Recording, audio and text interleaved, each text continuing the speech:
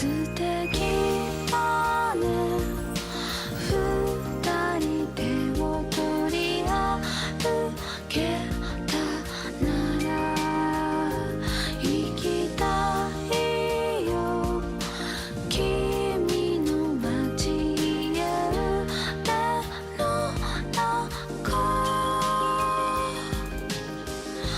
その胸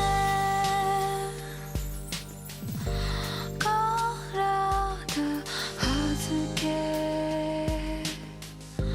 容易に紛れ夢見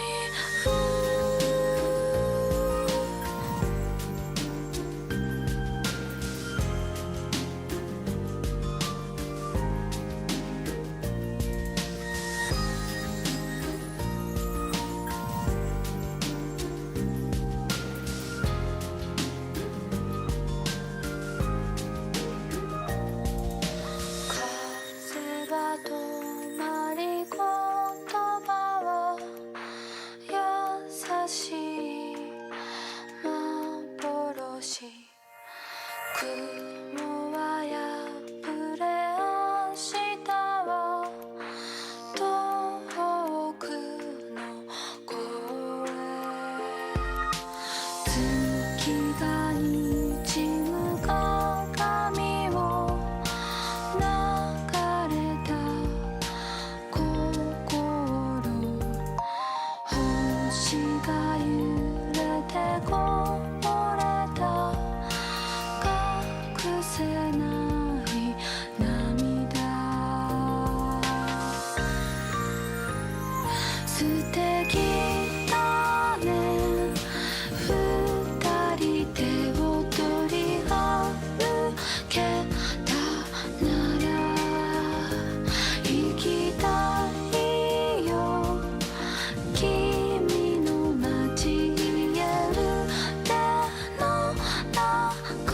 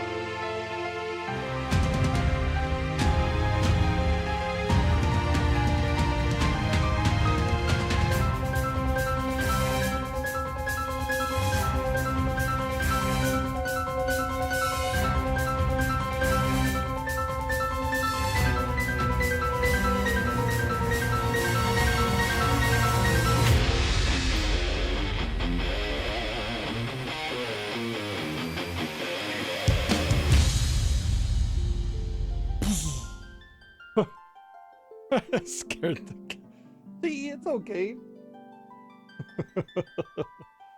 Hi, hello, what's going on? Welcome in. It's the 10th annual Final Fantasy Fiesta. Continuing with me already with a significant unlead, whatever the opposite of a lead is. Unleaded?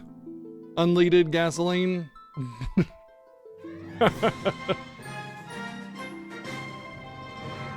The Dahak behind me? Like right there? Yeah, that's the Dahak quadrilogy. Aria, thank you for the godly tier 3, 73 months! Thank you! Deficit, that's the one. Yeah. And there's all sorts of fun things. Look, there's Super Metroid and Lunar, and also Lunar, and video games all over the place. I'm just taking the scenic route, yeah. You know, taking in the sights and the smells and everything, and just kind of, you know, vibing with all that kind of stuff, right? Yeah, and 18 inches of Sephiroth.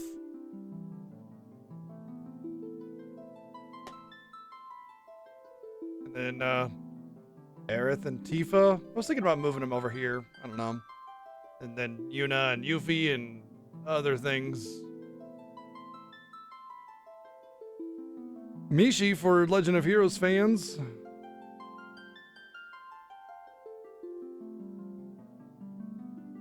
Quarantine's the expensive one. Yeah.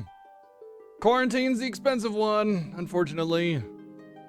But yeah. Day 3 of the Final Fantasy Fiesta. I don't know, I feel like day 3 is already pretty far in. You know, it just kind of feels like it was almost just like it was yesterday that we were only on day 2. Let me kiss that boo-boo better. Oh, thank you. I do have a boo-boo on my thumb from my skin being so dry. It just splits open. I don't know if you can see it, but there we go.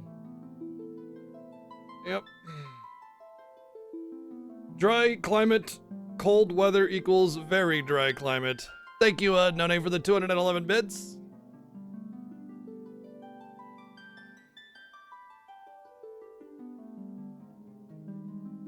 Ah, I can see again. That's how that works, huh? Cool. Chaos caused a lot of boo-boos. Yeah, he wounded my pride quite a bit. Glassjaw, thank you for 85 months of subbing. I'm gonna reset. Oh, of course I'm gonna reset Streamlabs because it just freaking crashed.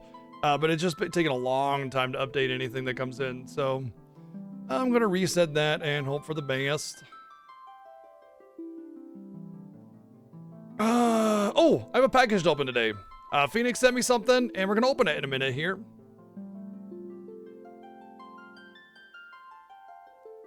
I am a meat popsicle. That's adjacent, I guess. Hey, Brash! Thank you for the 5 sub gifts. Thank you. Yeah, appreciate that.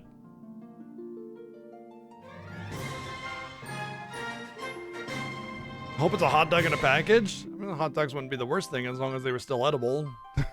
Happy Fiesta. Thank you. But yeah, day 3, we finished FF2 a little bit late, but we got it down. Even though it was 2 full days of Fiesta, it was actually only like 14 hours on the timer because there's a lot of like, you know, talking and noise and blah, blah, blah, blah. Streamer wants to say things. Ugh. You know, it's dumb shit like that. Streamers talking. Wastes valuable Final Fantasy time. Right? Right? Who's with me? Shut up, streamer. Play Final Fantasy. So, that's a bit of a bug there, Brash. That was all just the same sub gift. I don't know, Twitch is all being twitchy. But yeah. Anyway, yeah.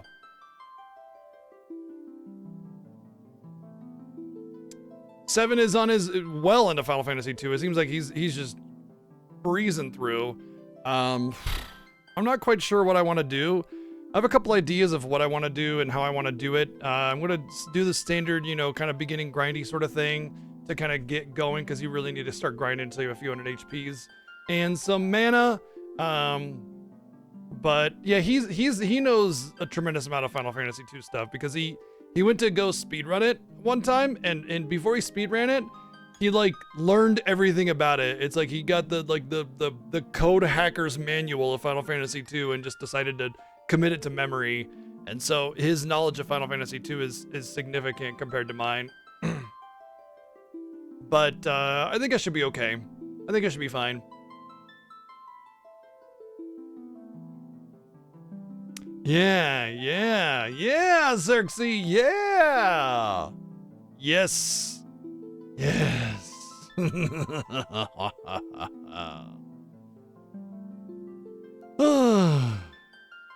kicking your ass too. Well, I hope that I can, at the very least, catch up to you. Because I know I'm not going to catch up to 7. So, you know, as long as I, like, my pace is good enough that I'm making some time compared to other people that are doing this, you know, I'm okay with that. Yeah, we're on Final Fantasy II. Yeah. Just in time for the end of the day too. Like we were at our wits' end. Oh man, I was just tired. If I felt a little short, it was just because I'm tired. I was really worn out. Worn thin by chaos and the white mage grind. It was extensive, but it was fun. I enjoyed it. It opened up my eyes to a lot of things in Final Fantasy I, which is part of the fun of the Fiesta.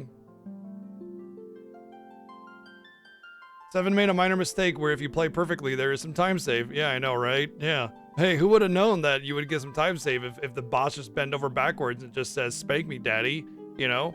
Like...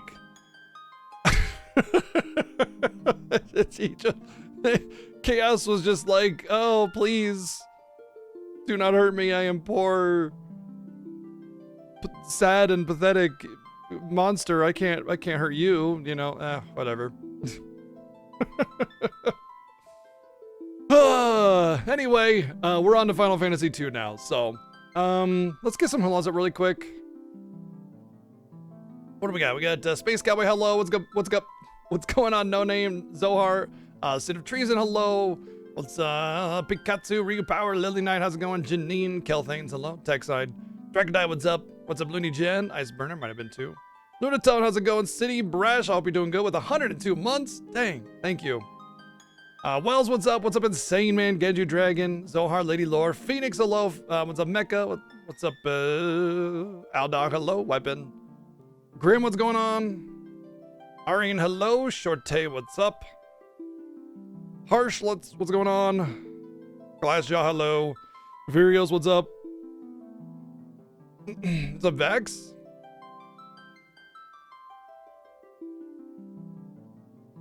Tsuko, how's it going?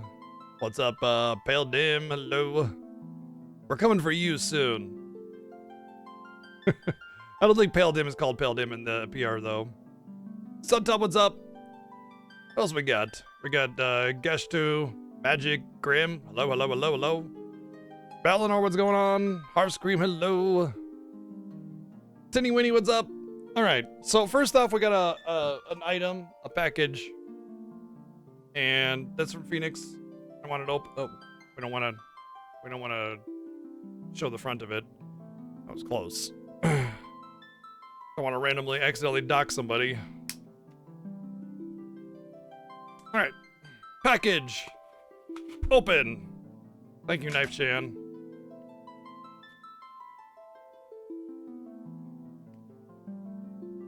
Oh. Oh, hey. Wow.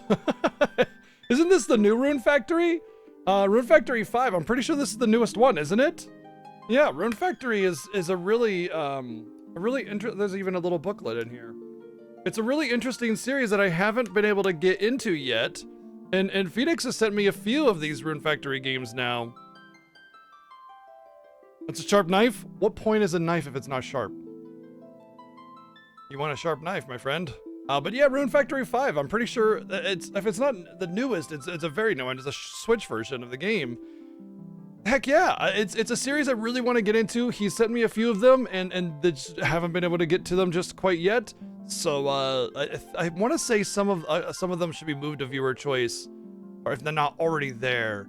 So I'll take a peek at that to make sure that that's up to date and updated and everything like that. But thank you, Phoenix, for thinking of me and sending that my way. I'm excited to give those a go. So I love farm sim games, and Rune Factory is supposed to be one of the better ones because they basically are like Harvest Moon, like the good ones, you know, Story of Seasons, or the big one, Stardew Valley, except there's like a more robust combat collectible kind of situation, sort of like Atelier. I've heard it's more like a more chill farm-based Atelier, and I'm excited for that. So thank you very, very much for sending that my way. Thank you. That is awesome. It's like, it's one of those games where it's like, you know you want to play it, but, so yeah, thank you.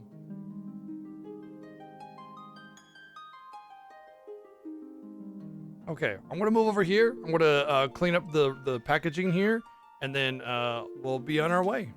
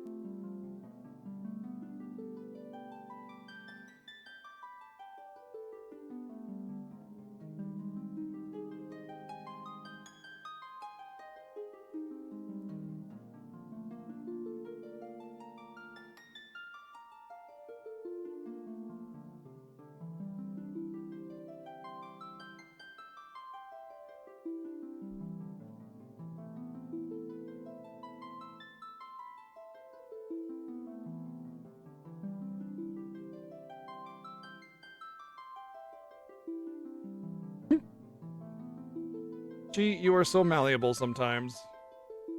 Thank you again, Phoenix. That's really awesome of you. And definitely a series I'm interested in.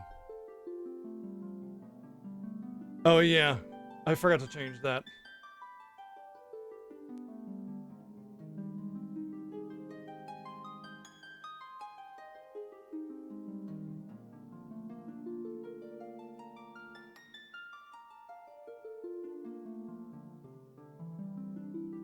Thank you.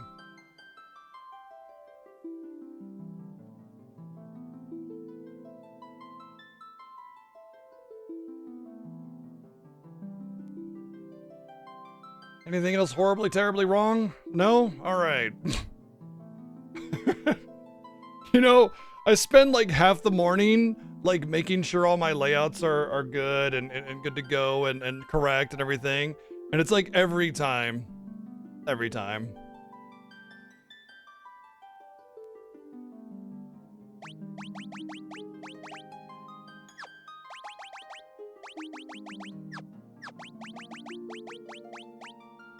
I think we named the characters here. So let's get the naming going on. Let's see, we got Shobin, our hero, of course.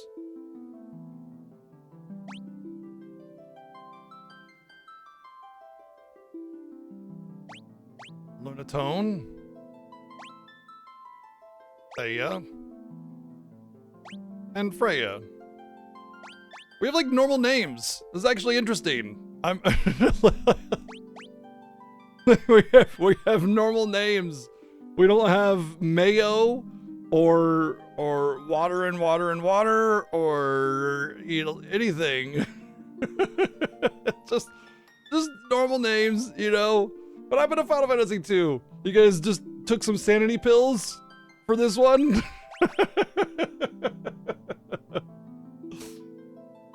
Like, well, when we reserved the FF1 names, I didn't have my meds yet, but when we reserved the FF2 names, we'd taken our meds, so.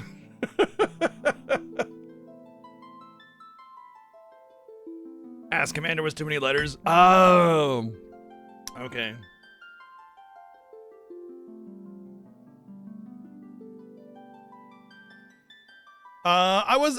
When I'm hanging out with 7 for the Fiesta, I'm a little back and forth, but no, I did not see the Holy Disaster. Joe was gonna sus? Yeah, yeah.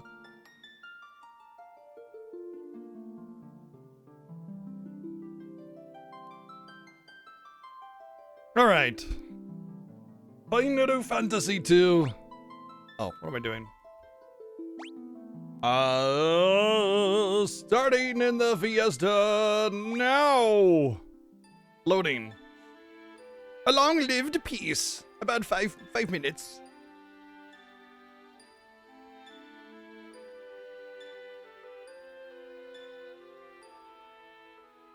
Is at an end. Children bleeding in the streets. Animals turned inside out. Birds are still just actually shitting on people because that's just what they do. Like, they're always assholes, actually. Wartime, non-wartime, they're just dicks. Also, the Emperor is like calling forth monsters. They're mostly just actually birds as well. They're not really monsters, they're just birds, and they're just more poop everywhere, more bird poop. That's devastating. And so the rebel army rose up against the birds. Alfred Hitchcock twiddling his thumbs in glee in the corner. His golden tooth shining. He doesn't have one, I just made that up.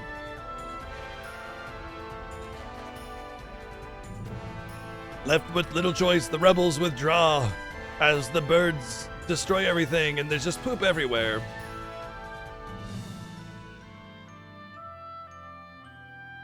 They had lost their parents at the hands of the Empire. But their escape wasn't over. Or they had lost their homes at the hands of the birds. Birds with hands? Oh my god, that's terrifying.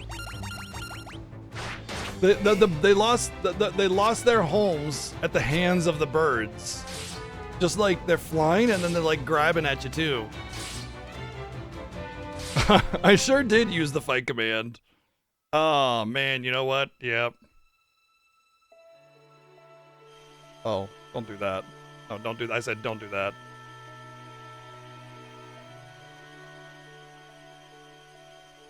I would have quit the battle and started again if I hadn't gotten past this point, and I would. But it doesn't matter at this point. Damn it!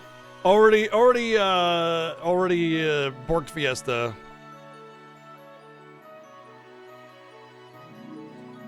I would have played into the joke totally. If I was still in the battle. I tried to hit the start button, that's why the Steam window popped up. I would have totally played into it. Meow, meow, meow, meow, meow, meow, meow. I'm looking at my cat, she's being cute. What can I say? Other than meow.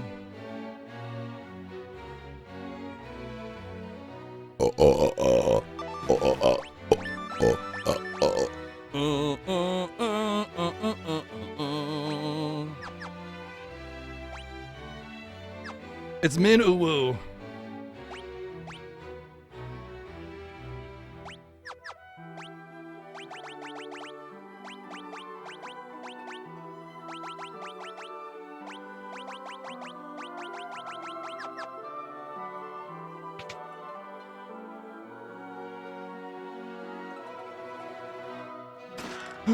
Potion!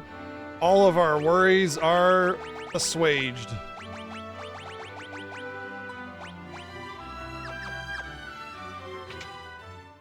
No, not Min Uwu, Men Uwu.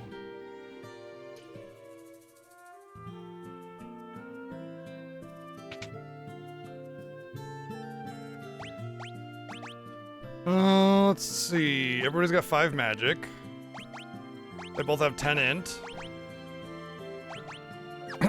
Okay, so I think I'm gonna give.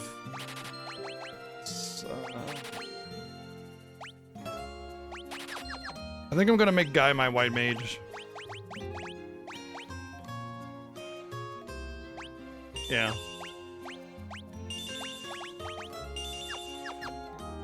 Alright. Well, no fight command, no shields, and I have to learn magic in class, so Guy is gonna be my white mage. Everybody else is gonna be a black mage, which is gonna be pretty rough because part of the problem and difficulty of this challenge is that I won't be able to have everybody with cure, and so resources will be tight on my healer.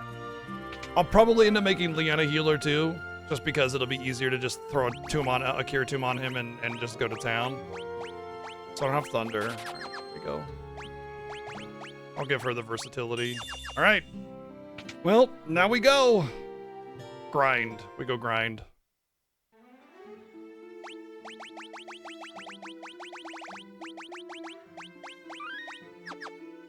The problem with the grinding is that I'm going to end up murdering myself a lot here.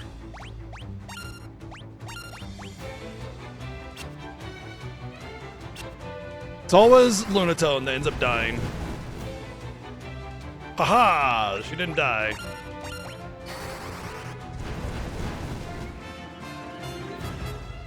So the way leveling works in this game, or HP works in this game, is that if you go under your maximum HP by half or more, you're pretty much guaranteed to get an HP on level up. And so the idea is that I want to get everybody under half of their max HP, and then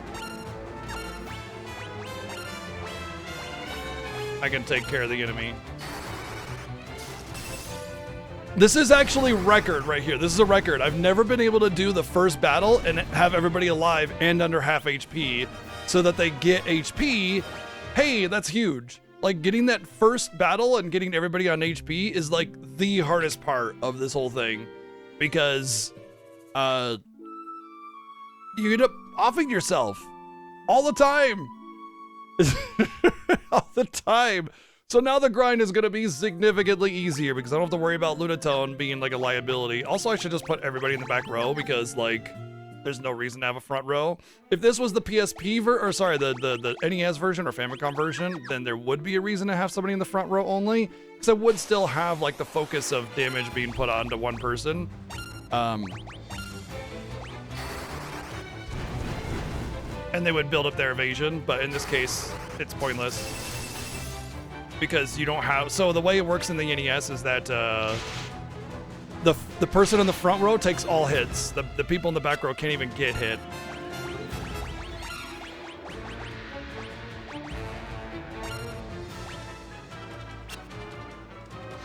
You know, an aspect of this that I didn't really quite realize is that... Ooh, ouch.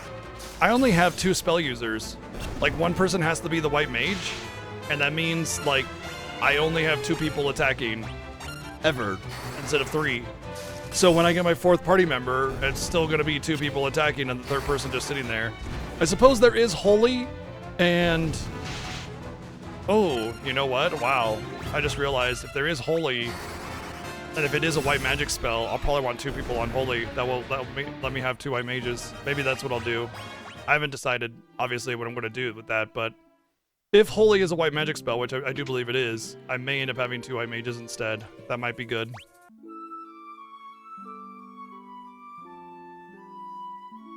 But the first thing that we're going to do is actually, like, we're just going to grind up a little bit here, just so that we can actually live through something.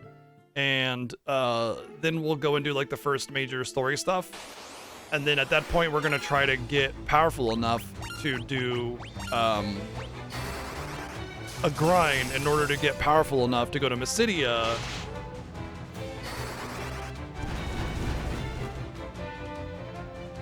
To get Holy early, which will also allow us to get an agility glove, which will give us some friggin' dodge.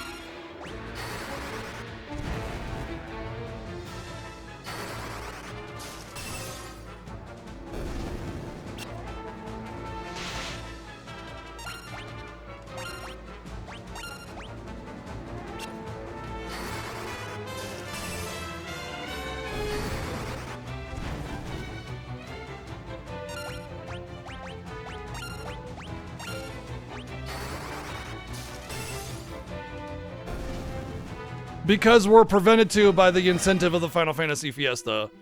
People have gifted enough subs in order to make that a reality, so it's a self-imposed challenge based on the incentive for the Final Fantasy Fiesta. In the Final Fantasy Fiesta, there are a lot of blanket rules, like we're not allowed to run away from any battle, we have to fight or die, and we're not allowed to glitch or step route or any of that kind of stuff. Additionally, every game has a set of unique challenges. This game has 3 different incentives that can be hit. 1 is no shields, 2 is no fight command, And then 3 is we can only learn magic in class, meaning we can have a white mage and a black mage, but we can't mix the spells together.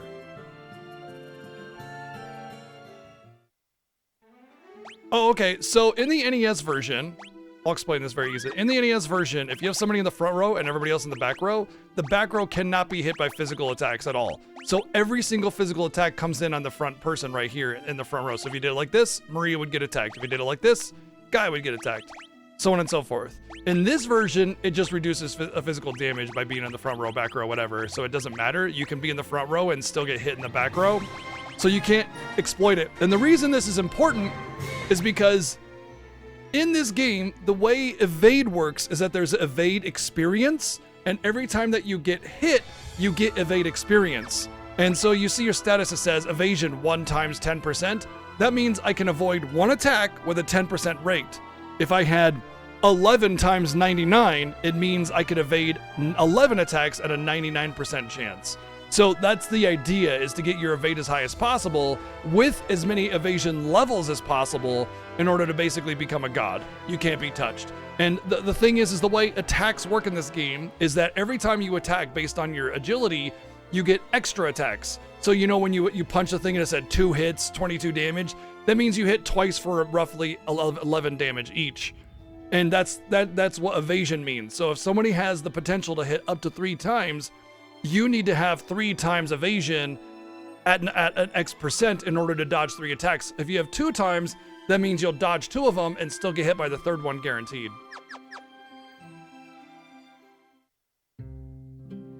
And then in this game, there is a lot of on-hit status effects, like Arian is saying, and oh boy, do you need that evasion for some of the later parts. That's why the no shields incentive is a big deal. Like a big deal. No shields is huge because shields is where you get your evasion from, and we don't have that. We don't get shields, so we can't. The only way to really train your agility is by dodging. If we don't have shields, we don't dodge. If we don't dodge, we don't build evasion. If we don't build up evasion, we don't build up evasion. And so that's where we're at, is essentially being locked from being able to dodge. And we're gonna have to deal with things like right here where we got poison, which by the way, on-hit status effects are 100% chance to apply in this game. So no shields is a big deal.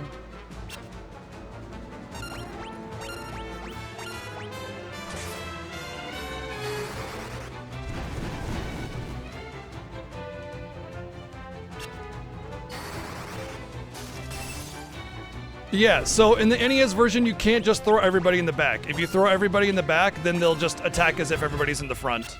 You have to have at least 1 person in the front to take all the hits, which you want to anyway.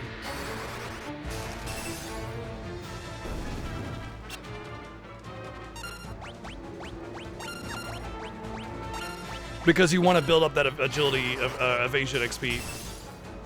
Thank you, Arian, for the sub gift of Vita, by the way. Thank you.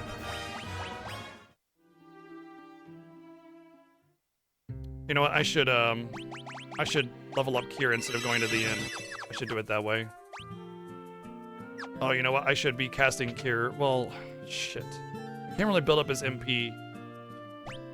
I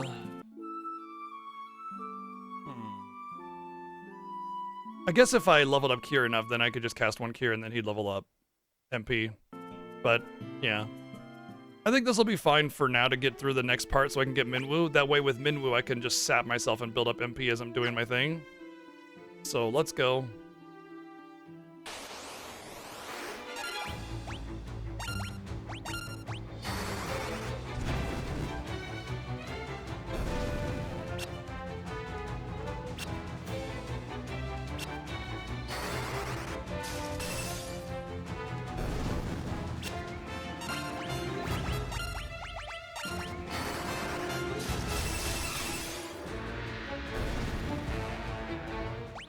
Oh yeah, the NES version does have the queuing exploit, where if you queue up an ability, like an attack, and then back out, and then attack, and then back out, you basically are getting XP for that thing without actually doing any turns.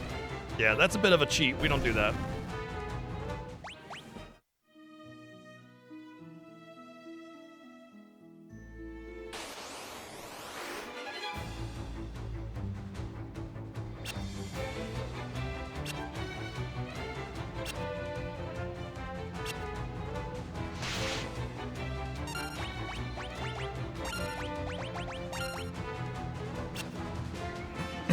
I guess I could throw it a cure just to burn MP, just so the off chance that he gains XP.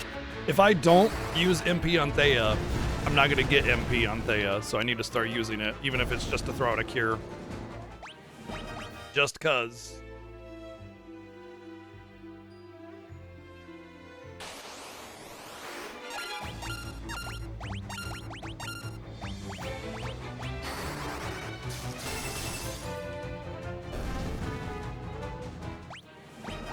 Honestly, Arian, yeah. It lets you level up your third character. Otherwise, you don't. Because the actions will take and then, yeah.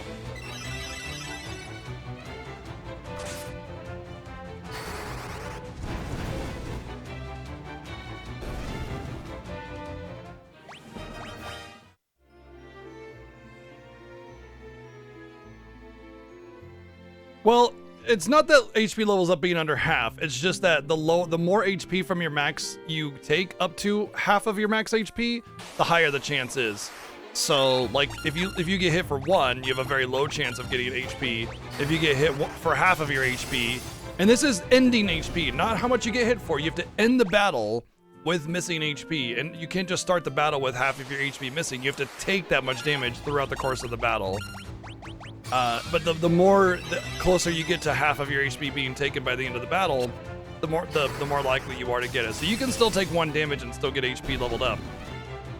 But yes, the more you use your spells, the more they level up. The more that you use your attacks, the more they level up. The more that you use certain types of things, the more you get that stat. And there are definitely different kinds of requirements needed in order to make that happen. So knowing that half your HP gone by the end of the battle is a guaranteed HP up, it's like one of those things that we do to make sure that our grinding is a little bit more effective, other than just punching ourselves into near death and accidentally killing ourselves or just taking more time in general.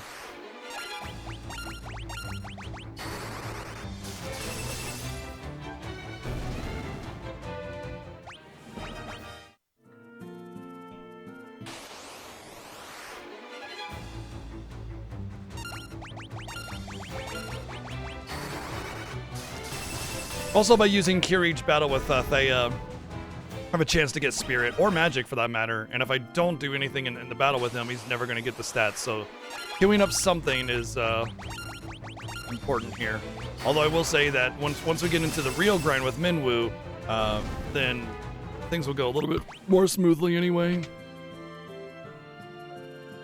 But yeah, before we do anything major, and by major I mean like the Mithril Cave, we're gonna be grinding enough to be able to go get into Mysidia and get holy.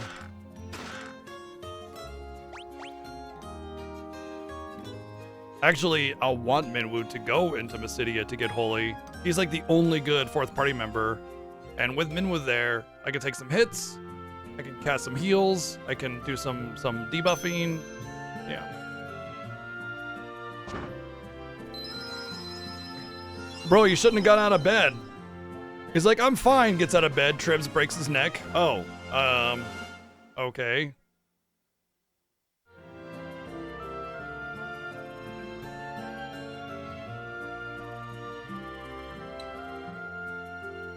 I would say 2 is the hardest one to like. You know, it's not about it's good, it's bad, it's whatever. It's the hardest one to like. See, I'm not object to the Final Fantasy II mechanics, because they're basically Saga beta. What I don't like about Saga, specifically, is the power scaling. The enemies scale up to your power. So all the grinding and stats that you end up doing and gaining in order to overcome a challenge just get ruined, and in some cases, you end up making it harder on yourself. And that's the problem I have with Saga, you know? The leveling system itself is fine. It's a perfectly fine game. But this game doesn't screw you over like Saga does.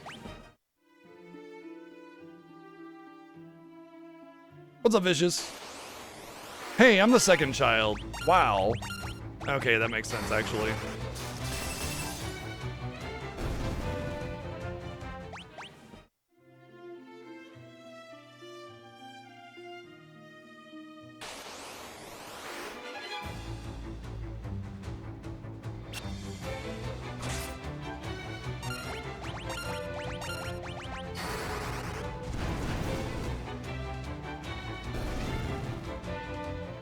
Oh, fun.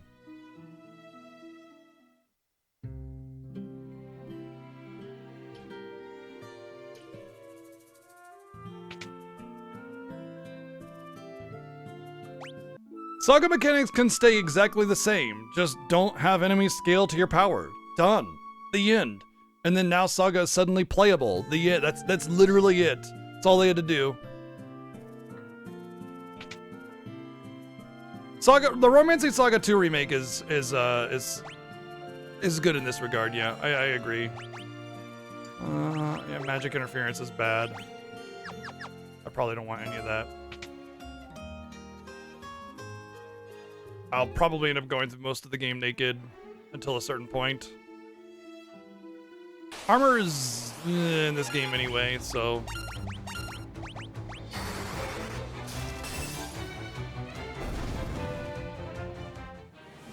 Yeah, the Final Fantasy VIII scaling is not so aggressive though. It's more like, it's like you start here and you kind of do this, you know, like it builds up, but it doesn't build up faster than your power level goes up, you know? So it's still fine.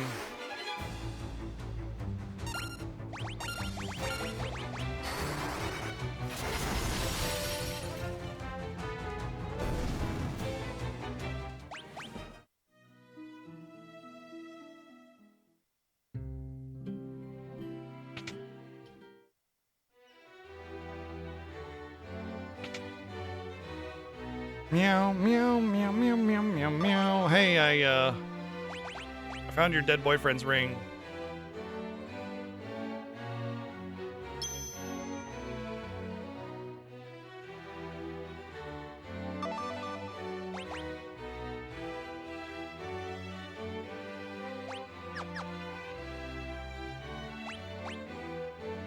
Huh? Didn't I learn Mithril?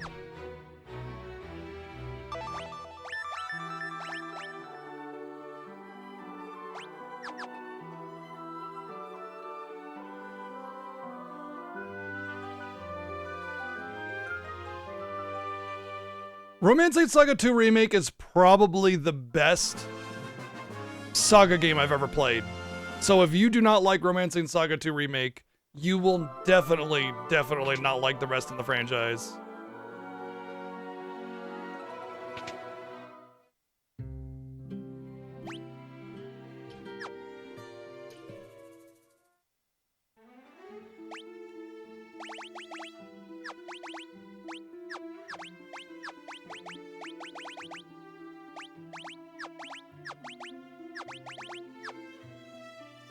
Copper. Curious. That's actually pretty good. I'll take that from him eventually. Okay, so we're gonna do some grinding here now.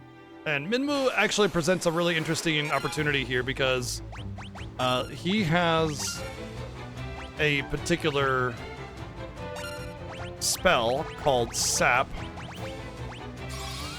which will sap all of my MP. Oh. Oops.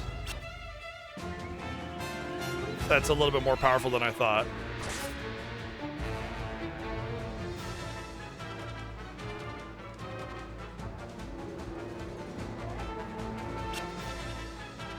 Anyway, that'll guarantee that I get MP. Does he have anything? I guess I can make them run away.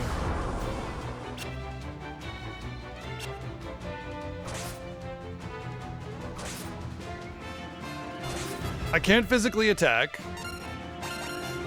because that's against the rules. I can't teleport them out because we banned that.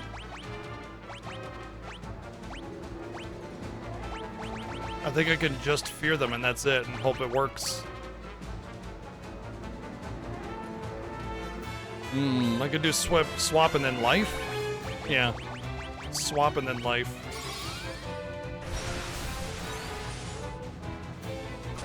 Oh. Or just swap.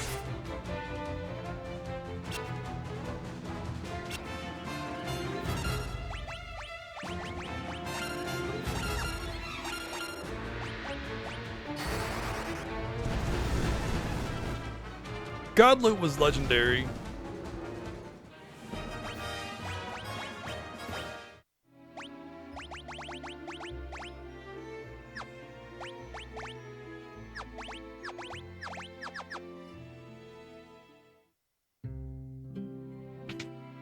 All right, well that sap is a little bit more powerful than I thought, so I'll sap like specific targets, and then just do the normal grinding otherwise until they have enough MP. I know, right? Oftentimes these Fiesta challenges are like, oh good, we made it through a battle. Woo! All battle. Oh, you're gonna try the trail series, huh? Okay.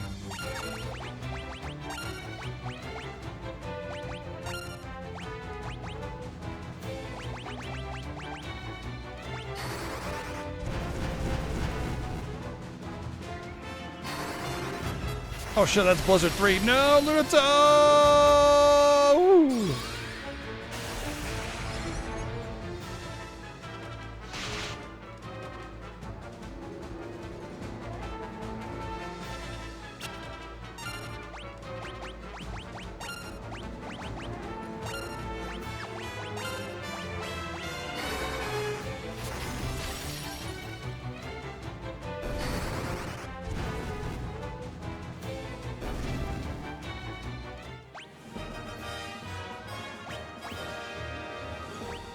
Neat little thing about the inn is you don't need to worry about wasting money at the inn, because the way the inn works is that it's 1 gold for 1 MP missing across your whole team, and 1 gold for every 10 HP that you're missing across your whole team.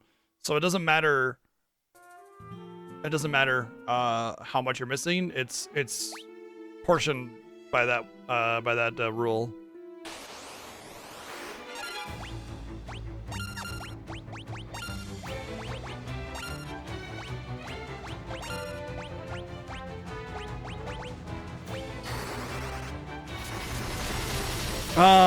God Loot.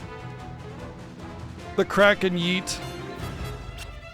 Yeah, honestly, that if for anybody that knows and understands Saga games, that clip is gonna blow your mind.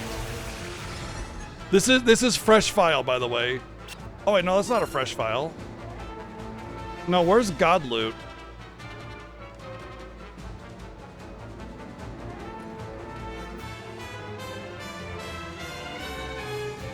Oh, okay, it's the loot command, gotcha.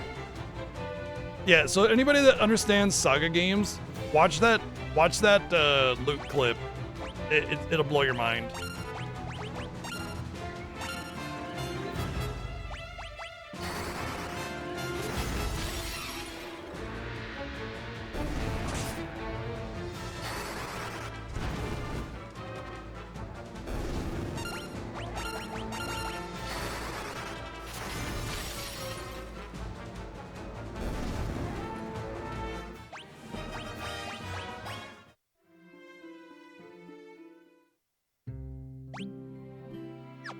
All right, we're gonna do, I wanna get everybody to around 70, 75 MP. That way I can do the AoE sap, and I don't have to worry about like single target sapping everybody, you know? So I'm using Guy first because he has the lowest amount of MP. Looks like my magic stat is actually leveled up quite a bit still. It starts at 5 and everybody's at 9 and 11, so that's good. So we'll keep at it this way.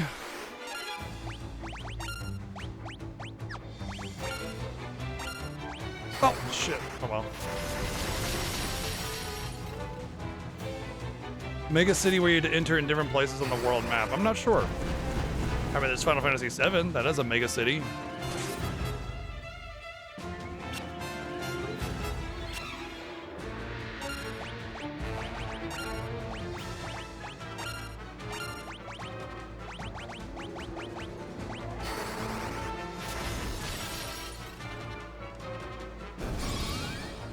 Intermittently insane? Yes, lady.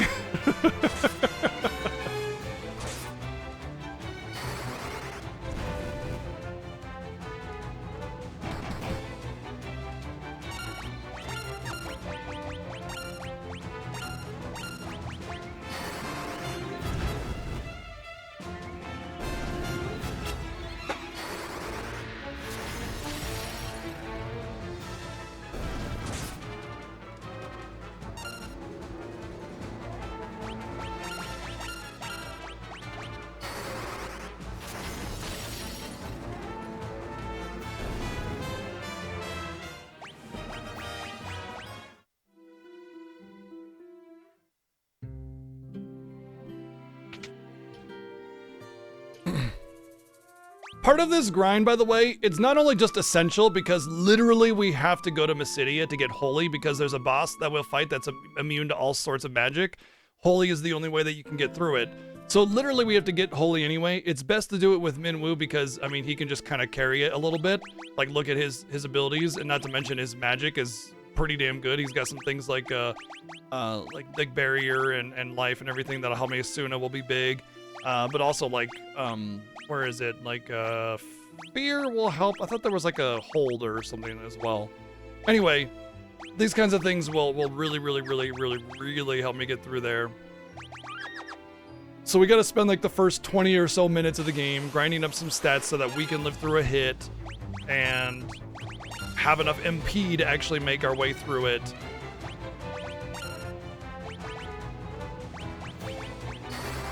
So once we get to about 70 MP on everybody, then we'll start doing 70, 75 MP on everybody. We'll start doing AoE sap, and that will allow us to do really fast battles where we just sap everybody and then go in, sap, go in, sap, go in.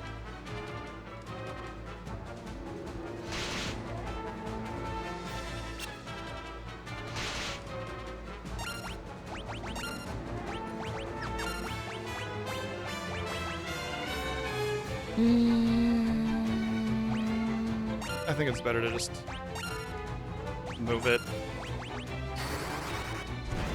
Also, Minwoo will get a little bit of stats here and there because he is still taking damage and using magic, so he'll have a chance of getting some stats, which will make him even more of a carry. But also, by doing this grind here that we have to do anyway, it'll let us get Holy early, which will allow us to build it up as time goes on through the game, and then it'll be our major damage spell. And then on top of that, it will make the rest of the game very easy because we'll just kind of stay ahead of the curve. Hopefully. That's the plan anyway. That's my strategy. My strategy is fingers crossed, basically.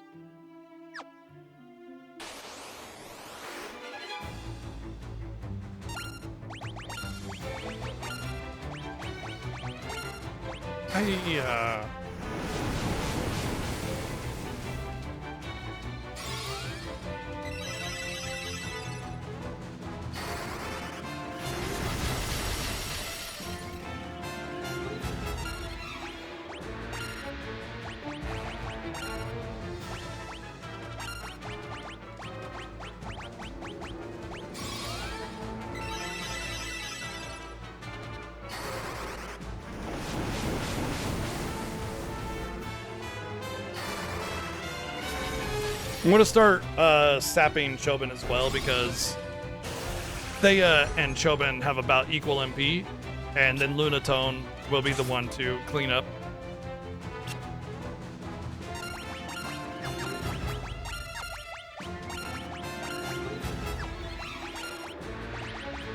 And then they only really need 1 or 2 more MP levels to actually start being able to be hit with an AoE sap and not be out.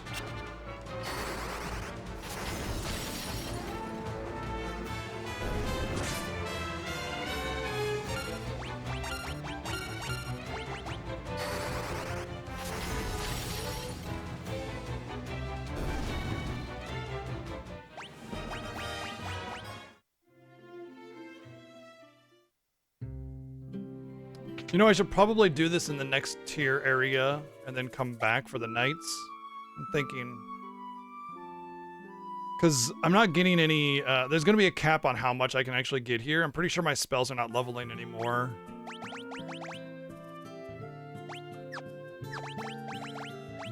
Oh, nope, it's still leveling. Okay, never mind then.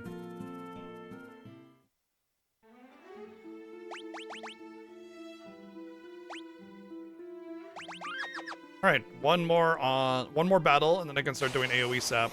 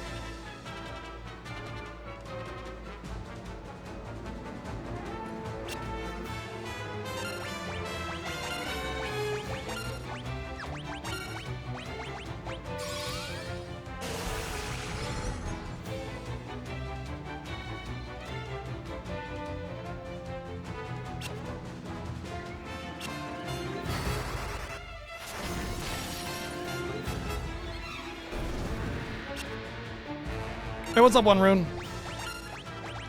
Missed you up there. Bump, bump, bump, bump. Ah! Bumping into things. I just want a sip of coffee. Summon coffee! Correct, Crafty Dog. Every enemy has a, like, monster level. And that level... Boy. And that level dictates,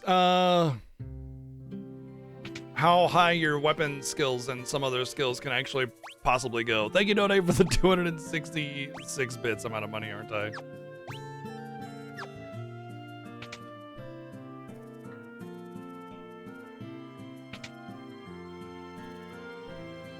Summon copy.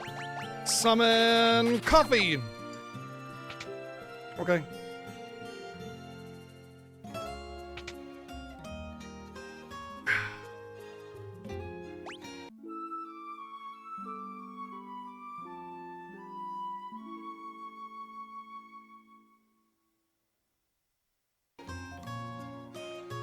I hope we just get good video games. I don't really care if they're turn-based or otherwise.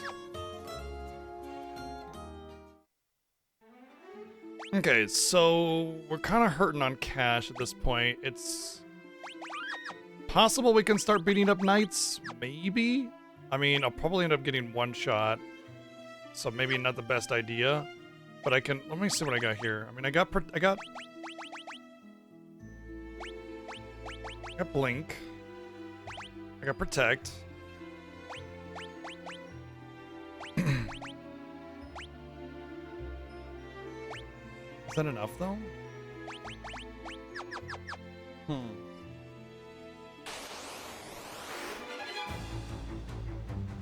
The thing is, I need money right now. That's the thing. Because even if I go to Mysidia, pointless if I don't have money. So yeah.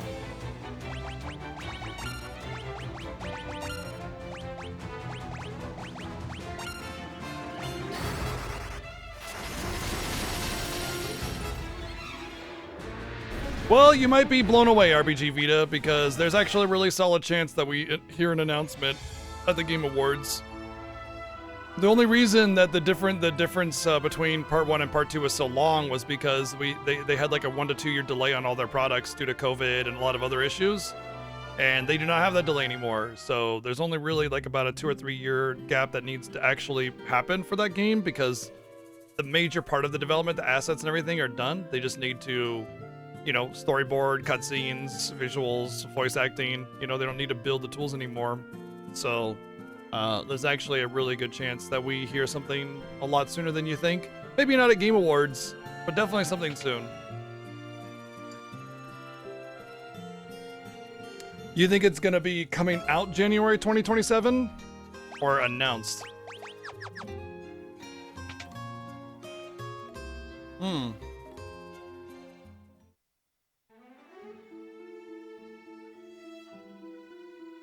Yeah, well, that's very possible. The only reason I say that is that there's a little more possibility because there's been a lot of movement with interviews and discussions about Remake 3 that seem to really point towards the potential.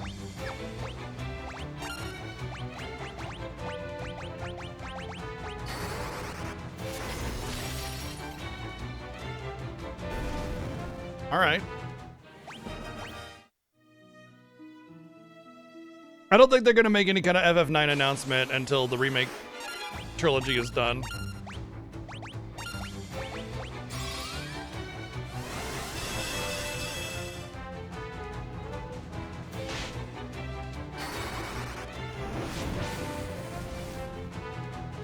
This is one advantage of magic in this game The one advantage of Magic is that you can get power output that is not preventable very early in the game. These are like tier 6 enemies or something. I've been fighting tier 1 enemies, and these are like tier 6 enemies. And we're actually able to do very decent damage to them and win. And they give a lot better money, they give higher chances of stats, and they have really good drops that will be very good. Right, exactly what No Name said. Yeah. Never assume that Final Fantasy, any kind of leak or rumor is true. There's nothing that says Final Fantasy IX is getting any kind of remake or anything. So, yeah. More than likely, Vita, I think that's the better choice for FF9. You practice your clown makeup and everything. Yeah, come on.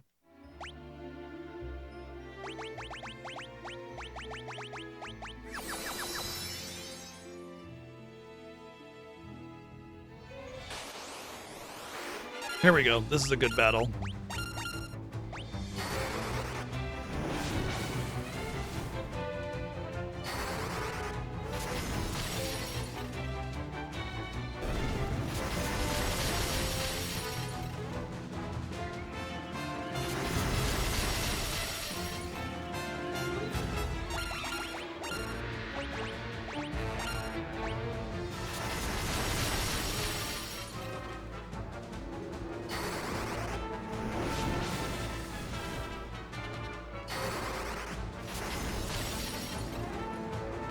It's cool to want things, just be realistic about the expectation, that's all, you know?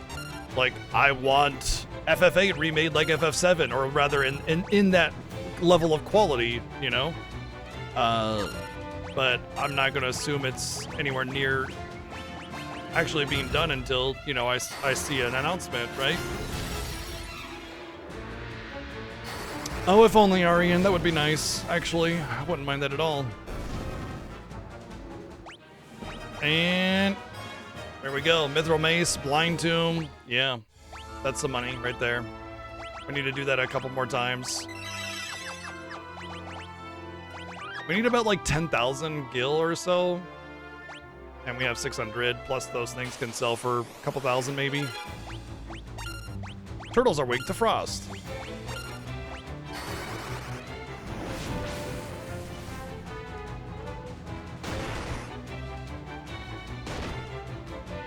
Yeah, that's what he means by like diorama, picture books, style of 3D remaster. It's more like a faithful remake with WAF style of colorful visuals. You know, I think that's what FF9 needs because it's a lot more. It's a much more whimsical game than the rest of the games in the series. You know, it's very playful and colorful. I don't know if diorama aesthetic specifically would be the right move, but, you know, it is a much more sort of, like, whimsical and fun sort of aesthetic versus the nitty-gritty, dark and dank and everything, steam and mess.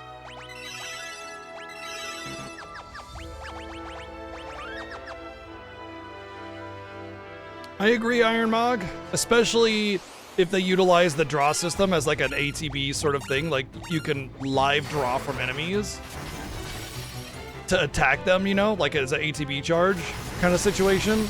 Even just utilizing FF7's straight up combat system, you know.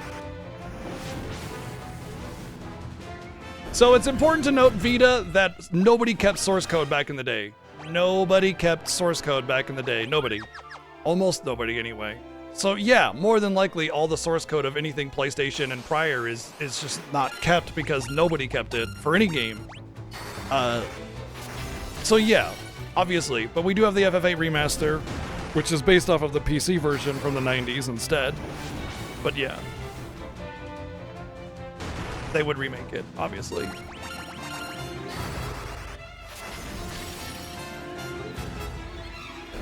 I personally do not want Chrono Trigger or FF's anything in the Octopath style. I think the Octopath style is way overblown and overrated, and I also don't think that those games would work well with any kind of remake. A remaster is the best, I think, for those games. But, I mean, you know, we each have our preferences.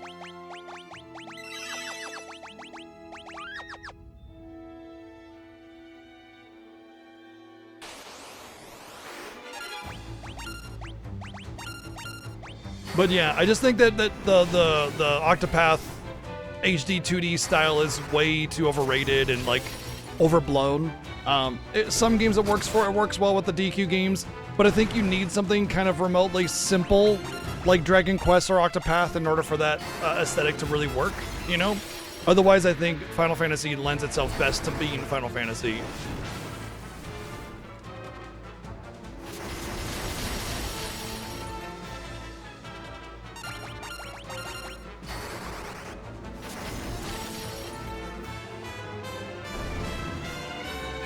But that's just my opinion, you know? Everybody's got their preference on what they think would be the best.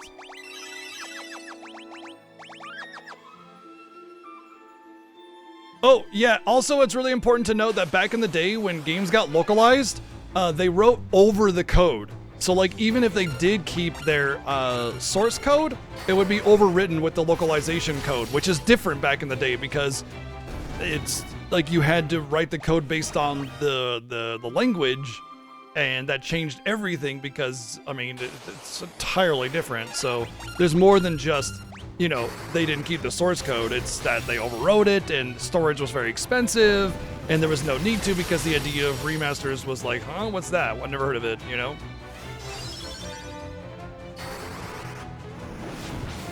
Yeah, I think when you suggest that the aesthetic would be more simple, you automatically assume that the release date and the announcement would be very close together because it would be a smaller project than something like FF7 Remake where it's a, you know, huge thing.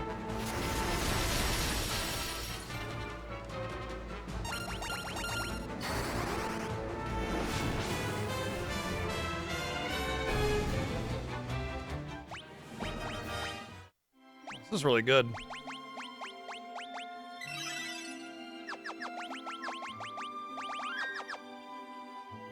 So the thing about the HD 2D, it just sort of like, I don't know, lens flare and sparkly water, and then, you know, everything's kind of the same. Like they could just do other things to make it look nice without it being that aesthetic, you know? DQ I think works well because I think that the style is just sort of a very playful, colorful, you know, neat style and not really like a nitty-gritty, hard, real sort of aesthetic. Like, you know, FF in general tends to have a lot more rich, darker storytelling, and it kind of lends itself to a more realistic aesthetic. And that's why I think if you're gonna do a remake of 1 through 6, you gotta go ham. But I don't think those games are good for that kind of remake in general, just because of the limited storytelling that was involved in them, you know? So I think the Pixel remasters were the perfect way to make those games shine and still feel like those games.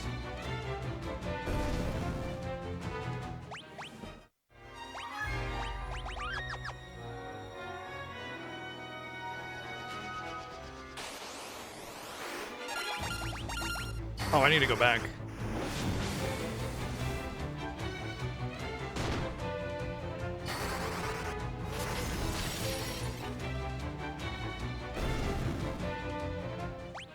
Oh, we got a poll in chat. There's a poll in chat. Will Square Enix be at the Game Awards and make an announcement?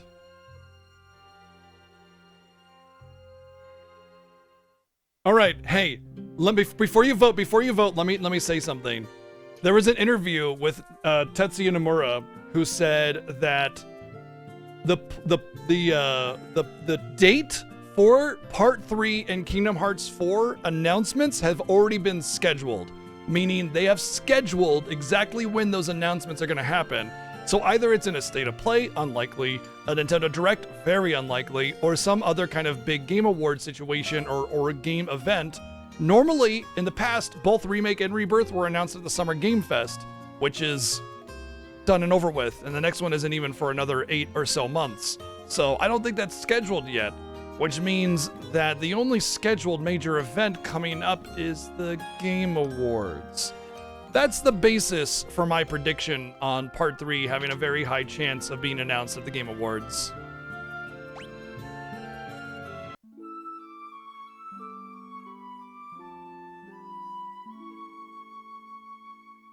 Maybe it's a cop-out. Yes or no? Maybe it's a cop-out. Yes or no?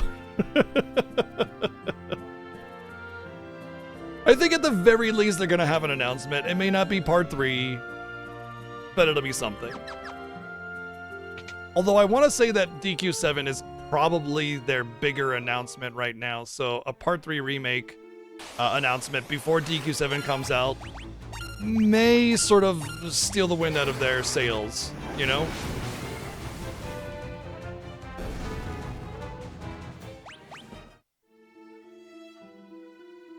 Right? I agree, Arian. I want a name, damn it.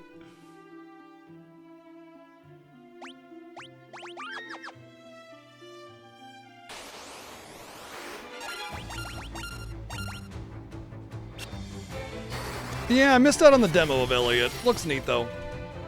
I guess a lot of Secret Mana fans are happy.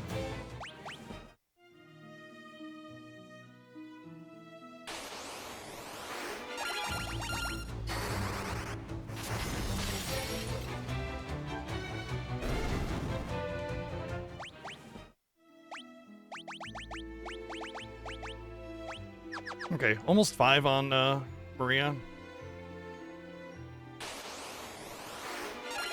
How dare you? How dare you, hologrammer? Hey, buddy. You coming to hang out up here? Oh, I got Cecil hanging out in front of me. That's rare. It's only happened like twice before.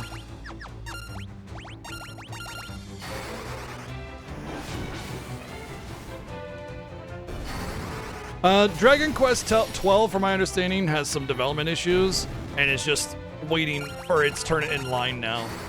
So because of it getting kind of pushed back, it now has to wait for all the other projects that are now ahead of it.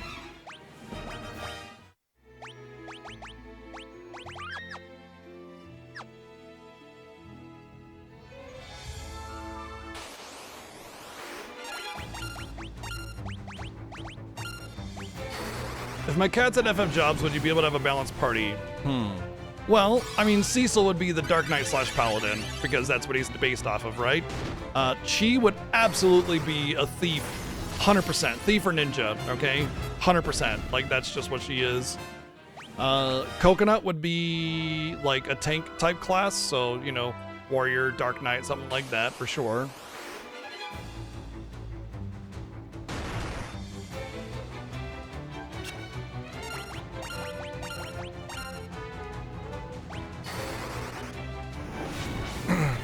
You think Coconut would be a Zerker? Honestly, I think you're right, yes. Because he is very, very, very calm. But if, like, somebody gets in his face, he will go ham on you. And it is not pretty. I mean, like, he just... I've seen other cats, like, try to get on his case, you know? And he'll just be like... And then just bulldozer, just boom! And it's like this... It's like... You know, like when something gets hit in a cartoon and they're just like do. That's what happens when Coconut unleashes the furry. So yeah, I think Berserker works really well with him. You know, I think Ginger might actually be a healer because he's very affectionate. He's very like always giving me like loving licks and stuff, and just he's always just kind of like, I want to hang out and not fight. I don't want to fight at all. He's very not fighty, you know. So I think White Mage or something like that. Devout works, yeah.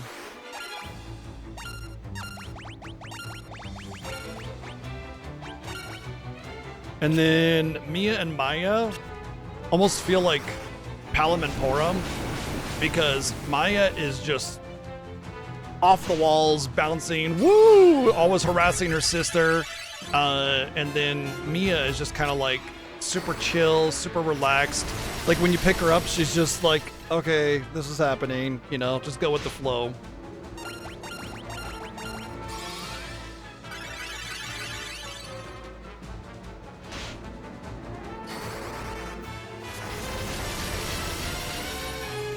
So the answer is yes, yeah, I would have a balanced party. As far as Raven goes, she just wants to eat everything. Like, that's it. Like, she hates being picked up, and she just wants to eat everything. Blue Mage. There you go. That's really balanced. That's really balanced. We'd have a healer, we'd have a black mage, we'd have a rogue, ninja, a berserker, and a tank. Yeah. We would definitely have a very balanced party.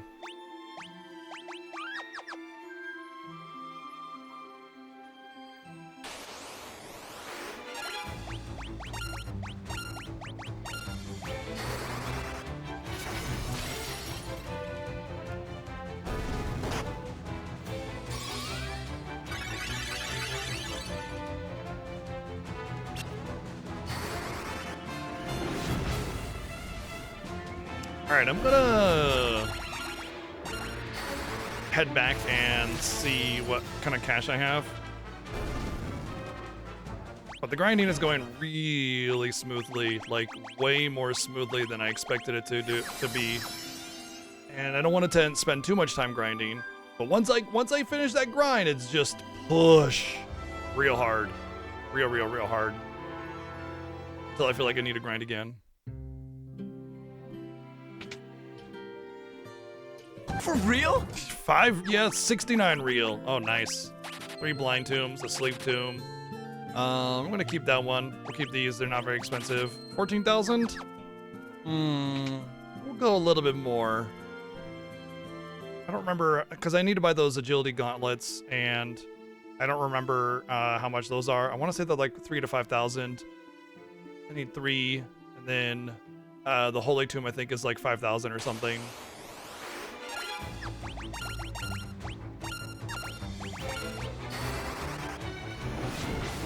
Thank you, Playing Isaac, for the 144 bits.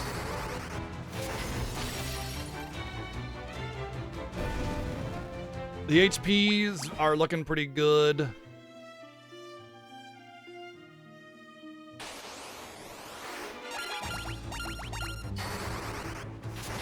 Oh my god. Wow, Playo. That's a lot of viewing time, dude. Shut up, old man. You smell like farts. I'm sorry. Thank you for the 444 bits. So the poll is done. It's a 24 to 16 in favor of yes, that people think there will be a Square Enix announcement. I don't necessarily like. I'm not saying slam dunk 100% chance that Square will announce Part 3, but I think they're very much gonna be there, at least for something. Thank you, No Name, for the 266 bits.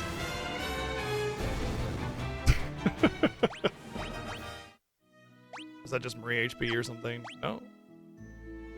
Hey, I need you to get some more MP, bud.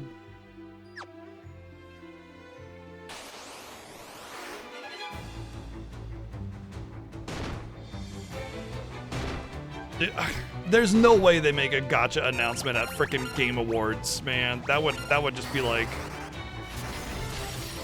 oh.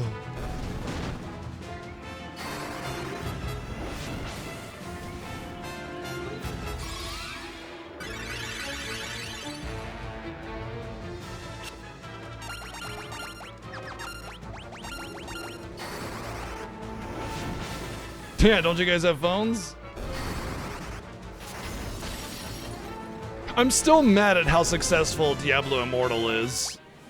Like, they made a big stink about Diablo Immortal when it was announced. They basically got booed off the stage at BlizzCon. The con to celebrate Blizzard games when they announced Diablo Immortal. A lot of it was because people were expecting Diablo 4. Okay, that's like the big thing. But still, like, they got booed off the stage and it still made like 20 million in the first hour of the game being live. It's so stupid. How does that happen? Why are people spending so much money on gacha games? Stop it. Stop it.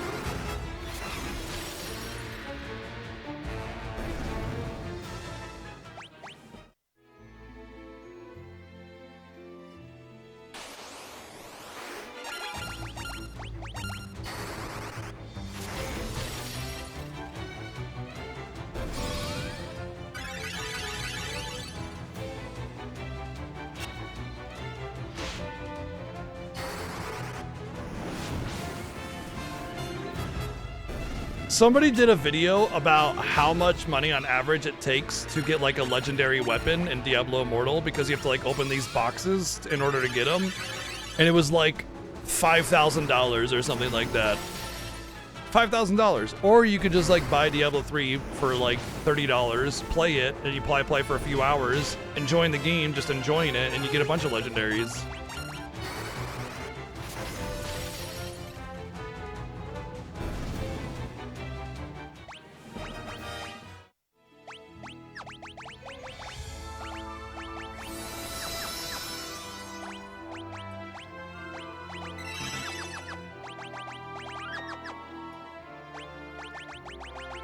I haven't played Diablo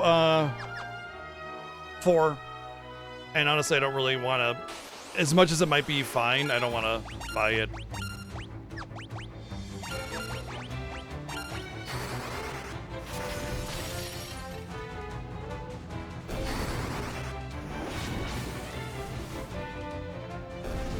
Oh yeah, I remember now, Playo. Yeah. The little Diablo randomizer simulation.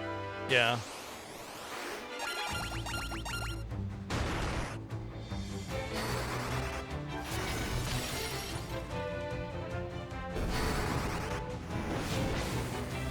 What? What are you talking about? Diablo 3 is insanely good. Diablo 3 was fantastic. It has definitely not been going downhill. Diablo 2 was a significant upgrade from 1, and 3 was a significant upgrade from 2. Yeah, the biggest problem with Diablo 3 was the end game, which they fixed when the thing came out, the expansion, and then it became insanely good.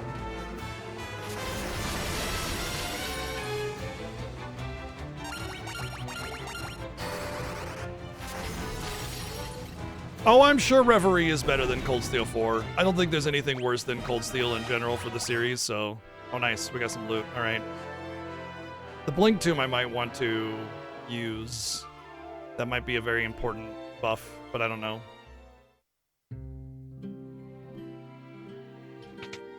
Replaying old video games? Lame. Okay, so we got a Blind Tomb. Oh, Blink is cheap. Okay.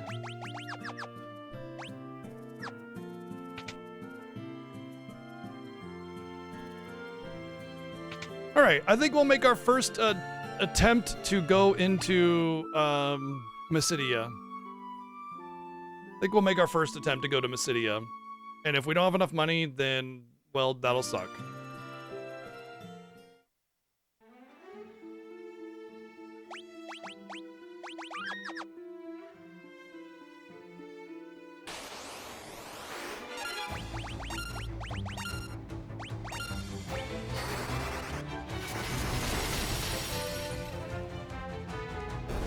It's a remake, but yeah.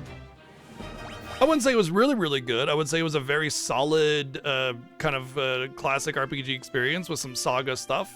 Yeah, it was a very decent remake. Yeah, I enjoyed it. I thought it was nice. For those that really enjoy the classic style of game and want it in a modern aesthetic and graphic, then you're gonna be happy with the Romancing Saga. Oh, dear Lord. Remake. Well, I know the Big Horn is a heavy hitter, but these things have more HP than I thought. And hit harder than I expected. None of them Vita, because all you're doing is recreating the same cherished memories you had before, but you know, they're gonna be different, so no, I wouldn't pick any. I'm good with my cherished memories of my first time playing a video game. Welp! We are not ready for this. Maybe it's just the Big Horn specifically, but damn, dude. That thing's way more HP than I remember. I thought like 500, maybe. Oh, I got one. Okay. Well, we're not ready for that yet.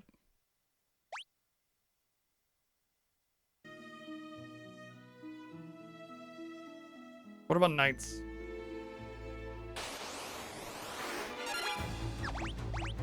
We might be ready for Knights. Oh, you know what? Protect might have helped with that, but I think maybe just doing some HP grinding might actually really help.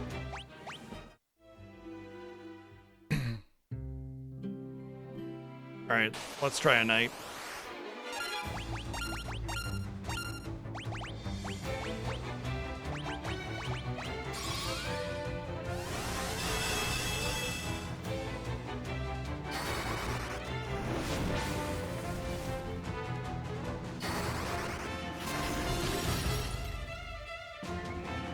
The money output from these guys are way better. That's why I wanted to try them.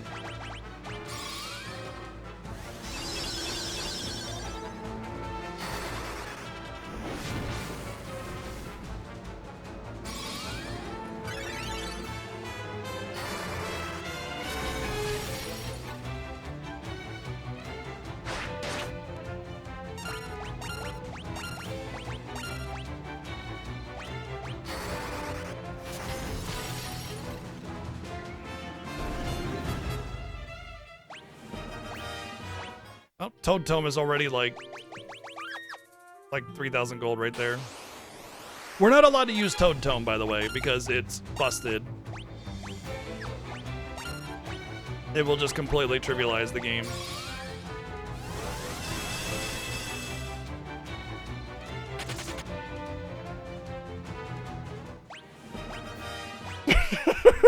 He ran away, I gained HP. Okay.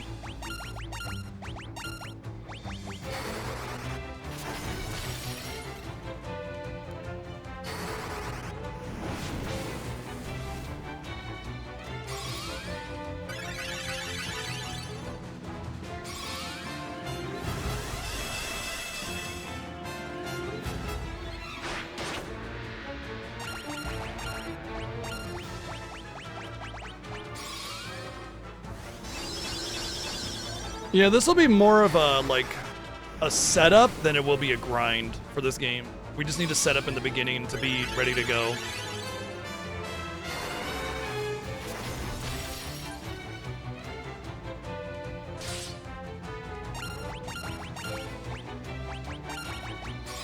Oops. Why am I casting that still?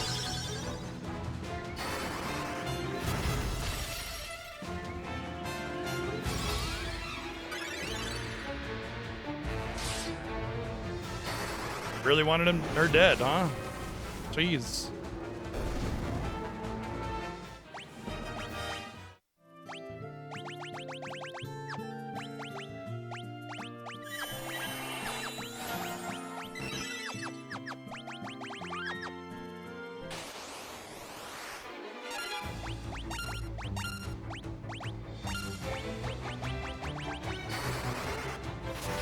Toad Tome?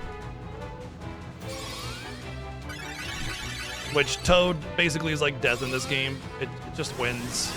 You get a high enough level and nothing can survive it.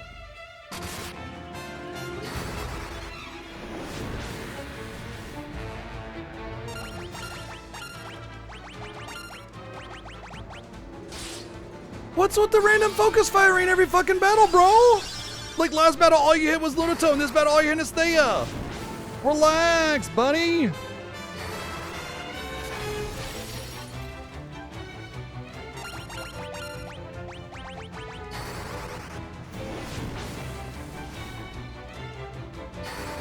Don't win. Don't win on this turn.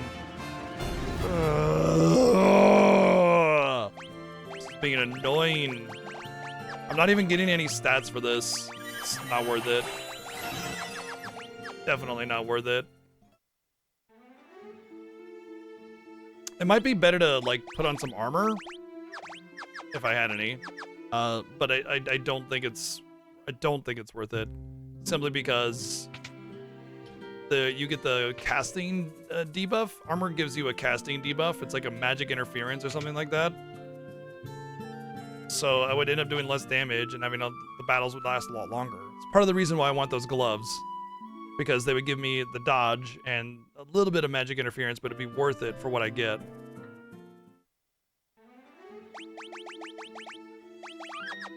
Okay, so I think what I need to do now is just get more HP. So we're gonna fight easy enemies. Let's just do that for now.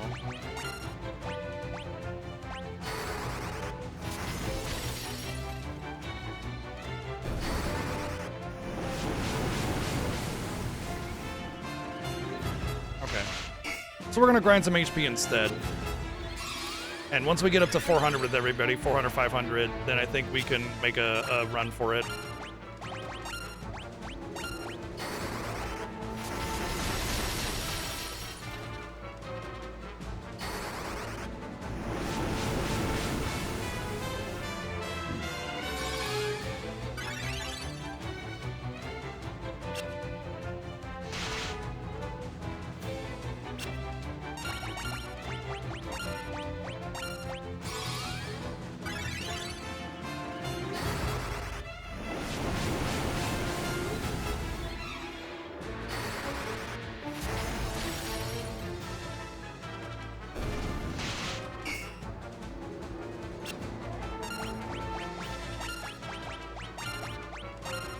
Hey, I didn't want to defend. Damn it.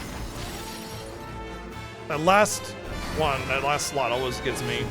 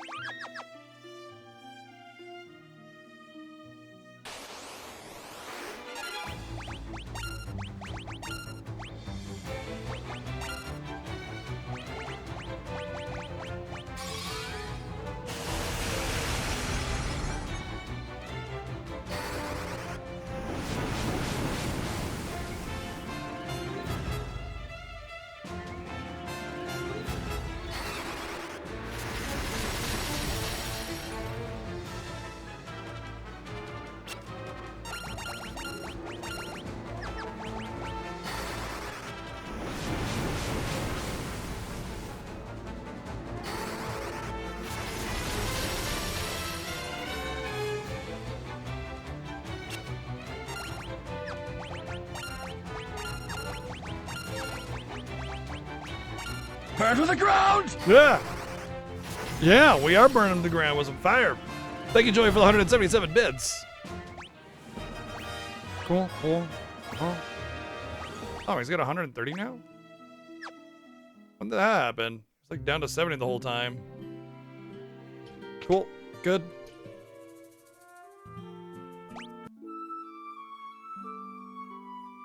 We're burning ourselves to the ground too, and then cauterizing our wounds, and then burning them to the ground, and then.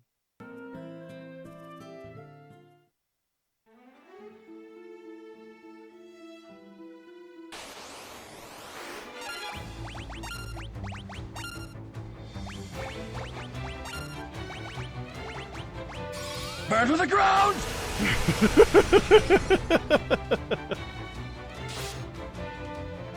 No, weapon does not affect stat growth. Thank you, Joey, for the 177 bits again. It literally is, do you attack? If yes, then stat. Potential. Also, there's like something to do with like the number of attacks that you use and all sorts of stuff.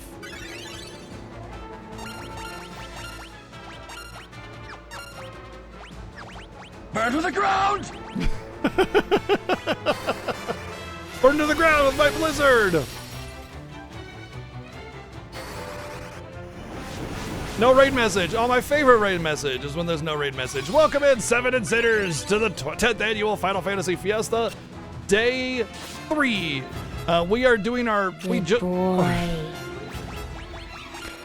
just started our Final Fantasy 2, so we're doing an early grind in order to make our way to Mysidia for Holy, which we will need for to be able to make this challenge even possible. Thank you, Joey, for the 266 bids. And yeah, welcome in, everybody. Burn to the ground! I don't need to go in there. Burning everything to the ground.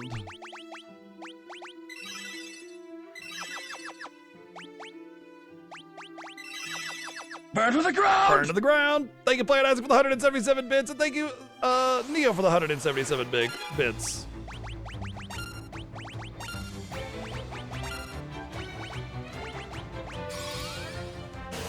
Oh, thank you. Yeah, it was yesterday, but thank you, Birdseed.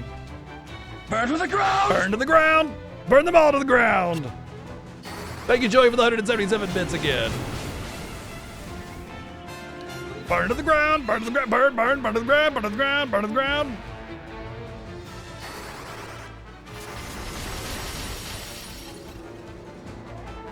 We made an early attempt at going to Mysidia, and it was not super good.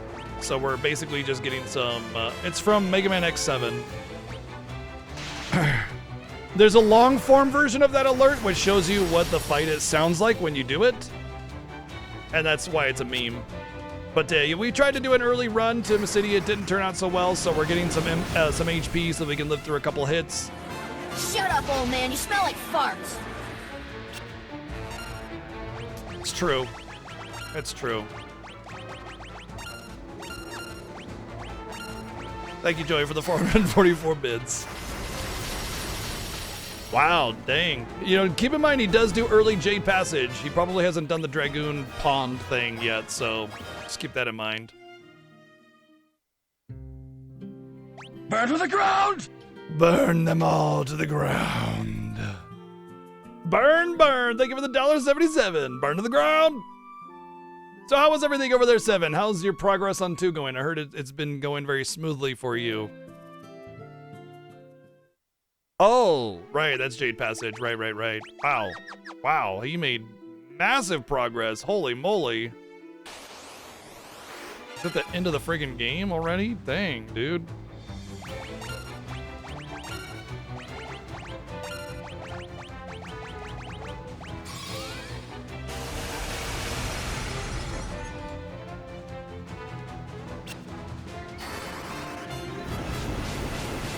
Thankfully, we're almost done with the grind, and after this grind, we won't have to grind pretty much ever again. Probably. Maybe. Possibly. Perhaps.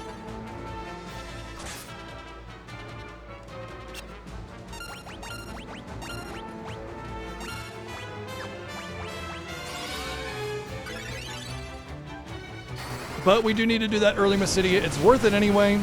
It's worth it anyway. I wonder if fighting those enemies for... No, it's not going to be worth it. I will say, on our way to Mysidia, we'll probably end up getting a lot of HP level ups, though.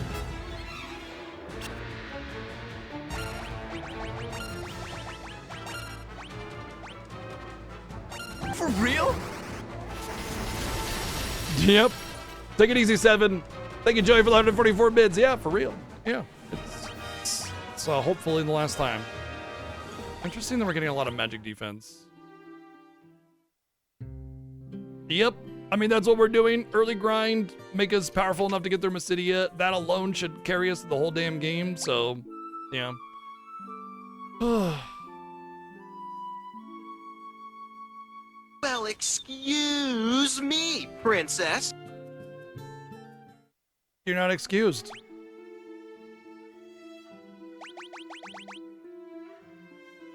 Thank you, Joey, for the 399 bids. Our stamina's actually going up pretty decently. It's like in the low or high 20s, low 30s, so every time we get HP, we get a decent amount. The problem really is just that my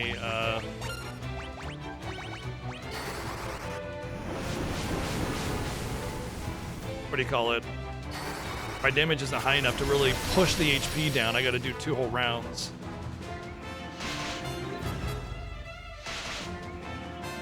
Thank you, Donica. Right now, it's just a little bit of grinding, and not the kind of grinding that we were doing in FF1. Different kind of grinding. This is like a one-time, one-shot need to set us up for the rest of the game.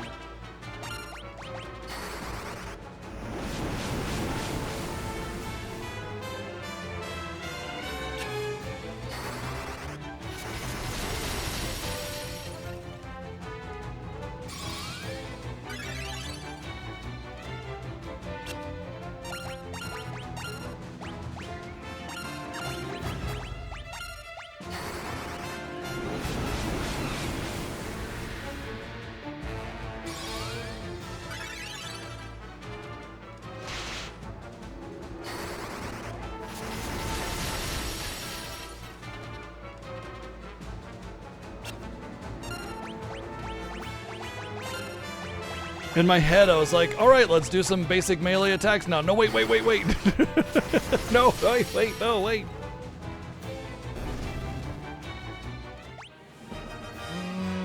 Everybody should get HP, yeah.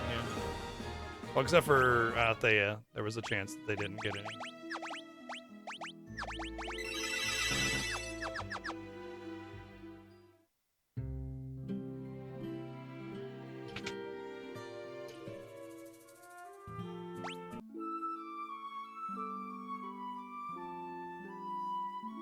Let me kiss that boo-boo better. That's how they restore all their HP and MP. They just get into the inn and start smooching each other until their boo-boos are better. That's it. That's the canon method of recovering HP now in RPGs forever.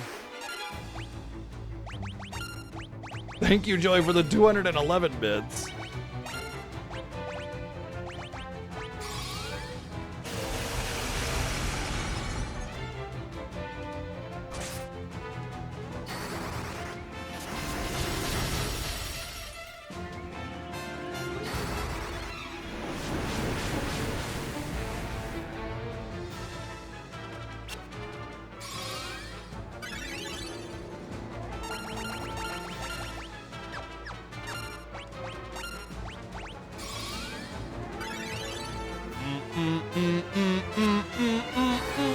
It's a shame Minwoo starts with such good stats.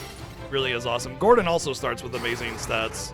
As Gordon starts at like a base unit though. Minwoo's already like built a little bit, so.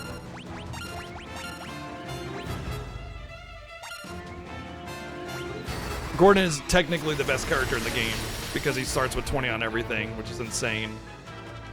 So if Gordon was a starting party member, he would be so good. Yeah, Joey, for real. It's true. Thank you for the 144 bits.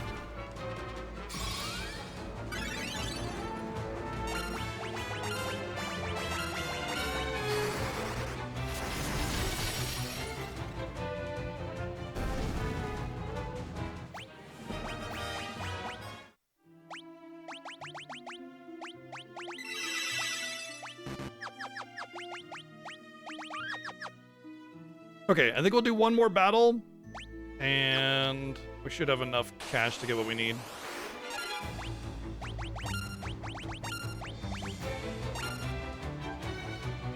Ay, damn it, I keep, Goofy and Minwoo's attack.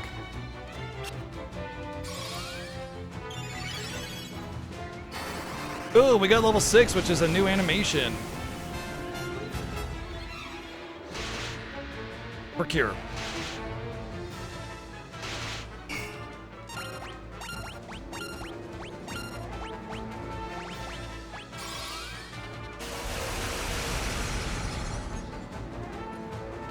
Literally, he is the only guest character that is useful. He starts pre-built and very good. He's basically a character to sort of like get you into the game. That's it. He's helping you along to make sure you can grind up the early stats. That's all he does.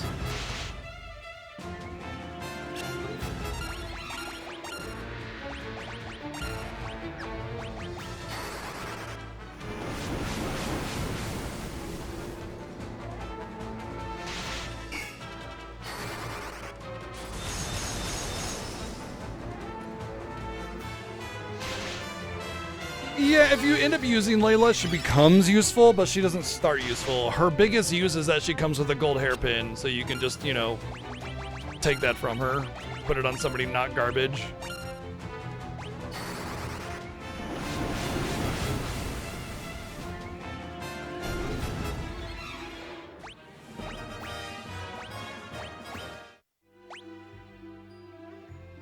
I think that'll be fine. Plus our spells have leveled up and everything, so, and better stats in general.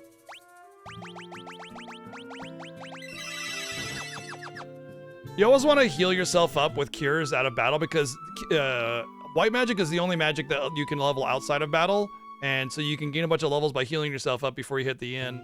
Might be a little bit more expensive depending on your heal, but worth it, because that's the major grinding part of this game. All right, so we got 15K. Hopefully that's enough. Let's make our second attempt into Mysidia. Oh, well, it's over already because we just got ambushed.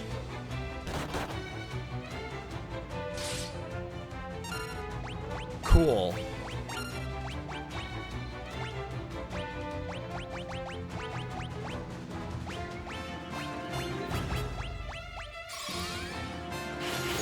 It means we can't trade magic, which means we have to build up every character or else they will become useless. Whoa. Hold it right there. That's what the enemies did. They were just like, I don't think so, bud.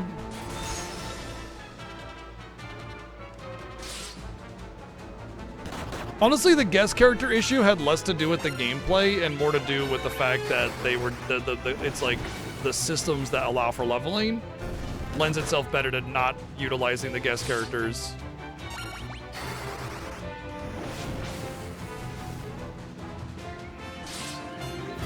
All right, we're gonna try again and not get ambushed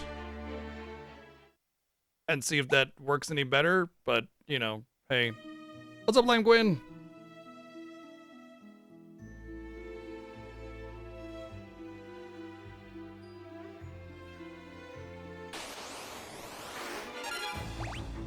This actually might be better.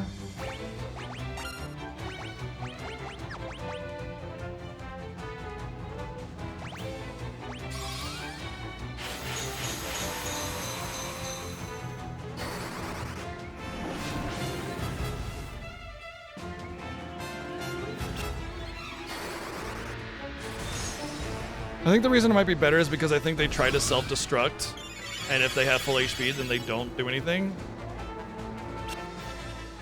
Because self-destruct is however much HP you're missing is how much damage they deal. So actually, none of this will work unless barrier does.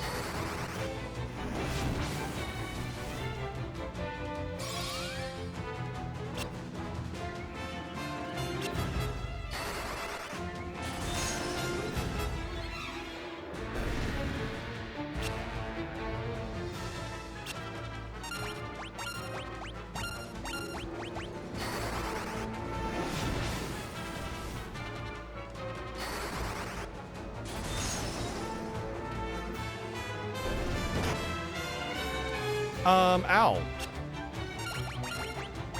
That was a crit though, so that's a little nice to know.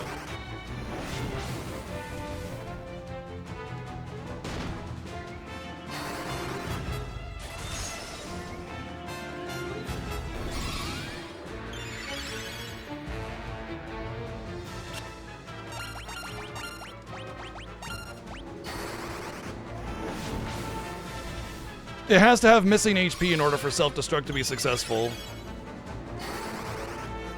But I'm killing them in a single turn and they're not getting a chance to use it.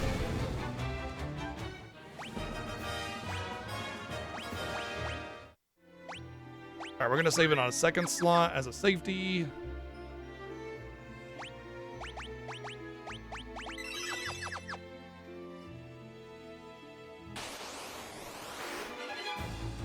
We're not even gonna get a turn here. Like, it's just over. I'm just gonna wait for the loading screen, alright? Because it's over, it's done. Surprise, bitch! Yep. Oh man, we got him good. See the look in his eyes. Yeehaw! Thank you, Joey, for the 777-bit. Whoa! I wasn't sure that would work, but it does. Okay, vampire girls are good. Thank you, Joey, for the 777 bits, and thank you, Dan, for the 333 bits. Well, if we get a non-ambush vampire girl, we would have a chance.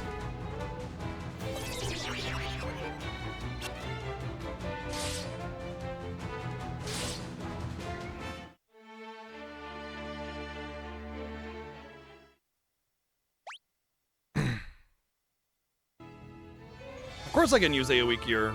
It's really bad though. The AoE tax in this game is very significant.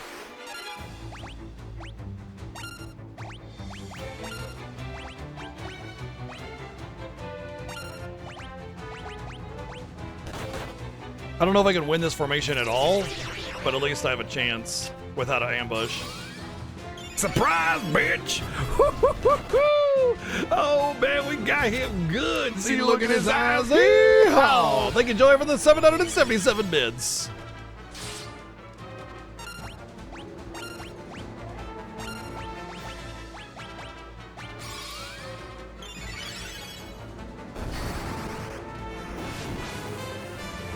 Like even with level 16 magic, I don't even know if I'd want to do an AoE spell.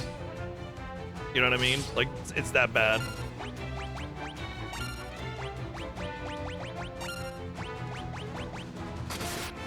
Ow. At least he lived. Yay. I don't have a plan to boost my defense. Well, I mean, I'll use some agility gear, but that's about it. That's very sparse. My chance of survival comes in HP in this regard.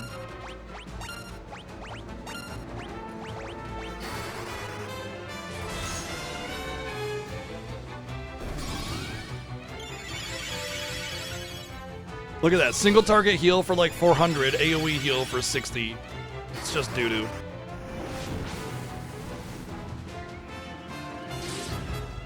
Oh, also, my chance of survival comes in the form of beating the shit out of everything before it gets a chance to hit me.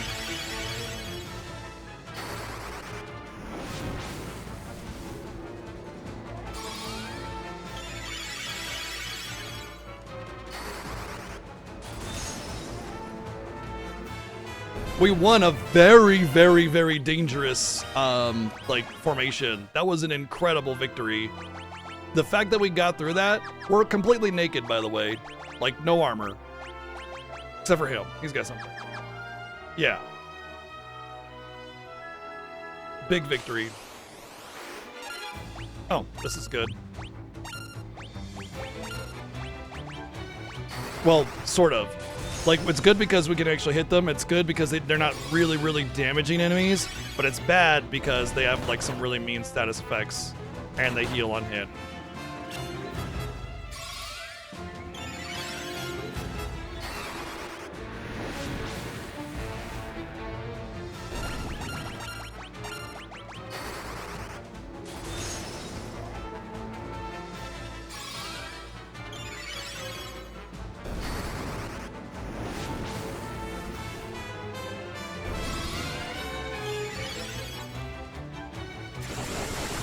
Oh well, that's unfavorable.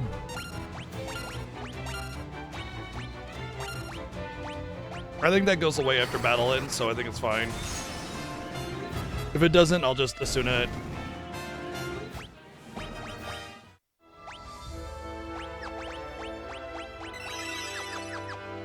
Look at how much HP I've gotten just in this little bit too. I've gotten like 100, over 100 on Thea just going through here. Oh shit, I should have hit the water. Damn it, what am I doing? Okay, the city is right over here. This is a really good battle to have, but the ambush is a problem here.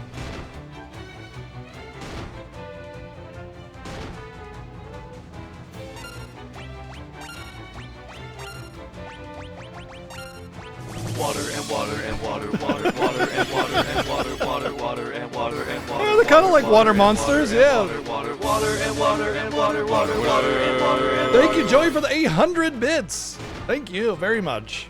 They're like little water cube thingies, aren't they? They're like, yeah, very watery, gelatinous monster type.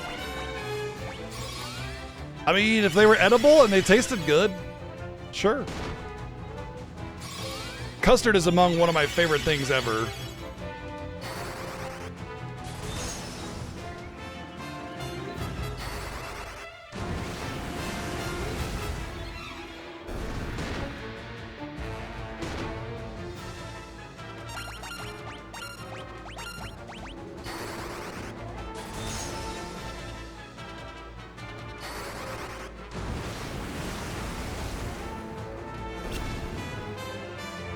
Bro did not know what he was getting into when he threw hands with me. Tried to run away. I don't think so, bud. You're my... Well, I guess you don't give XP in this game, so...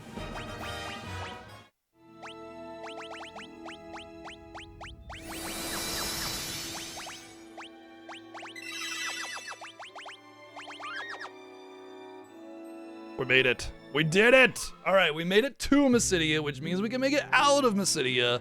The first thing that we need to do is buy Holy. And without Holy, we cannot win the game. We will be soft locked on a particular... Oh, 20,000. It's way more than I thought, but I do have enough. So, ugh. And it is a white magic spell, which means Thea can use it. Boom. All right. Excellent. That actually is excellent. It means all three of my party members will be able to attack. I do need to grind that Holy up eventually, but I can just do it as I go along. It's not a big deal. Okay, hopefully I have enough for some Agi stuff, Agi gauntlets. Let's see what we got.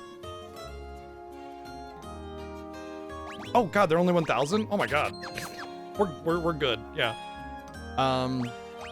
Can't use those obviously.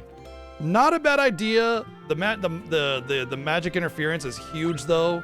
The magic interference on that is huge too, actually. Ooh. Jeez.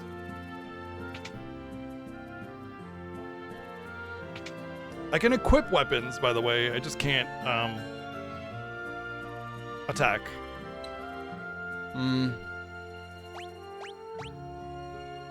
Garbage. Even the staves for mages have magic interference. It's so silly. All the item shops are the same. Ethers I will want a whole bunch of eventually, and elixirs. Okay, for now, that's fine. An ice bow. Ayo. Alright, I want to check some other magics then. To see what else I can pick up here. I have warp tombs. I would like a life tomb. I would like sap, but not yet. Also a teleport tomb. I think I can get those in a box or something though later. Asuna and Basuna, I will almost positively need them. But I doubt I'll actually ever get them leveled up. So.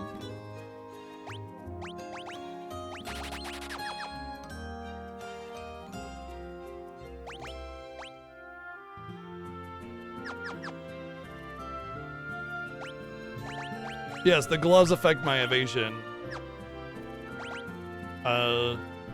They give me evasion, but they give me magic interference as well.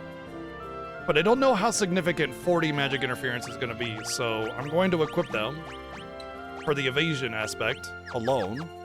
And I think that's more important than anything else.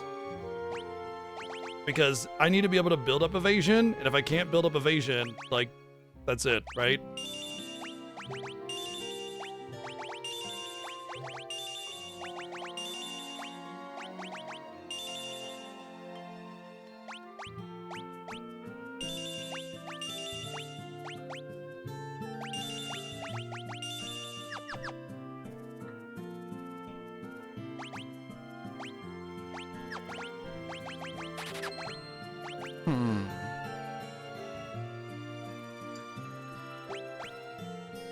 I think I'm gonna get swap. No. Yeah. It's a way to get MP back.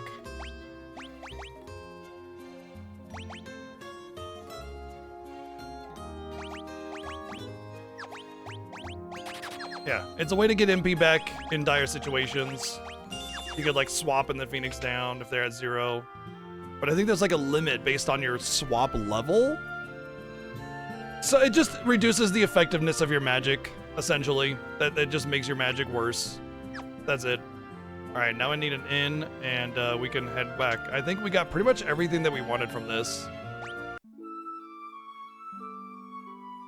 Final Fantasy II is fantastic. It has an amazing system. The problem is the heavy RNG and the status ailments that make everything so crazy. So yeah. There's a lot about FF2 that's really amazing, but there's also a lot about it that's really friggin' stupid.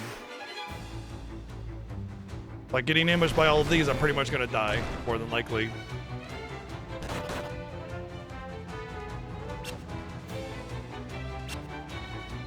Or they'll all attack my statue like idiots.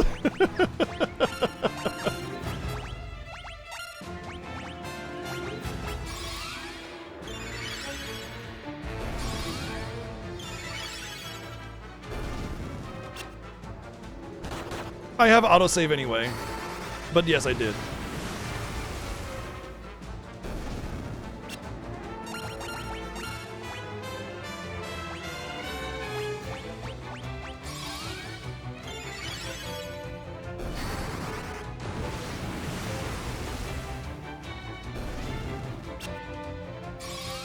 I cannot believe I just lived through that. Unfortunately, though, I think I'm permanently a statue here. Yeah. Honestly, this statue situation might end up saving me though, like it just did. Once again, I'll save on the second slot here. I just need a gold needle, which is like 500, so when we get back to town, it'll be fine.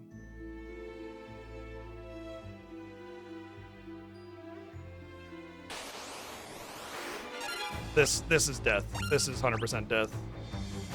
There is no stopping this one.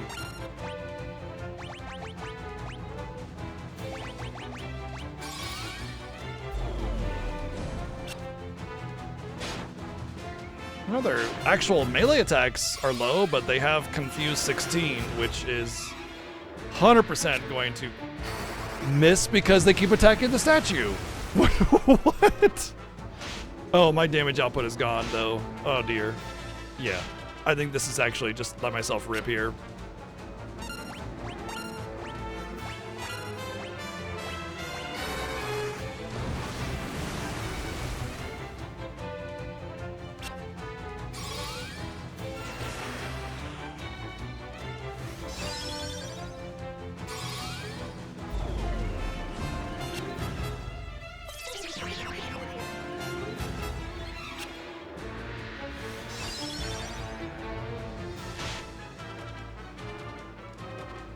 Notice how much less damage I'm taking, by the way.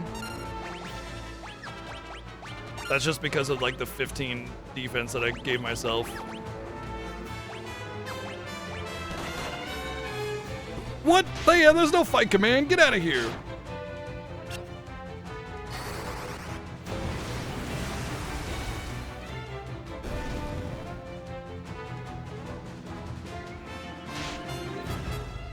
Am I living? Like, is it worth trying to heal through this? Oops. Well, not if I don't heal, because I accidentally defend.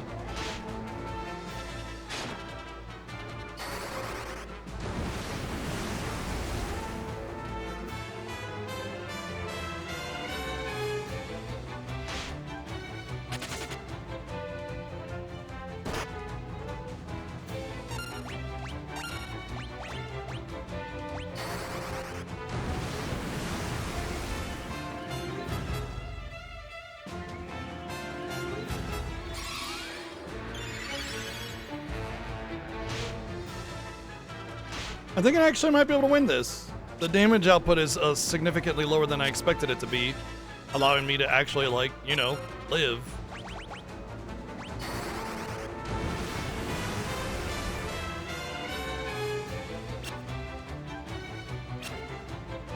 Well, you clearly haven't played this one, Rue, because confusion is very common in this one.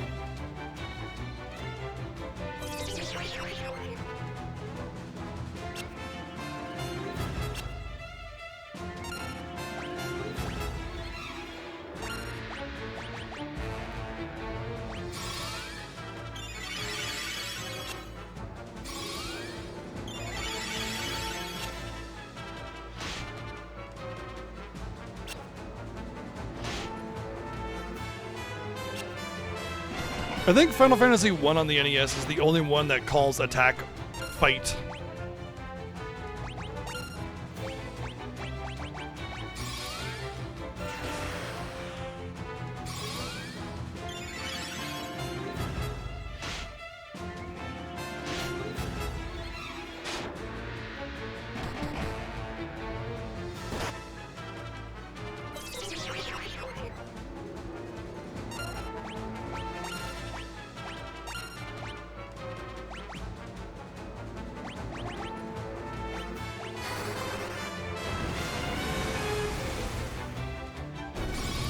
We're doing this. We're freaking doing this, y'all. What even? I thought the werewolves would just tear me apart, but the damage output is lower than I expected. Probably because I put on that armor. My damage output is a little bit lower than I thought, but that's probably because of the armor as well. I think Lunatone is actually a little bit of an MVP here because she's just kind of been sitting in the statue taking hits on accident.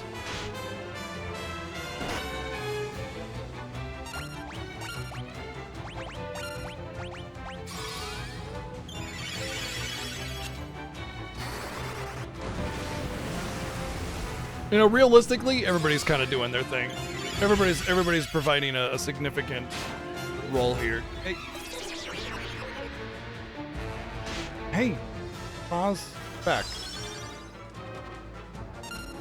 Okay, Coconut ain't having any of it.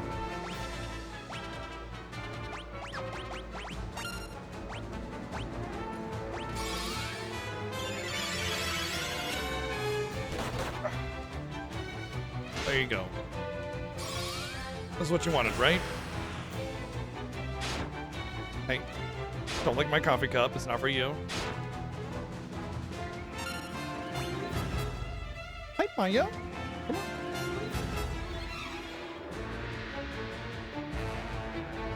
Whoop.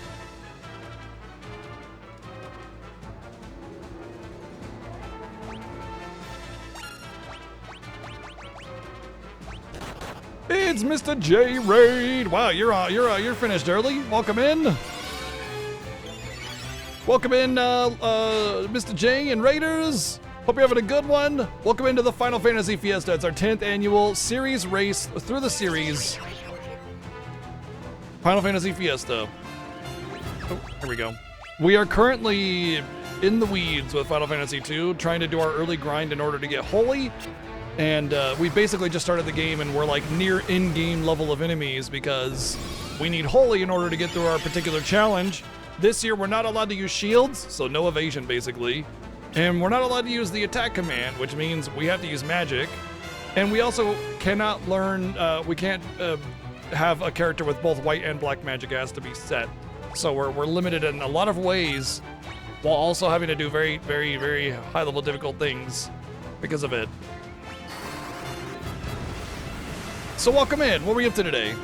Doing your RPG deal? You are very stoned, Luna.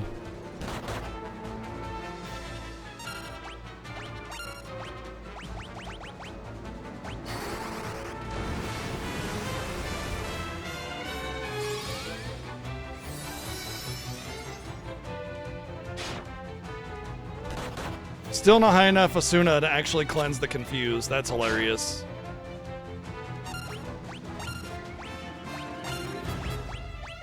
I should keep casting fog until they're all silenced. Oh, Eye of the Beholder. Oh, fun. I enjoy that game as much as it is that game. Enjoy. Yeah.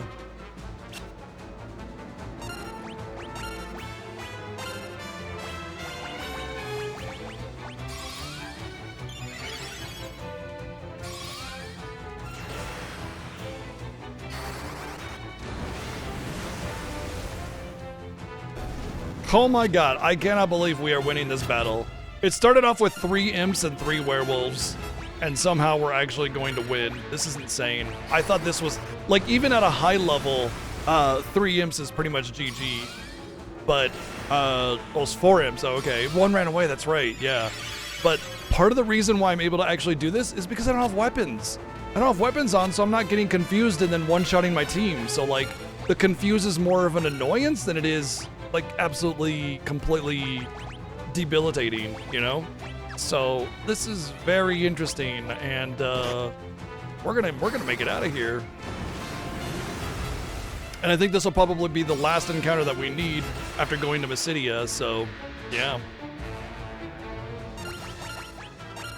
So what was the Mysidia blunder that 7 did? Because someone was saying 7 did a big Mysidia blunder.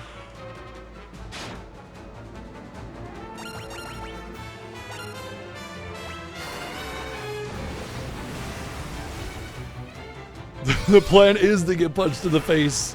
It's like, boom. You know? He forgot to go here before doing Angel. Oh dear. Oh boy. Oh no.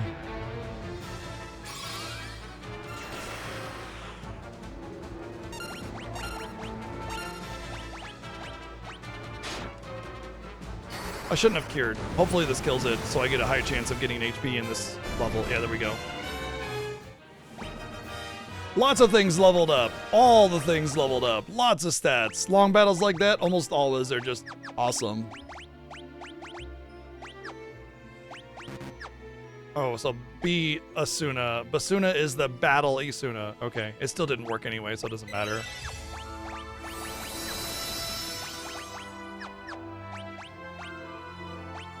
Oh, I should have used his. Okay. We're still fine. Probably the last battle if we can make it to the river. Come on, river. No. Okay, same battle, but just less of them.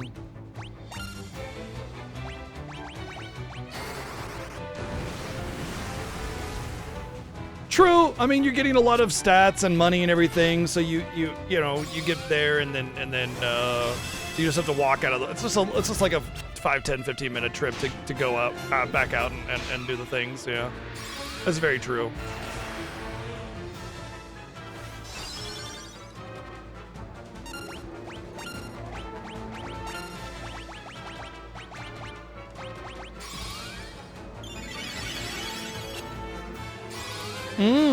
True. Yep. Yeah, taking the chocobo to get to Mysidia is not bad.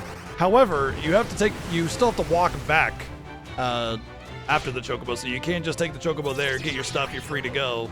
You know, you gotta make it back.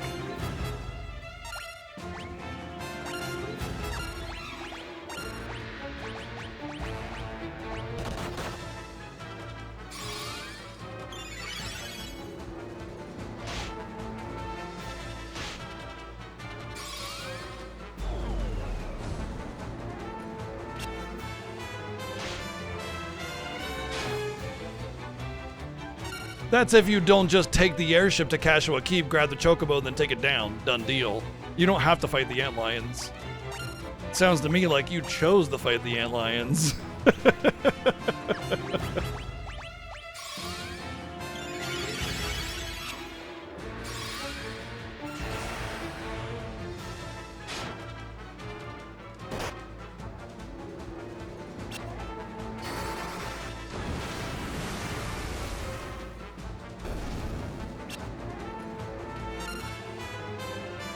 Why would you run all the way back from Cashua Keep from Mysidia when you could just take another airship to Cashua Keep?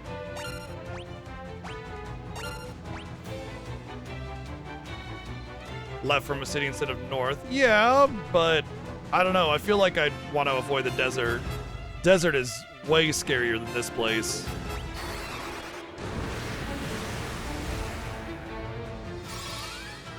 Yeah, but you would just go back to where the airship is. Yeah, it's a little bit of a trek from here, but the enemies are way easier, and you're still having to go through rough territory anyway. That would be my take. I would just want to take the airship back to Cashua Keep. Yeah, but they can stun lock you, so that's the scary part.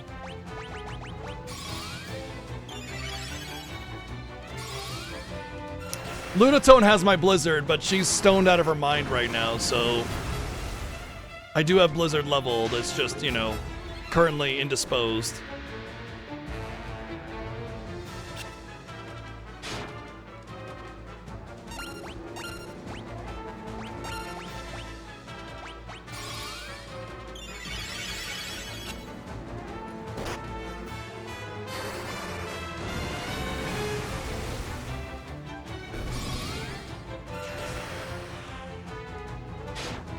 Well, I did say I wanted to level up my Holy and grind it out, and each of these battles is going to be like a full level easily.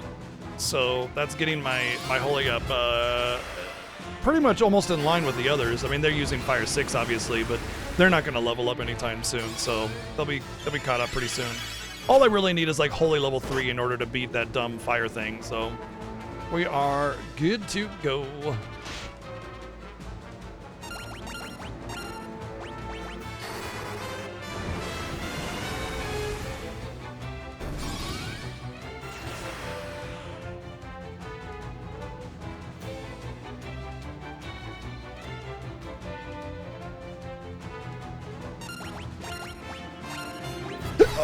What was that?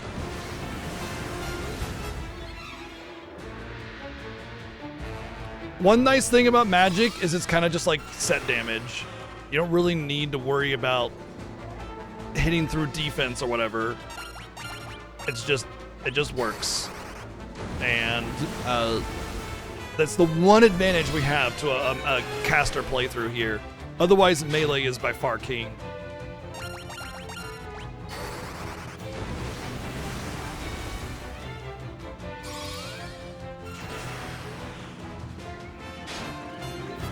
Here, hold on. Let's have some eye bleach to the repetitive encounter here.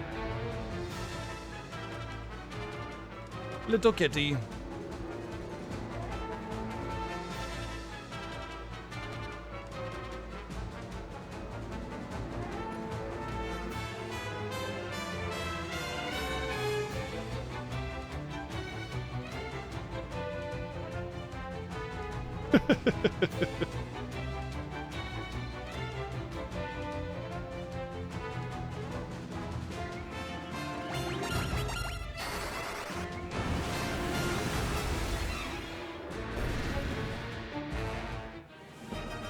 We're happy to give it because, you know, it's something we enjoy doing too, DJ. Good battle, good levels. I hate Asuna because leveling it up is the biggest pain in the ass because you need to have certain status effects to start being able to actually use it. So annoying.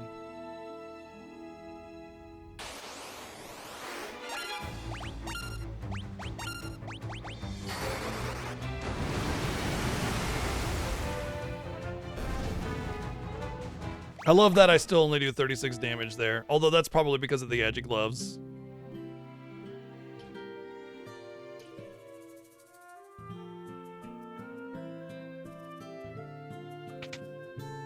The sooner you do it, the better.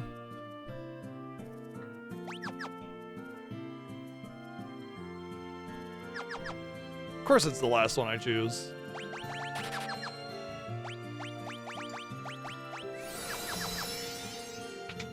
All right. Well, that sucks for her HP because, well, actually she's still pretty good on HP, but yeah.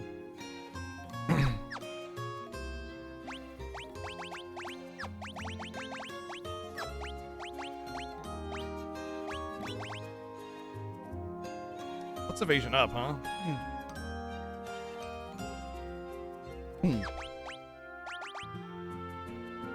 I think I want that. I don't really need a lot of magic output right now. Having that evasion is more important because I'm going to one-shot everything in the game right now, even with AoE. So I don't really care about my output. So the magic interference can play a good role. Like, it's not going to affect me, you know? At least not the small amount that I get from the Thieves' Gloves. So let's hit up an inn, and then we will make our way through the story. At this point, we can just go, go, go. Our MP pool is looking really good. I will probably sap myself a bunch of times leading up to the next town before the dungeon, just to hopefully build up more MP, because I do want more MP. And the reason is because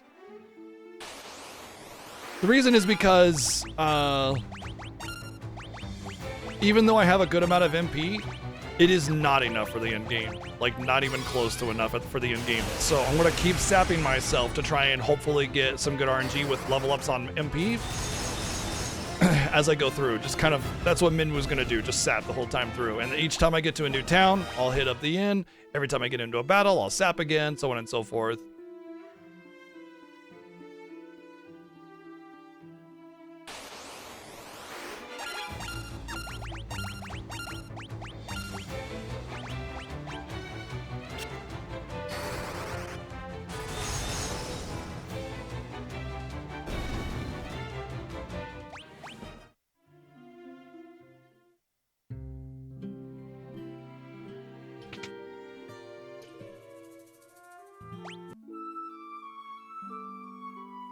The only bad thing is Minwu does have to go first in order for that sap to go off, because everything else is just going to die in a single hit, probably.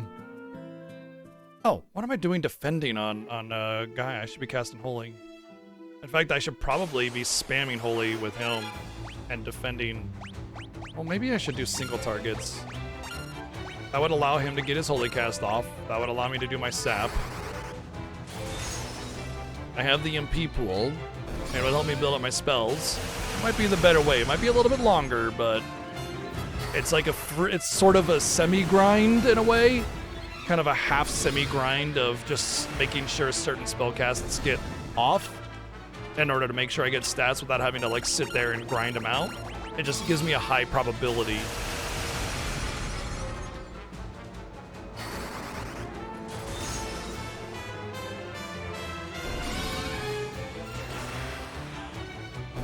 Really hope he gets Holy 3 very soon. Lower than I thought.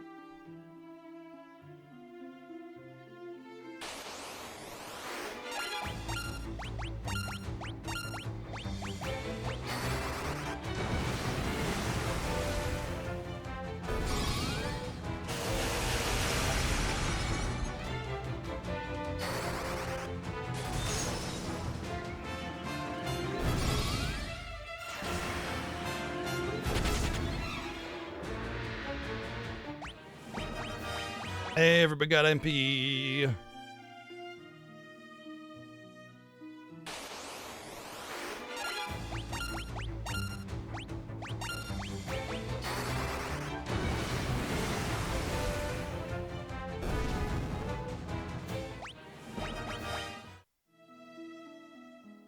I think one of my favorite things is when you get a battle like that where it just like appears and then disappears and then you still get stats. Just like, oh, okay, sure. I did something really important there, obviously.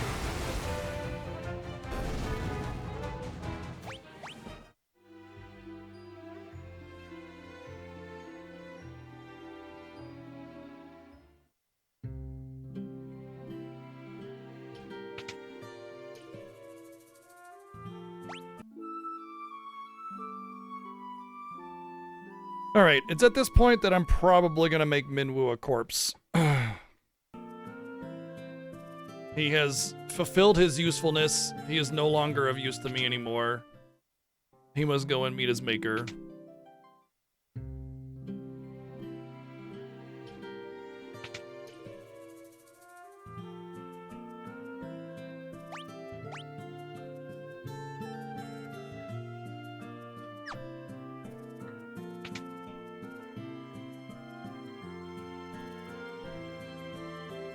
I expect very smooth sailing in here until probably about the jungle cave and stuff. Like the Mysidia part of the game.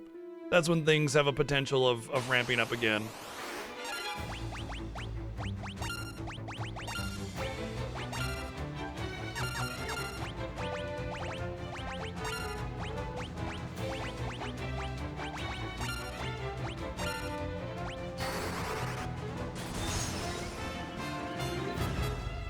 Mommy, where did Minwoo go? Oh, he went to the farm, out in the country. Yep. Living on a farm.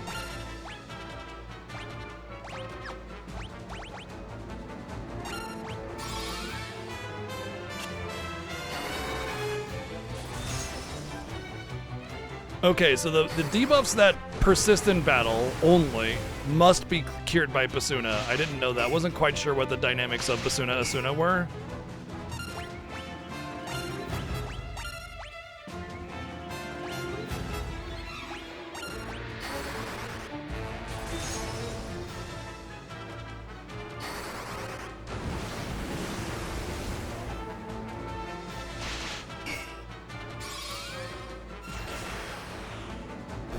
Why am I killing him? Because he takes all my precious, precious experience points. Or rather, he takes away the ability of being hit.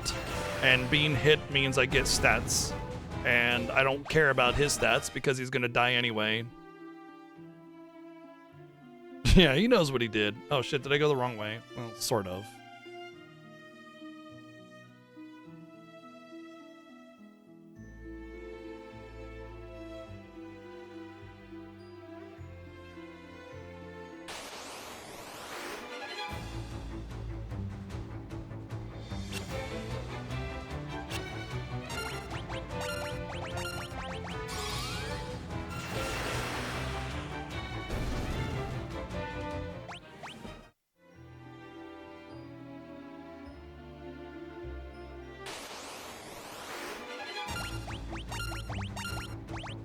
I should probably have brought some ethers.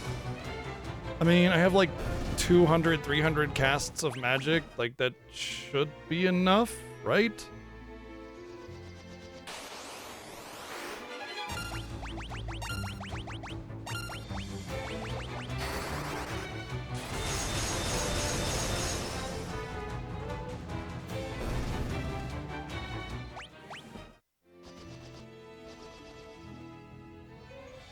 I have extra cash, so a cabin or something like that would be fine, or getting some ethers.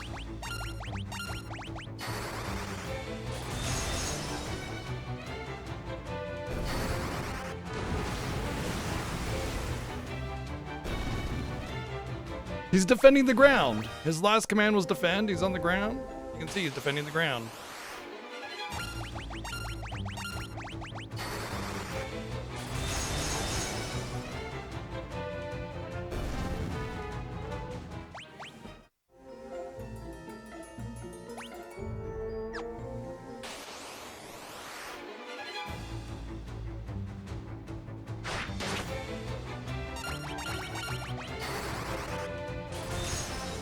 He's not just defending the ground, he's defending the earth.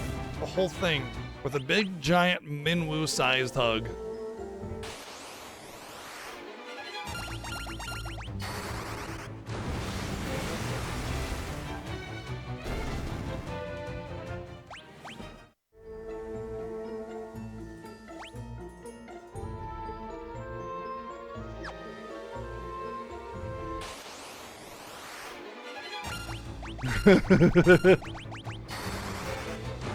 I love you this much.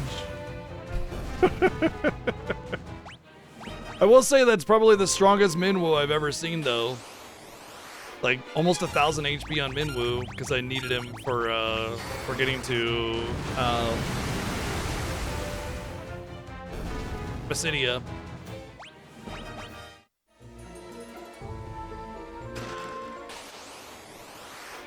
It's time for my favorite part about Final Fantasy II, the guessing game. I always forget which door is the right door, so this will be great.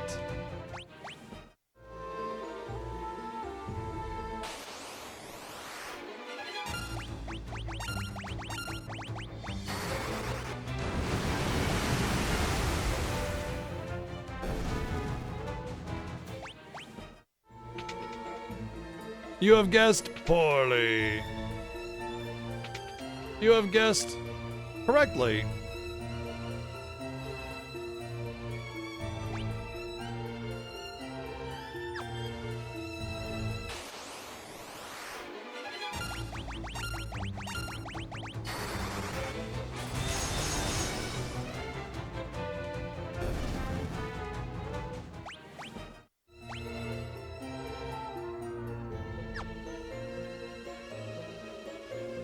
Not the door off to the side. Right.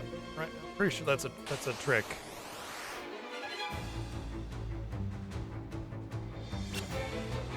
I would hope so, otherwise you're being pretty dumb.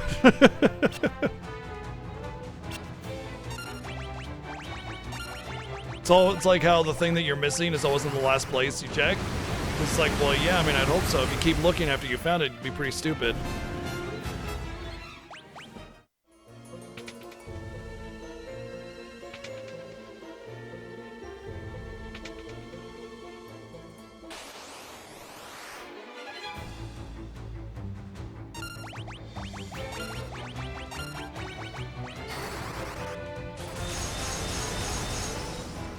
One of the problems about this strategy of like early grind and everything is that because I'm kind of one-shotting everything, and I will be for a while, the only thing I'm really getting is magic level ups, and I'm not even getting a whole lot of them.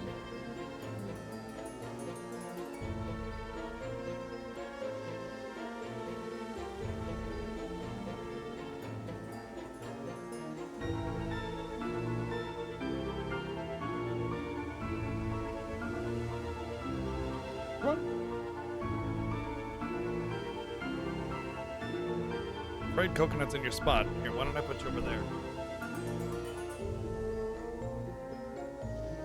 Okay.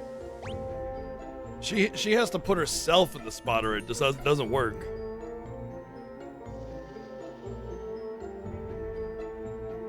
I want to say it's that one down there. Ugh. Ambush. There's a neat little mechanic about this game, and that is only the first 2 rows of enemies can actually melee attack. The back enemies cannot. So unless they have a magic spell or something, only the front row will actually attack you and the rest won't.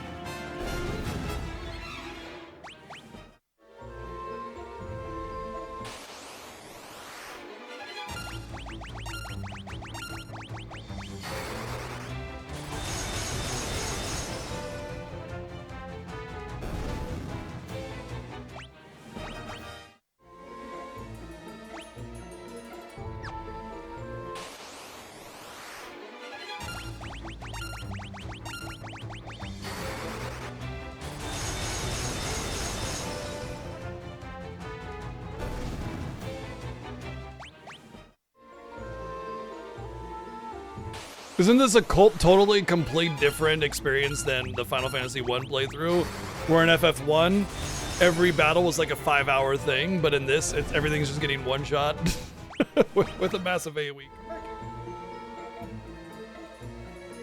Oh, that's so adorable. Oh my god, Maya, I love you. You're the cutest. So something got Maya's attention and she ran off to check it out. And then like not even a minute later, she ran back in the room, jumped back up in the spot, and now she's sleeping in there again, or laying down anyway. Very cute.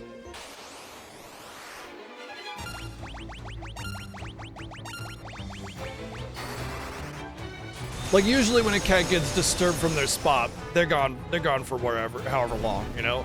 But it was like she didn't want to leave, she just heard something and ran over, checked it out, okay, ran back, you know? It's just cute.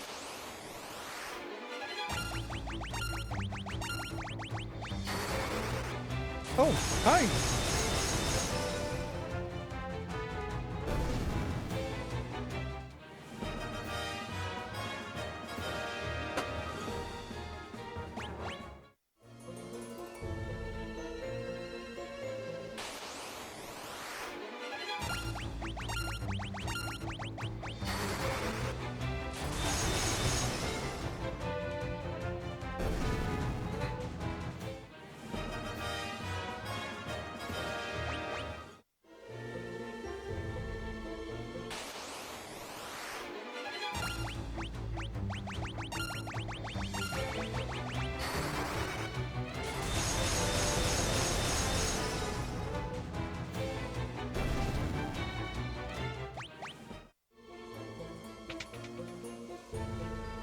Ooh, pizza time. I want some. Please and thank you. Wait, did I go in? Oh, man. I want to say that box is a teleport to him anyway.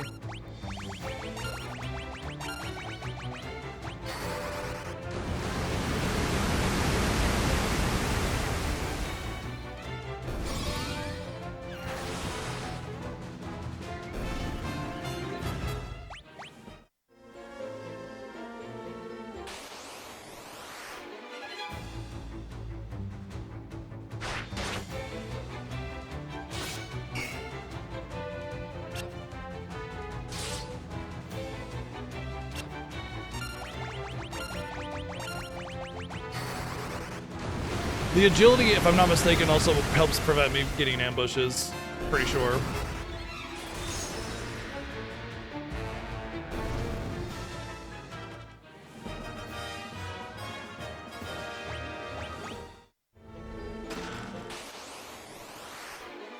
Oh my god, land turtle! It's weak to blizzard.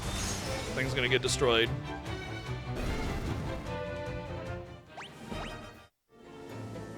That's, yeah, good. Awesome. Perfect. Boom. I want to teleport. I forgot to get it. And the reason I didn't get it is like, I'm pretty sure you get a chest with teleport. And so I just didn't really remember where it was and how important it was to have teleport. So I'm kind of glad I went that wrong way on accident. Because teleport, it's weird. It's like, you teleport out of the dungeon, but it takes away all your life. And the more HP, the more like skill level you have on it, the less life it takes away. Like, it's so weird, but whatever. I have it, and then you just heal up. It's no big deal.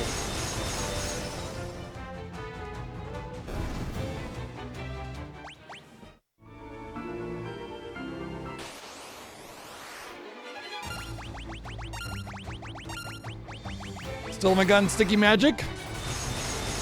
It'll happen, or it won't, you know. Pizza. I got spoiled yesterday with the meal my wife made, but today it's back to my standard, which is just a few slices of salami and a few slices of cheese.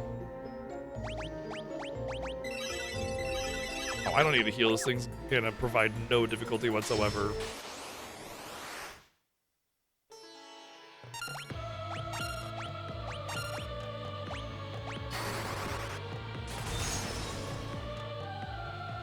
Well, I do have some pickled jalapenos that I put on it, so that's nice.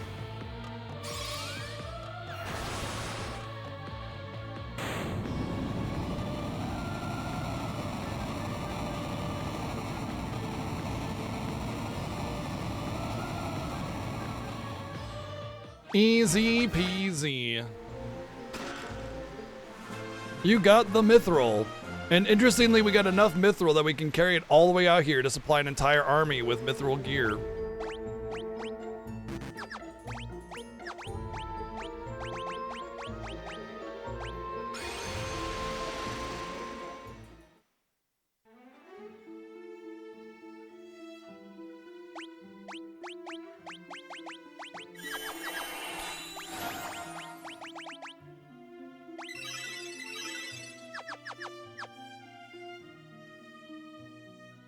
Really dense. Wouldn't that make it harder to carry enough?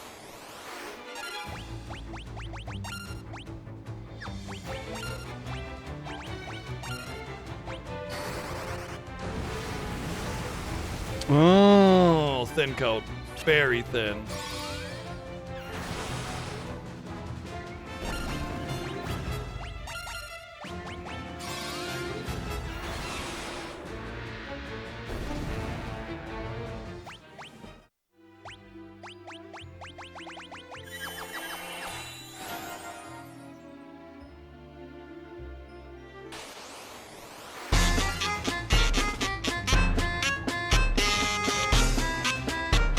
Okay. Holy crap.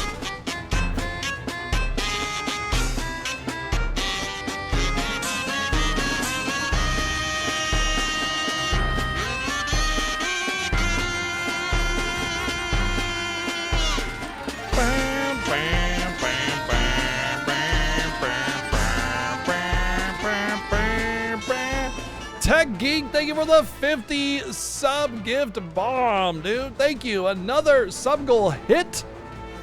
Thank you very, very much. Well then. Jeez. Thank you.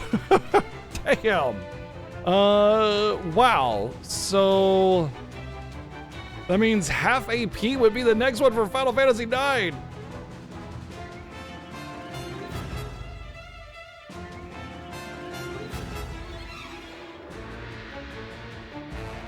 Let's set that up.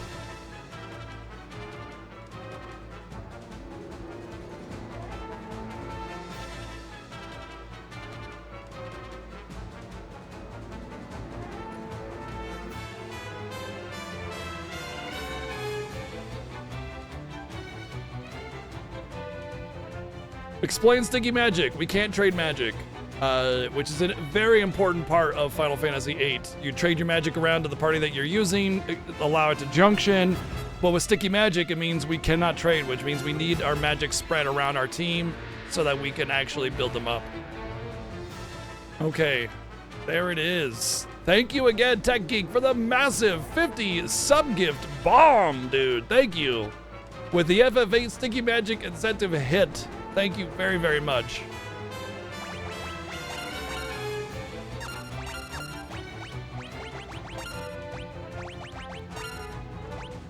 Oh, I wanted to beat up Minwoo. It's gonna be red. It's either gonna be a lot of drawing and grinding, or it's gonna be a lot of clever card stuff. I don't know, but it's gonna be interesting either way. Because like we already can't mod character cards. So we can't get like triples from Quista's card or anything like that. So we're already like not able to get the big chunk of good magic. Does mean more Fiesta. It absolutely does. It might mean a lot of drawing, or it might mean a lot of playing cards, which we got to play a lot of cards anyway, so.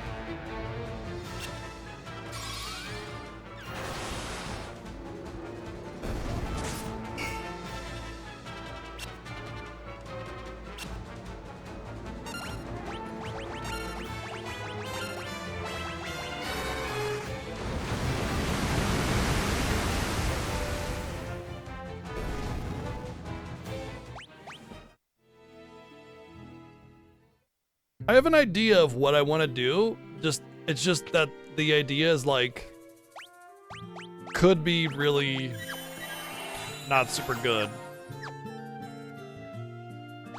Oh, if I'm gonna go to the inn, then I'm gonna heal him.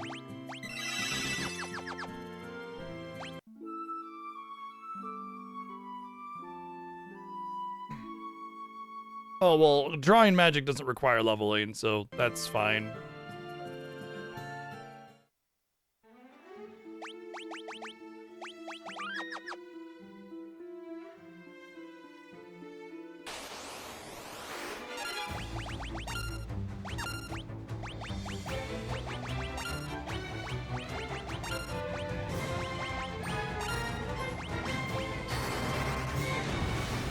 Yeah, we did a level 100 playthrough before.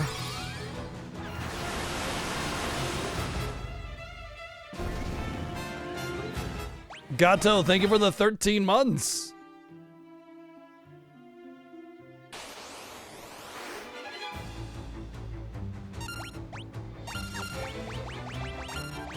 You know what? I don't really care. Like, I'm getting rid of him so soon from now. There's no need to, like, take the time to off him. I'm not going to get any loss from him not being dead. I just wanted to level up my life skill, which I did. Well, I mean, I gave it some XP.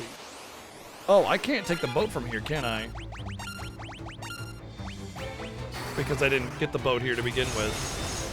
Which has always been a silly little aspect, but I think I could take maybe... No, the airship's not here either. I don't think I could take the boat. Yep. Nope, the airship is here.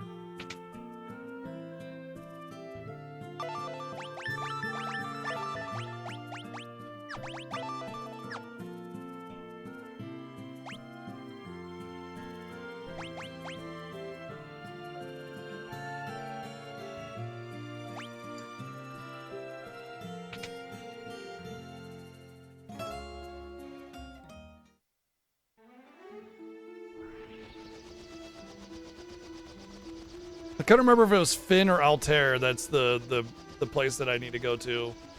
Okay, it was Altair, I think. That's fine, because I can just take the river and not get any encounters, so it works. I played it safe with Finn.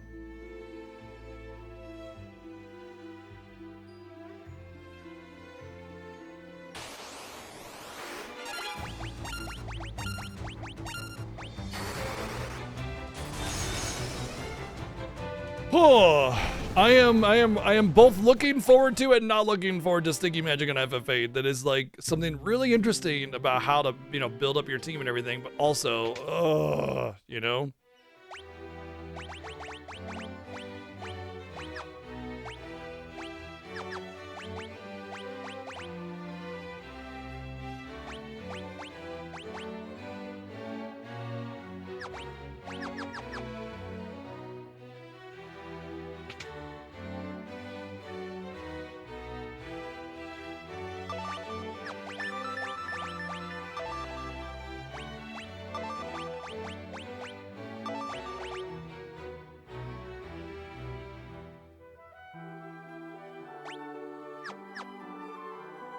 Now we get to go back to where the airship is and ask about Sid and learn about the Dreadnought, the Sunfire.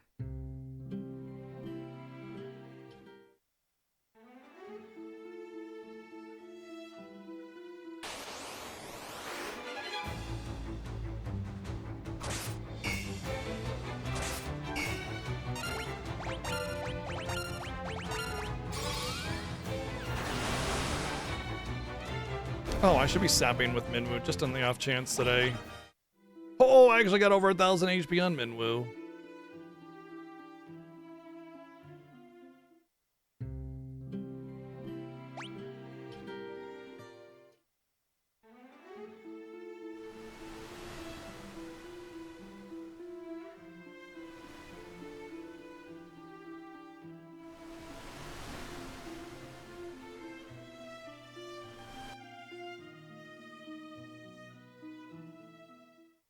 What's up, young blood?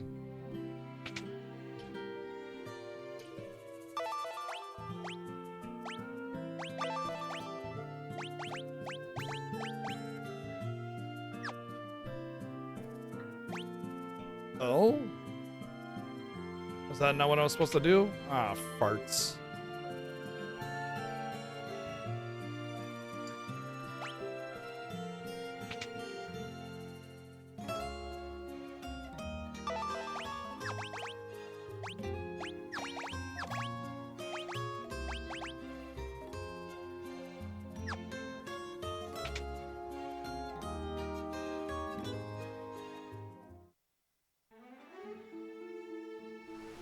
I've heard good things about DK Bonanza. I hope you enjoy it.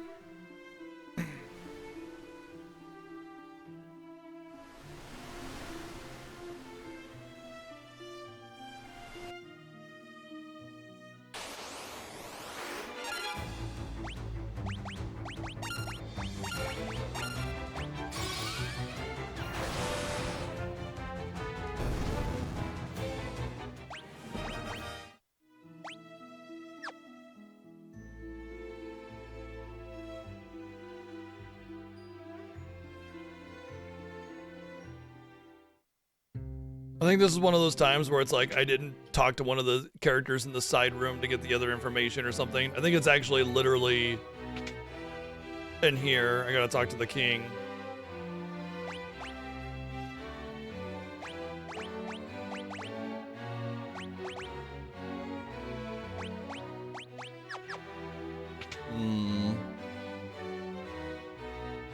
Yep. This is my Achilles heel in the Final Fantasy Fiesta, is when games have like really vague plot triggers. FF9 does this as well.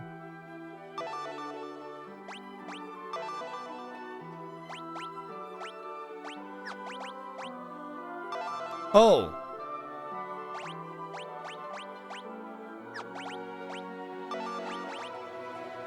I don't think I need to do anything. Or rather, I think I just need to go to where the dreadnought is. Period. Yeah.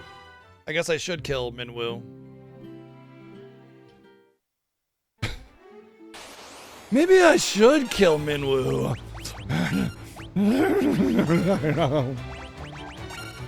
Hey guys, how's it going? What's with that look in your eye? I mean, hi. What? I got something on my face, or?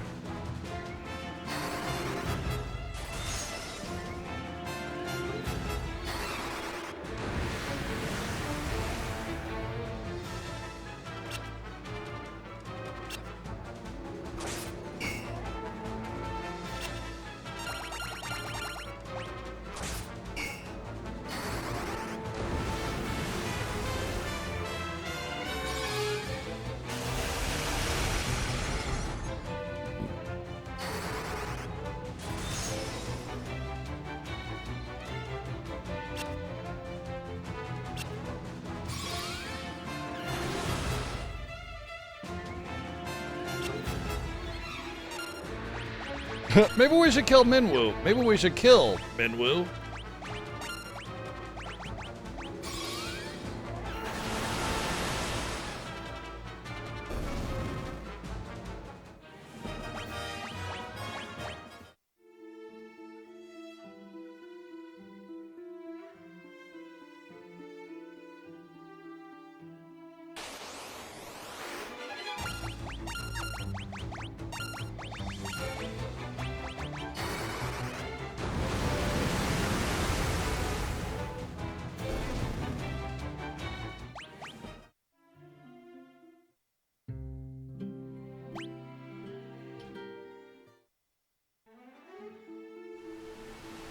Doesn't the sail just kind of look like boobs?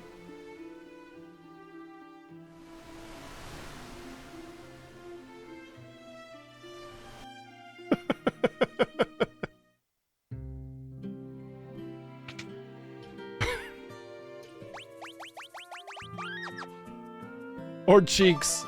Twerking cheeks. Okay, I think it's Bafsk that I want to go to. Salamand is the Frost area. Summit Falls is the falls that I just went to. Gatry, I have no idea what that is. But I'm pretty sure Bafsk, because it's a very close by one, that's why it's cheap. We're going to Banff. Well, that was weird. It was glitched up in the air.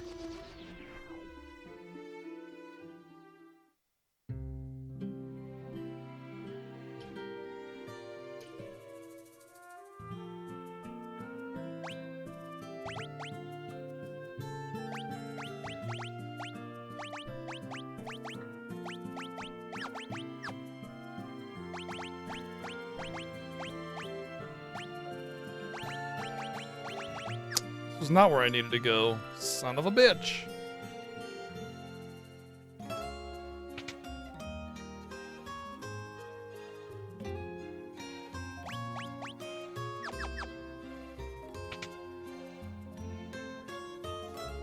There is a shadow, yeah.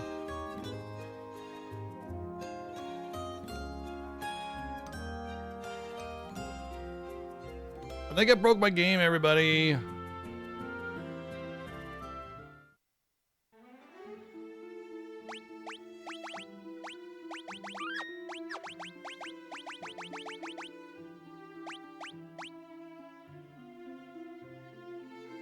Okay, it's just stopped like that now. Well, I don't remember what I need to do, so this sucks.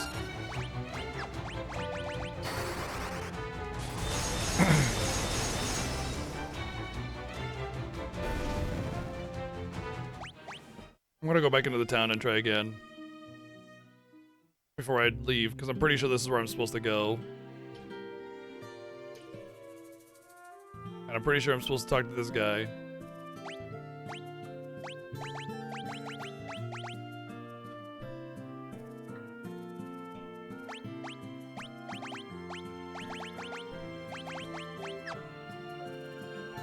Minwo's ghost following me. Damn it, dude. Ugh.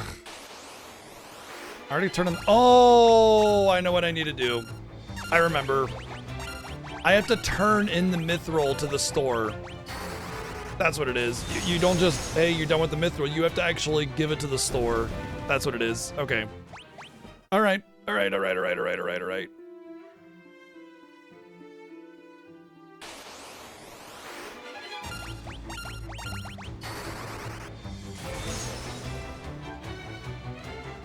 This is one that I usually am like really adamant about remembering because it's done this to me before.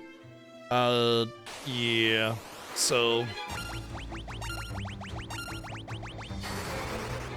Did I read your message?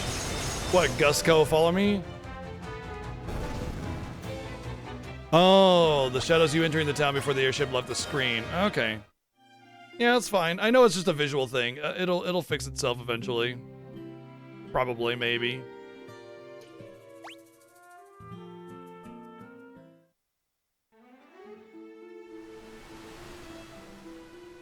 Boob sales.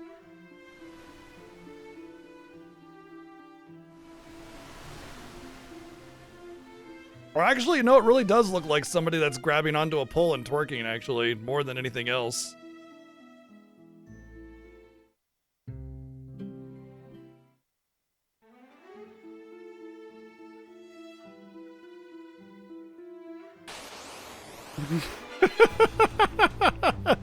The sales are ruined forever.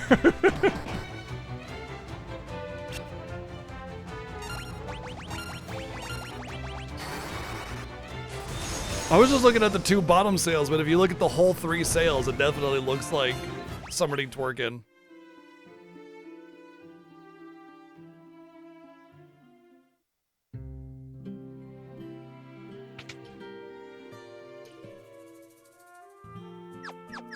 Nope, it's not this shop. You gotta go to the other shop. Ugh. What a silly plot trigger.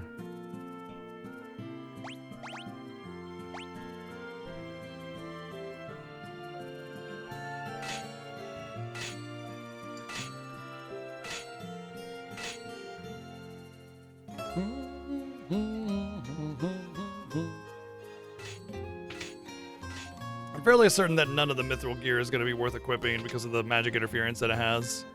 But I'll take a peek just in case. Oh yeah, it's all heavy. Yep, not even going to bother. Welcome back, No Name. Alright, now I think we can talk to her and learn about the Sunfire and everything.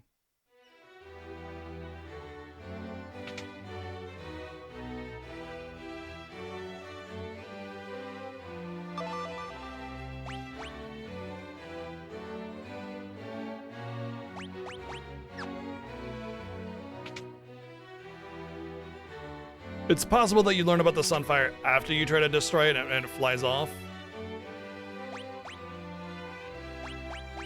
It's funny because before this plot trigger, if you ask him about the Dreadnought, he's like, oh, that terrible thing. Oh, how terrible that thing is.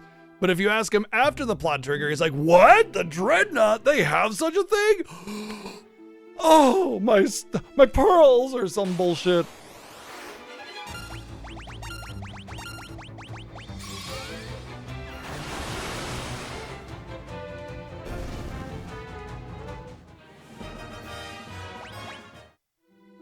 Yeah, happy birthday, No Name. You get Metroid Prime 4 for your birthday. I get it 2 days after my birthday. And I have to wait 3 months to play it.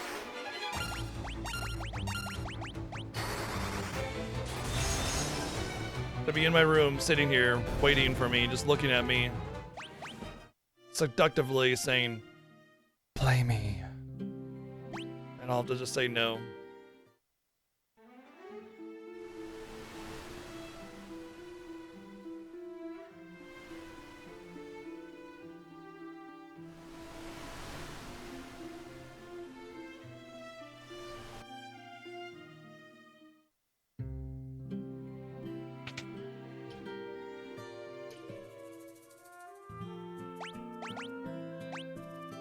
Banff!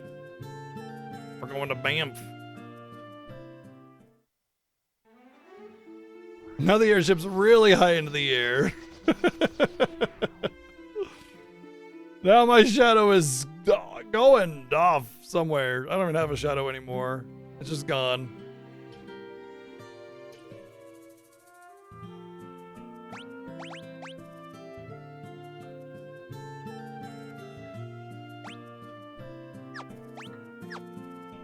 This is a short dungeon. We don't need to rest.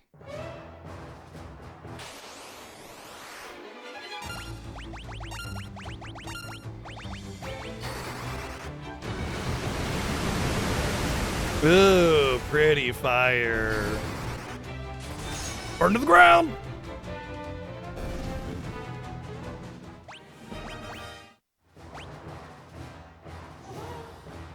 Burn to the ground!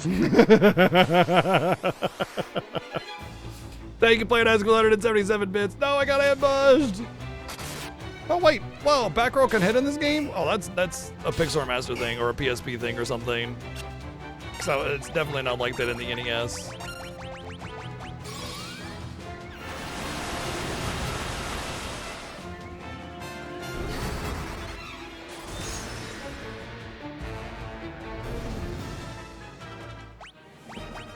I really feel like I should prioritize Thea casting, but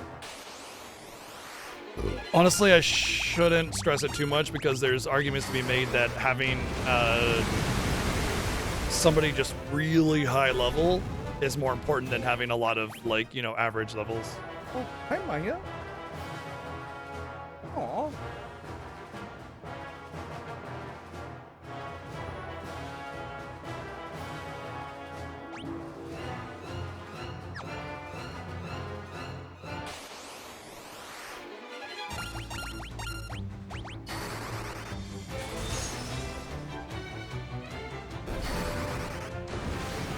Although I will say that I want Thea to cast a lot because you get Spirit for casting White Magic, and him being able to actually heal effectively, regardless of the level, is really, really important.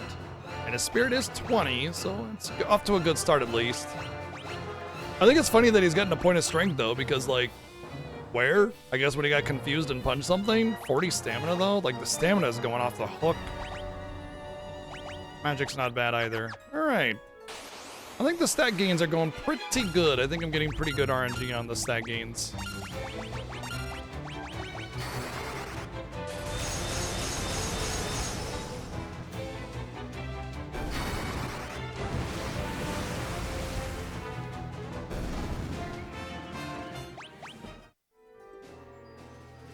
Burn to the ground!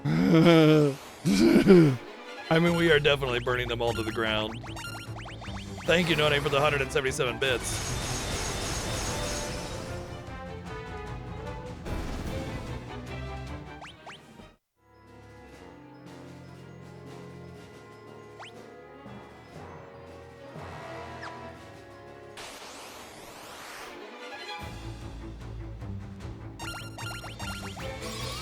Maybe it'll be better just to single target a little bit when it seems useful.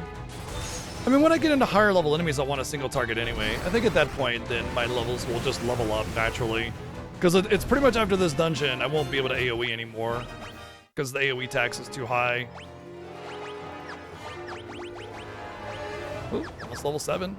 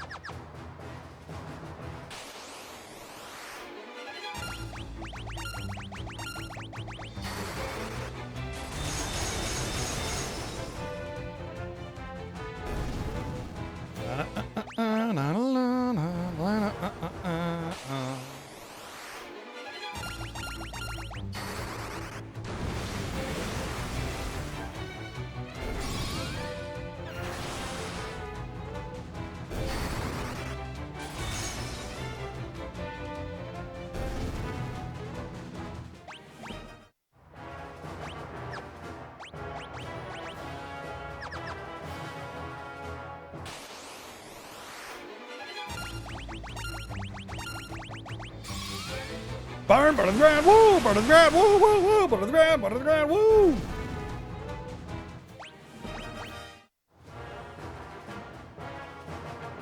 Oh no, we are too late. Ah, curses. Who could this mysterious dark knight be?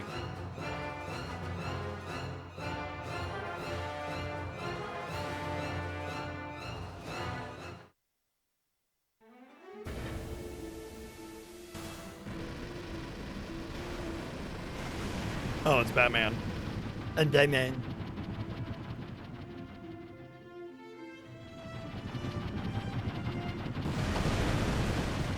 Whoops. Well, that town's not going to be in the sequel.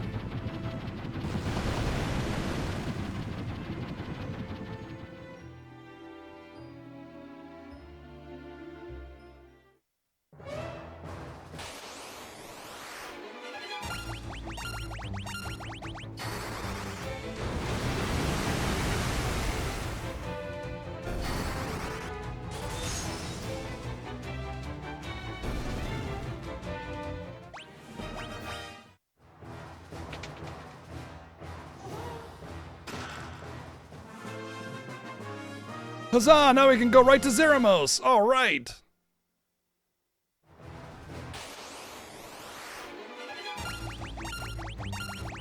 Wait, what do you mean this isn't the FF4 randomizer?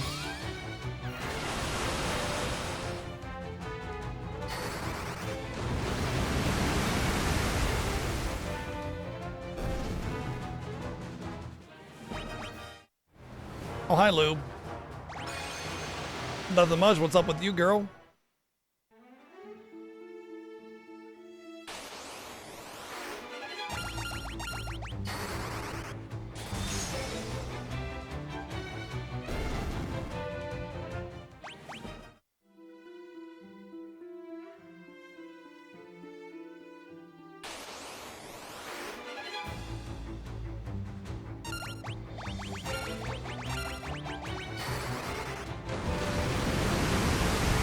What's up, Dax? Yeah, I think I remember that about the GB and the PSP portraits. Oh my goodness, Weewa. You know, true, because every day you're here, it is like a fiesta. So it is the 114th annual fiesta with months instead of years. Thank you for 114 months of the godly tier 3 sub. Thank you.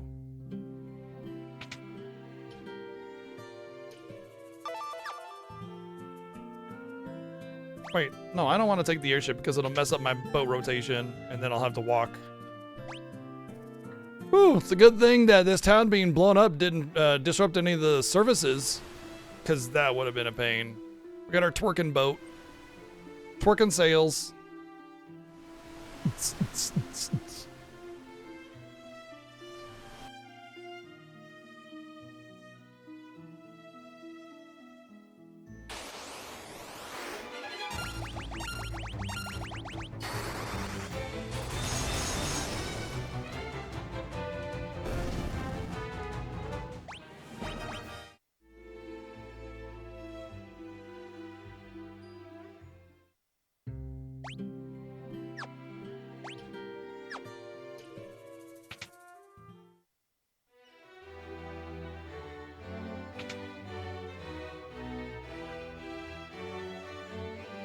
Damn, we just got fucked up. Can you help us out? No.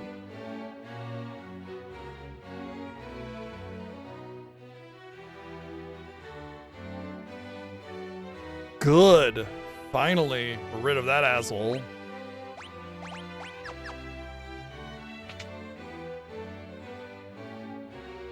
Yeah, we have. Literally, we did that, what, last year or the year before? Where it was like a default GF learning? Yep.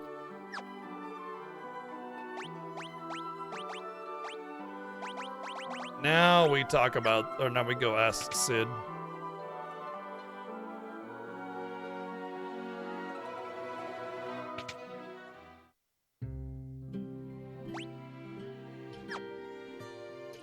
Oh, probably a good idea to hit up the end just in case.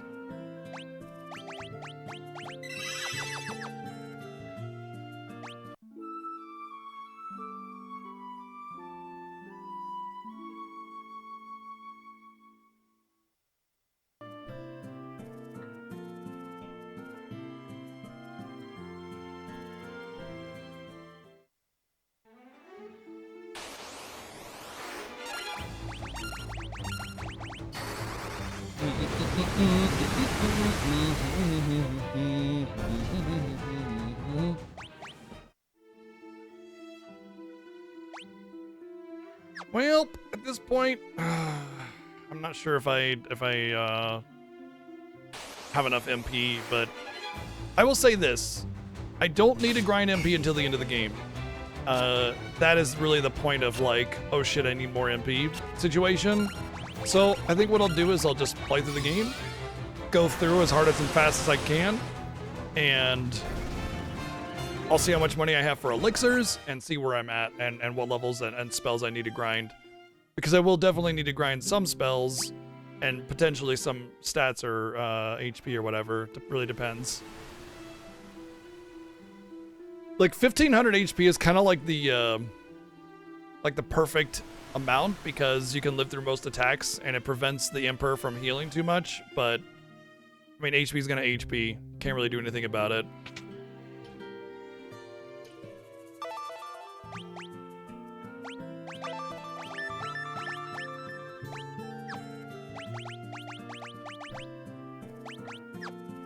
Okay, I think it's just the Sunfire term that we gotta learn here. Then we head back.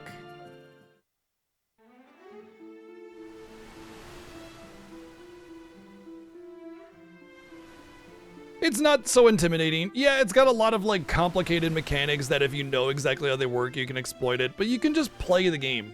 You know? Just play it. You'll be fine, don't worry. It's really not as bad as you might think it is. It's an excellent game with a really unique mechanic system that they utilized for Saga games later on. That's it, you know? Oh, magic spells are limited by monster level, by the way, because I'm capping at like 6 or whatever. I'm not leveling up to 7.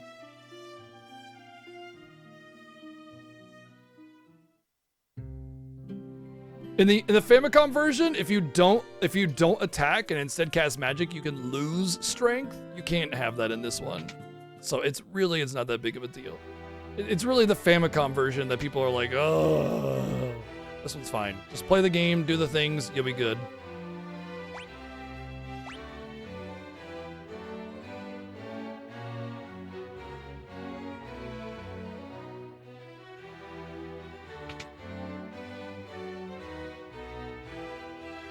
Well, true, yeah. I mean, honestly, the PSP and the Pixel Remaster versions are the only ones worth...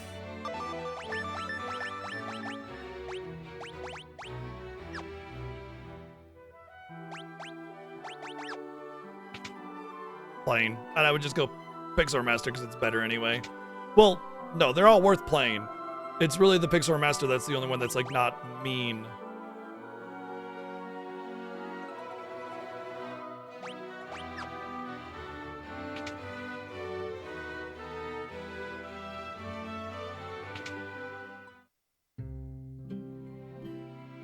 If you wanted to break the game, just get the Blood Sword.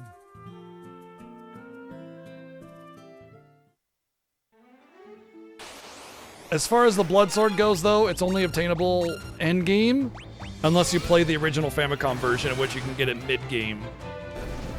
But, you know. Berserk and Haste as well are also broken. If you really want to break the game, just spam Teleport, Toad, or Death on all the enemies until you level it up all the way. Then you just use that for the rest of the game. You know what? I'm going to defend with you and you because they're not getting level ups. This is the time to level up Holy right now because they're not getting level ups, I just realized. Yeah. This is the time to level up Holy. Okay.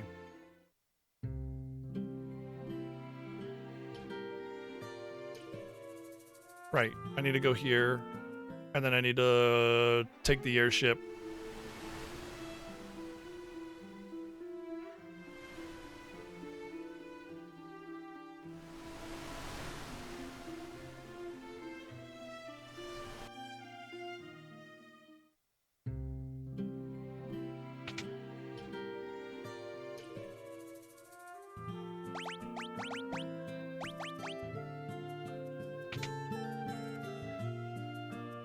We need to take the airship to Salami Land.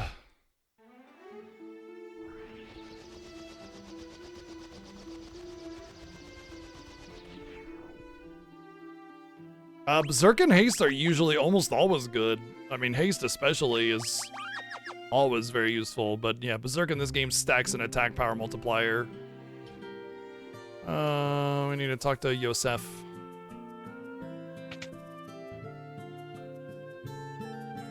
What up, bitch face? How's it going?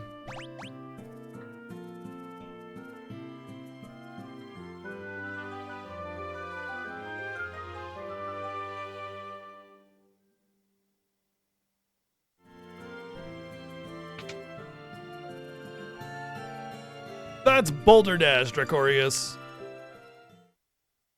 Cool. All right, we got a new character in our party. Can't wait to see how they perform. All right, let's test his strength. Let's see how good you are.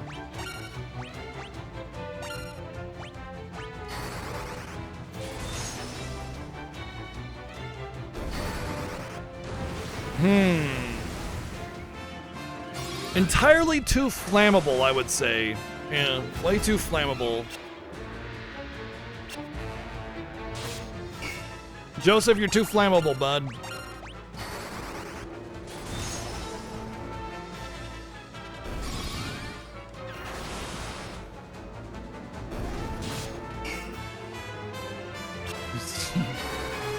Curse you, organic flesh body. Okay, so you defend, and then you holy, because you can actually get XP. This will be a good way to level, catch up a little bit. Not all the way, but enough, I think. Also, now I realize I do want to buy some ethers and some cabins. I want to stock up on some items that are really important for this run. What do I got? 17k?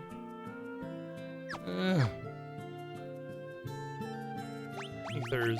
Let's get 10. And 1 cottage. Okay. Those are like kind of safety nets a little bit right now. I'm not going to use them for a while, hopefully. One nice thing about this playthrough is that the cost, like the extra gil that I have will be very high because I don't need to spend a lot of money. Like, in fact, all the money that I've spent is pretty much all the money that I'll spend except for on consumables. I might get another Book of Holy for, well, I don't know actually what I'm going to do with Leon. Leon. Because he won't really have a lot of time to level up a spell unless I grind it on him, which is not ideal, especially if I have enough. Oh, right, I get the snowmobile first. If I have enough on other characters to just, like, do the things. So it depends. Depends a lot on a lot of other things. I mean, I might want to just grind up my attack spells to 14 or 15 or something, just so I can actually do damage to the Emperor. One thing I will say about this particular playthrough is that I don't have to worry too much about being able to do damage on the Emperor. The last boss in this game is really, really, really weird. You can have the best weapons in the game, except for the Blood Sword, of course. And sometimes you just can't do damage to him. He just has like a weird, crazy high defense thingy. And, you know, utilizing Berserk and Haste and everything really helps it, but typically it's just, ugh. You know, I can't tell you how many times I've had to grind up Rippers just so I get the free 200 damage on it, and dual-wield Rippers and level up my knives randomly just so I can actually do damage to them, and it's like a 50 million turn struggle.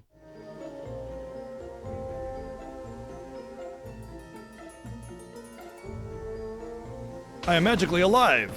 Hiya! I have died again. Bleh. Yeah, I forgot what he was named.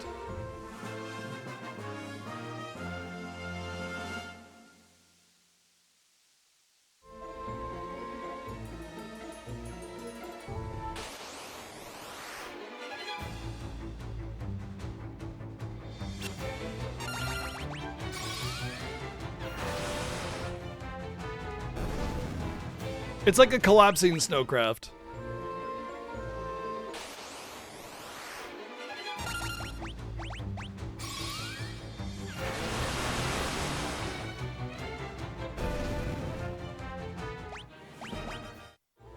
You just find bat guano and rabies.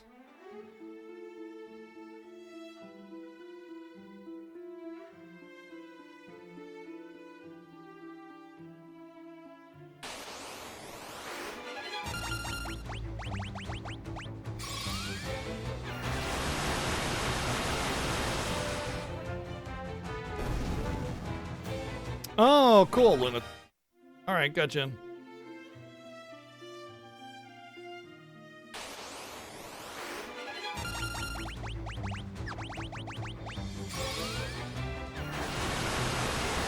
I always hate support spells in this game because like you gotta grind them up, and battles take a lot longer if you're gonna try to grind up your support spells, and so I just never end up using them, and then they end up, you know, being wasted. But like, you don't need them, you know? So why would I waste a bunch of time grinding them up when I could just level up my actual attack spells and just win? Can I still not level up my, are these not high enough level for me to level up still?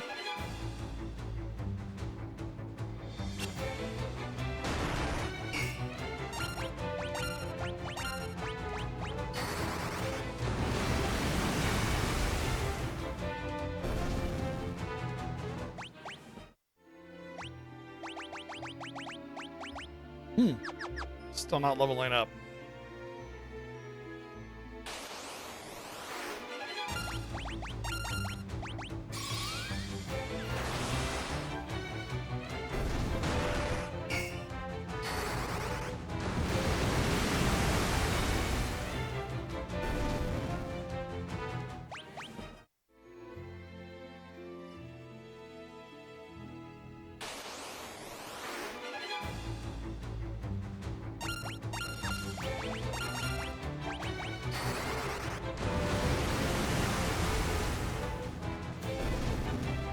The best offense is a good offense. Yeah, we just attached a couple ropes to his shoulders and we're just using him as a snowboard.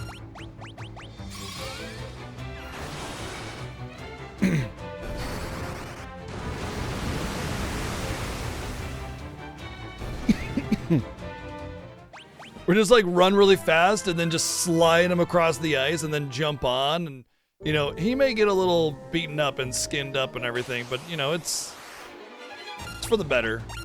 Gotta get here somehow. Status ailments are literally how you break the game, but we aren't allowed to use most of them because they break the game. Like, if you want us to spam teleport all day, every day, then cool, that's what we'll do. But, like, that's no fun for anybody.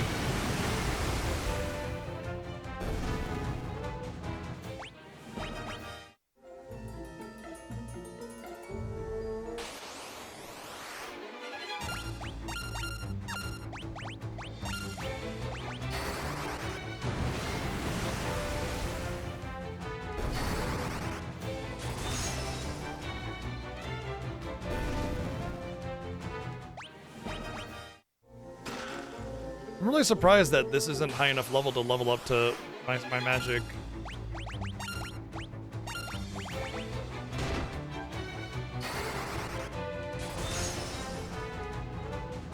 Ha! Take that!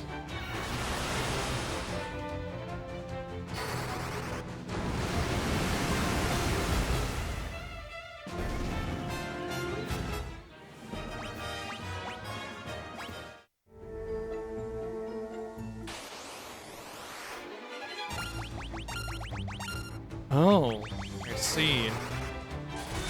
Since the goblins are still in here, I think it's still considered like level 1 to 4 tier or something like that.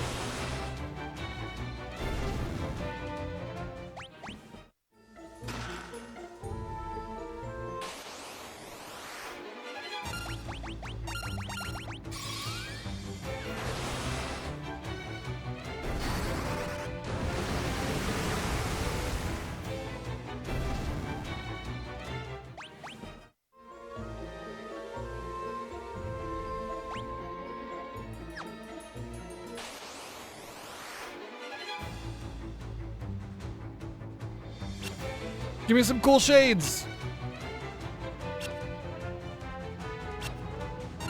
Apparently I'm dodging. That's awesome because it means I'm building dodge XP. I didn't think I had the evade for it, but hey, here we are.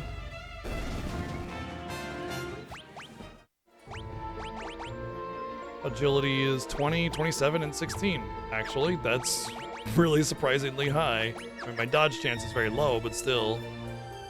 With a couple more agi. Oh, I got plus 10 on the weapon, the gloves, right, of course.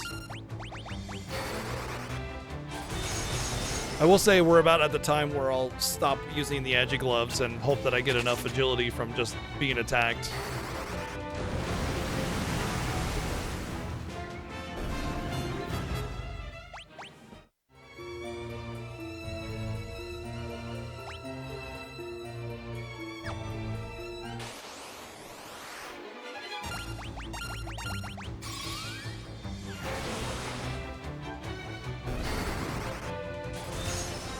Defeating an icicle. Oh, never mind. I was not defeating an icicle with Blizzard. And here I thought I was going to have a clever little attack there.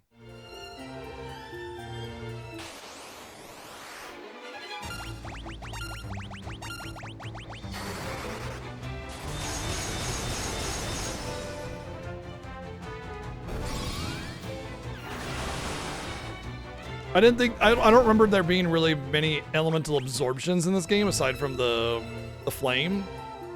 So I just thought it was gonna be funny, and then it was not anything at all.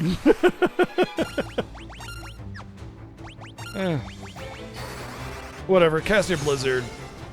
Doesn't matter, it matters not. For as soon as Chobit engages, they shall burn.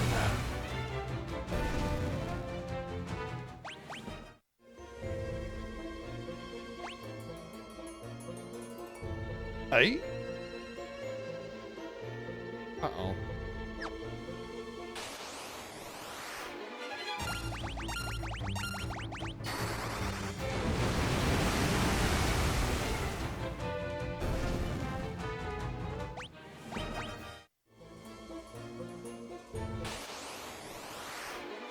Oh, significantly so. But just give it time. There will be the moments. This run will definitely have its moments. We also had to spend like the first hour grinding, so.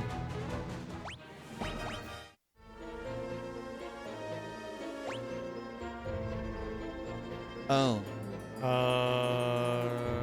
Down there, I think is where I need to go. Yeah.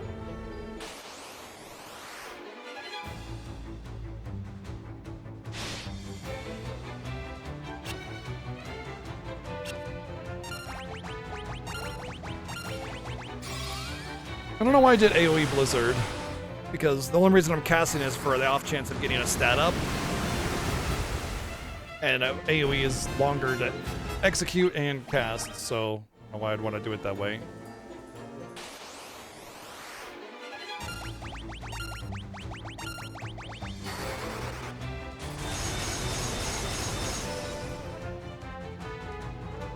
Anything with things that attack.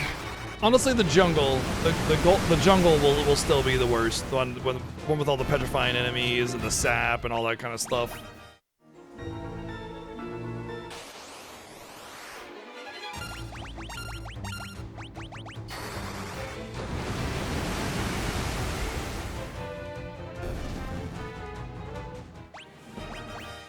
Huzzah, evasion XP.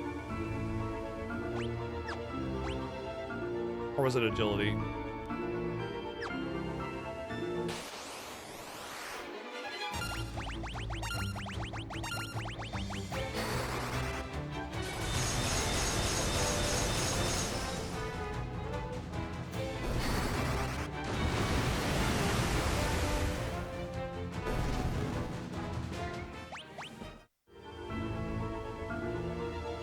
The sadness of no shields.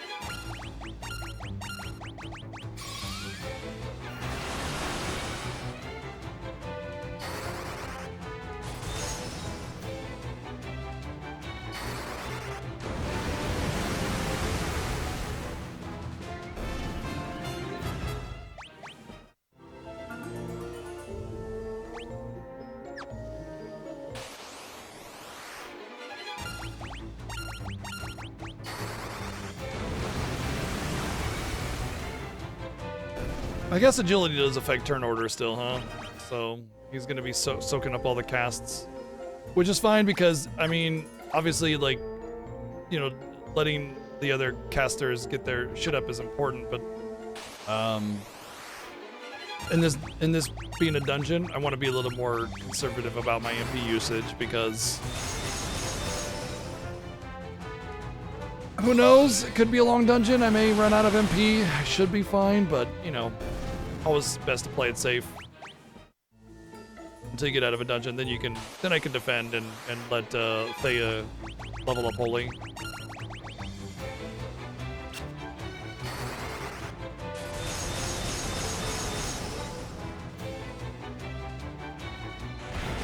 Ow!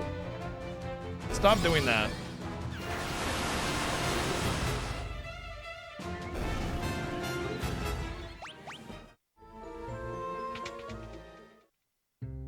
I mean, it's a good time, Yuna. Obviously, it's the best time of the year, and the best place on Twitch.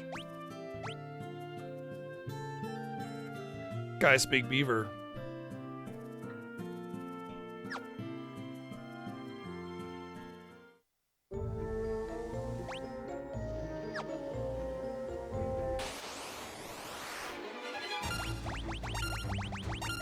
Did you know those beavers are early forms of Moogles? They didn't have the concept art and everything like ready for Moogles. They didn't really know what they were doing with them, or if they were even going to be called Moogles. And those were basically like beta Moogles. And then we get the first Moogle in Final Fantasy III.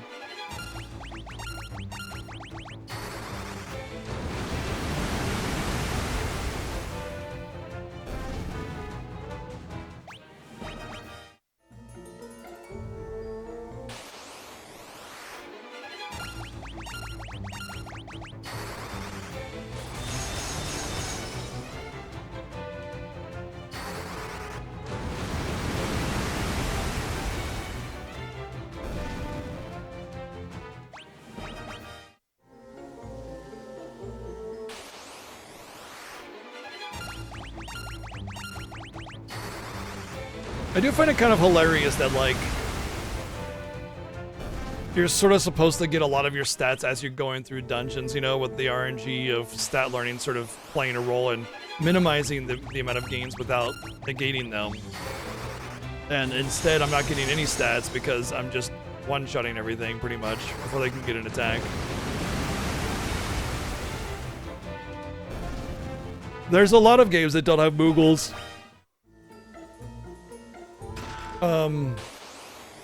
Moogles are in 3, 5, 6. Technically not 7. There's an arcade game that has them in, but they're not considered part of the world.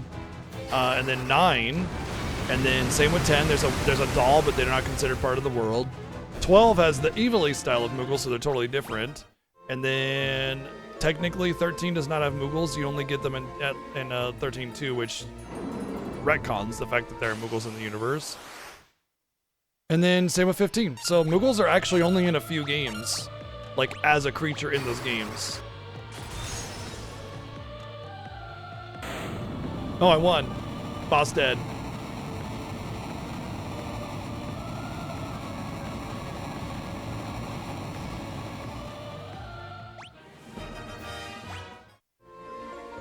Not weak to magic, weak to frost, specifically. Although magic in a way bypasses defense, so any high defense enemy you're going to want to use magic on anyway.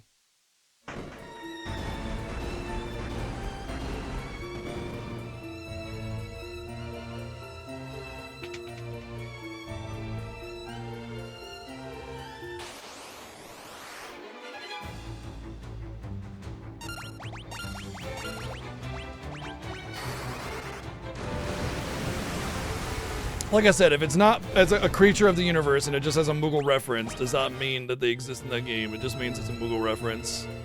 As entities of the universe, Moogles only exist in like 4 Final Fantasies.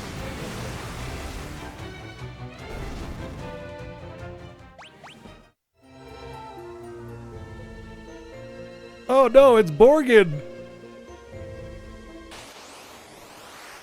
I am terrified. Whatever shall I do?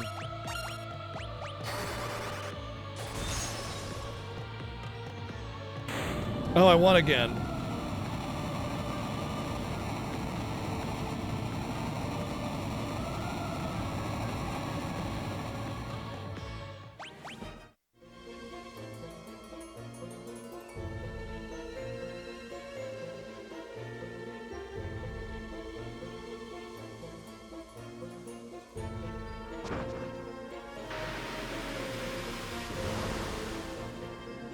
This part rocks.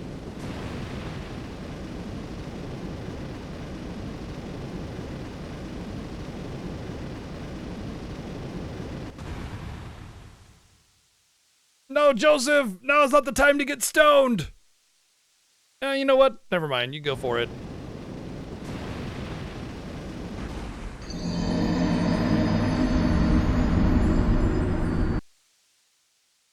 Oops.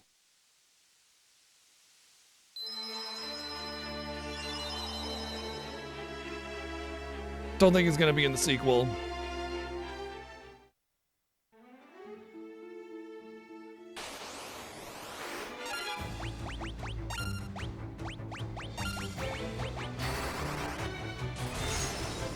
He died doing what he loved, getting crushed by rocks. Yeah, sure, why not? No, see, if he was Indiana Jones, he would have gotten out of it.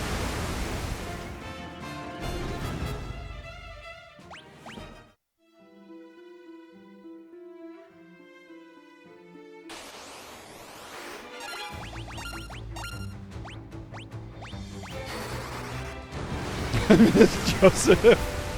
Hey, remember that time when Joseph was alive? Memories. What a time that was, wasn't it?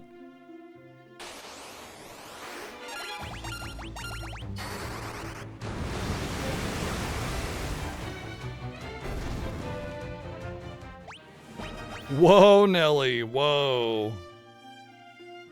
You're in the bathroom, where's Joseph? He went to the farm to live with the animals.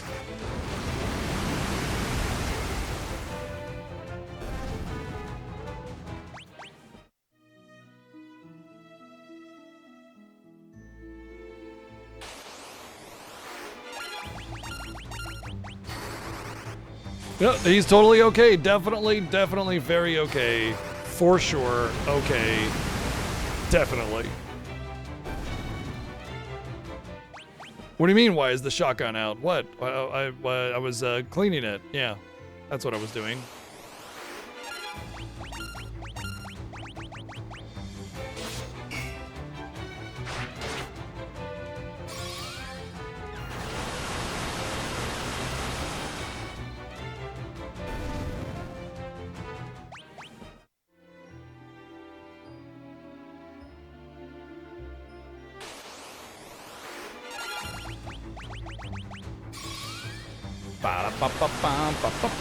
I can't believe Lunatone's actually getting close to Chobin's HP. I wonder if she'll actually catch up or not.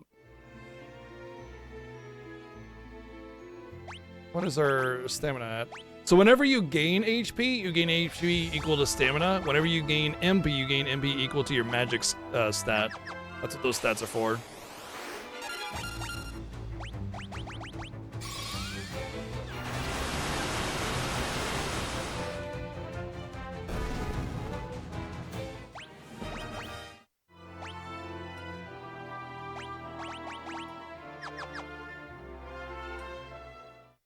Wow, you got it. Wow, you got it.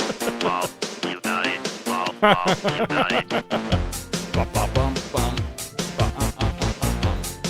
LOL, bye, Joseph. That's the message. Sent by Crixie. Thank you for the $12, 12-cent donation. Thank you. Lol, you died. Okay, so we'll hit up an inn. I don't think I'm getting XP on Holy. I think the reason I have like level 6 and 7 is from when I went down to Mysidia. I think 4 is otherwise the maximum level, so I could do some other things to move stuff along. I'll cast like Sap with Thea to kind of hope to get some XP. I think that's the most important one I can get XP on. Maybe Protect, actually. No, because the thing I care about the most is the percentage. And Protect doesn't protect against that. So, first AoE, and then... What? Blink, maybe? Blink. Blink's the one. Blink's the one to level up. Evasion. Dodge. It'll negate some of the shield issues that I have. Alright, I can't remember if... Yeah, we gotta go back. And then, talk to what's her name. And then we go to Casual Keep. Well, yeah, we got the torch. Yeah. You build your character as either black mage or white mage, but not mixing spells in one character, so you could have gone with 4 white mages here too. I sure could have. Would have been hard to go 4 white mages though when, like, you know, I don't have holy to start off with. I would have had to get rid of all the progress I made on Blizzard and Fire. Which I only really need holy for one part. Otherwise, it's kind of nice to have a weakness, and there's no other significant issue where weakness applies aside from the giants and the Basidia Tower, which I'm not really worried about. Because I'll have 2 other people to do damage.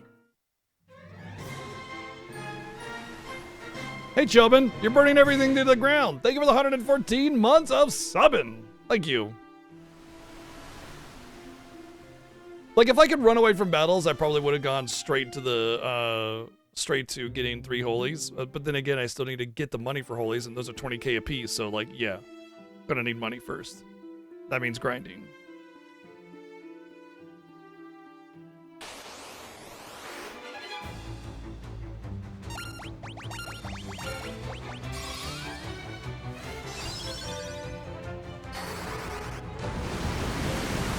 You know, in Final Fantasy III, it's actually a magical canoe that collapses and is fittable in your pocket. I think they kind of, like, probably had a couple people being like, how do you carry around this canoe everywhere, you know?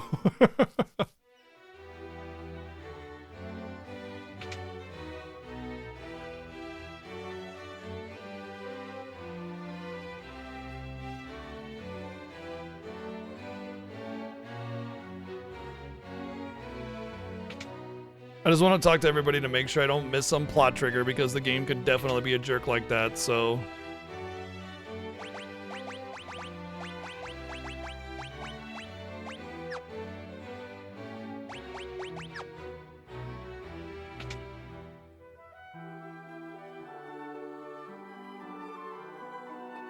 Four white mages in this one actually be fine. As soon as you could get to Mysidia anyway. Like, once you get holy, you're okay.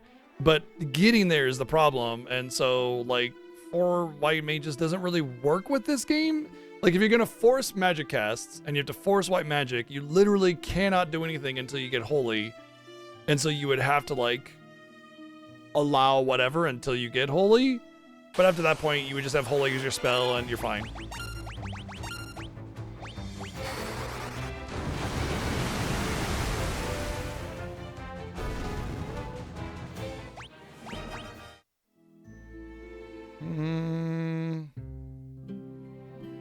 Yeah, we gotta go to Sid and then go to Kashua Keep. At that point, I should be able to level my spells beyond level 6, I think. I'll find out.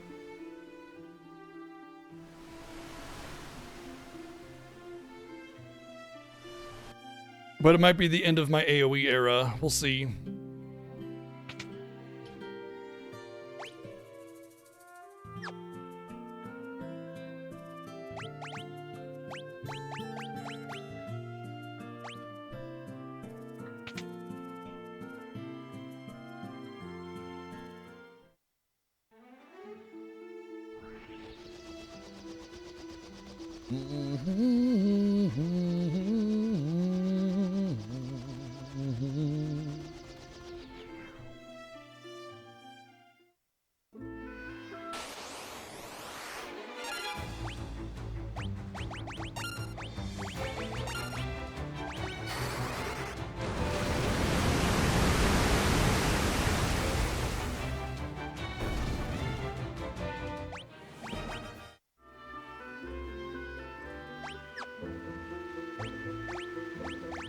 Ding! Fries are done.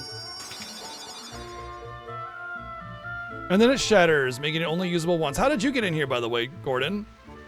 Hey, how did you get in here? We needed the goddess bell to get in here. Hey, Gordon, hey, Gordon, hey. How did you get in here, bud? Hey, Gordon, bud. Hey, how'd you get in here, bud? I want to know how we got in here. Motherfucker, I want to know how you got in here. I had to go around the dang world to get the goddess bell, and I opened up the magical door with the one used goddess bell, and you're already in here, bro. What did you do? All right, let's do our normal magic-y casts. Wait, we gotta test how good Gordon is. See how sturdy Gordon is.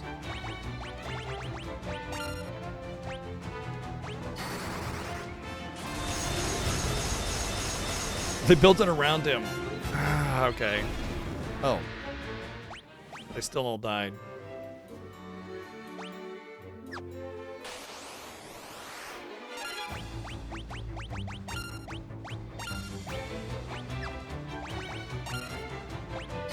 Alright, testing Gordon. Unfortunately, also very flammable. That's a shame. Well, oh well. Test successful. Gordon is flammable. On to the next experiment.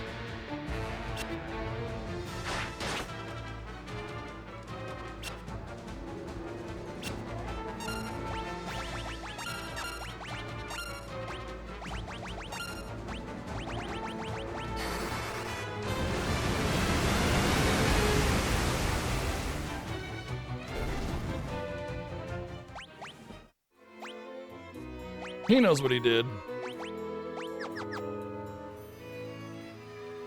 And then I rob his corpse. You know, standard procedure for Final Fantasy II.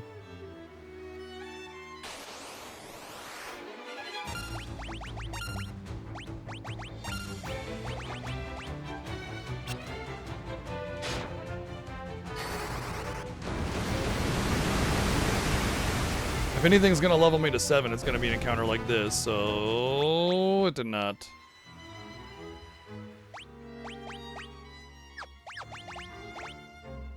Yeah. Man, I should go up to the northern area and just level to 7 really quick. I guess just level up Blink on Thea as much as we can.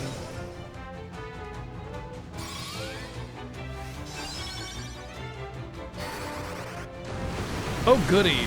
Yes, Scott and Gordon have mentioned that before. Cassion's doors only respond to the voice of a family member or to the sound of a magical bell. That doesn't seem too bad.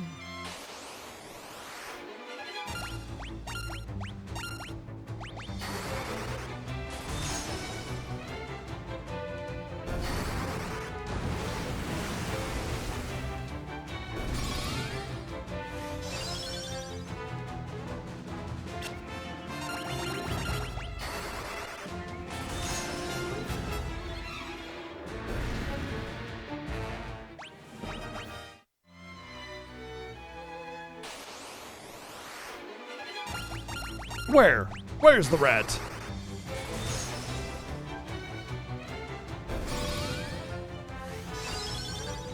Bink.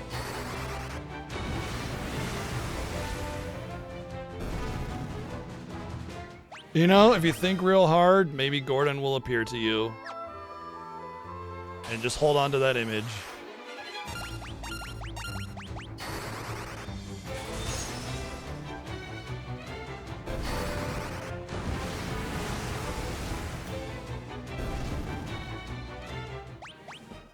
He's actually a eunuch.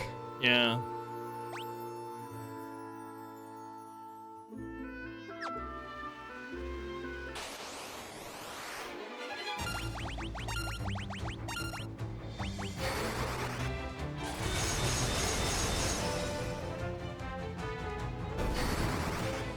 Wow, 40 was actually almost enough to kill with AoE? Really? So that's like way overkill then. Alright, cool. We're still in the AoE house, I guess. We're not leveling up our magic at all, so we can continue utilizing Blink.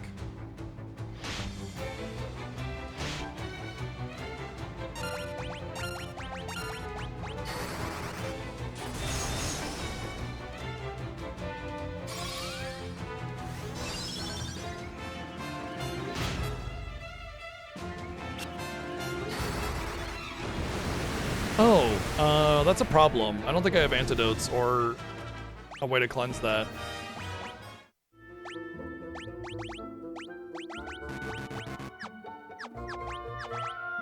Oh, I do have antidotes. Sweet.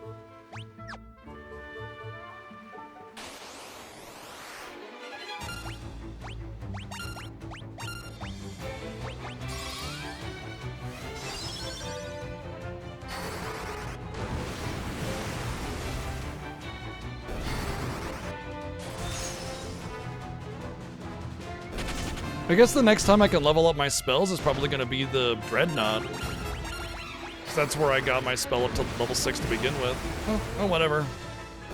I don't really know the level tiers of each area. Like, some people have that memorized, I do not.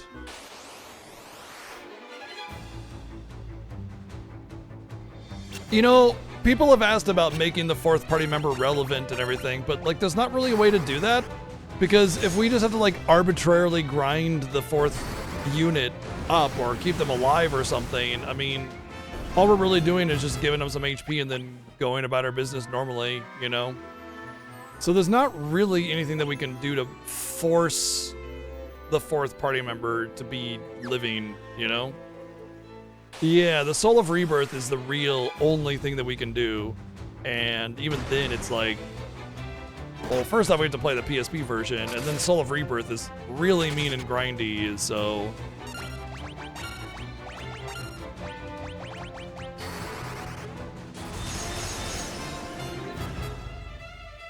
Why would they randomize keywords and key items? Maybe in a randomizer they might do something like that, but...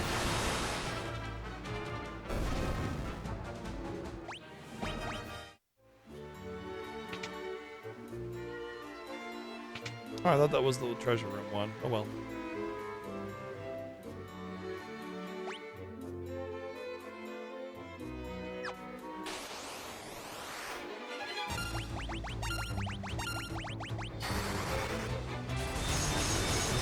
Solo 4th character run, so we'd have to grind up our 4th character just so that they could leave the party and get another 4th character and then grind them up again. Not to mention you're doing a solo character challenge in Final Fantasy II, which normally is fine. Like solo Firion would actually be fine. That would actually be kind of easy. But solo 4th character where they don't have any of the evasion levels, yeesh. Especially when you get Layla. Oh my god, the grind that you would have to do to get her so she doesn't die as soon as you walk into the jungle.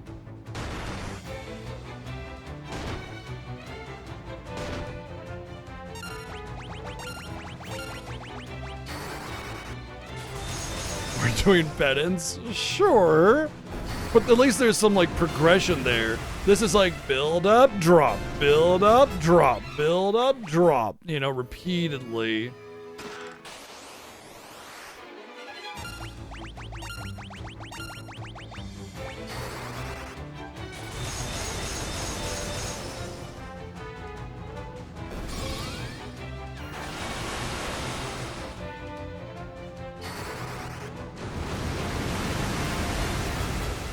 I'd probably just equip a sword on Minwoo and then, like, ignore his white magic for the most part.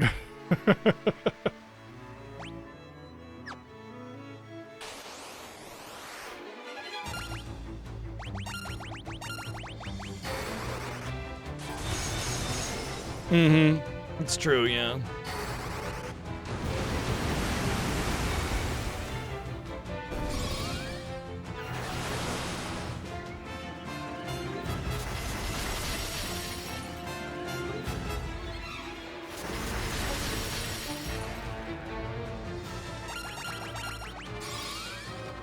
Yeah, if you're experiencing audio issues, like it gets garbled or warped or something, usually a pausing of the player or full drop of the browser, like completely closing all browser windows and opening it back up can work.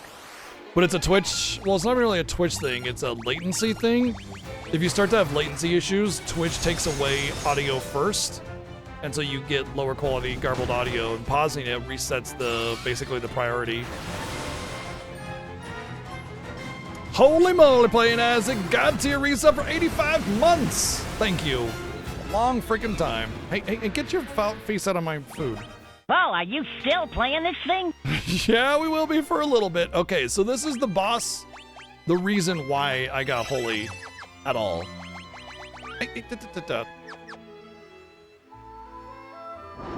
So this is why I need holy completely, because I can't use fight command. So basically, it's holy until I win.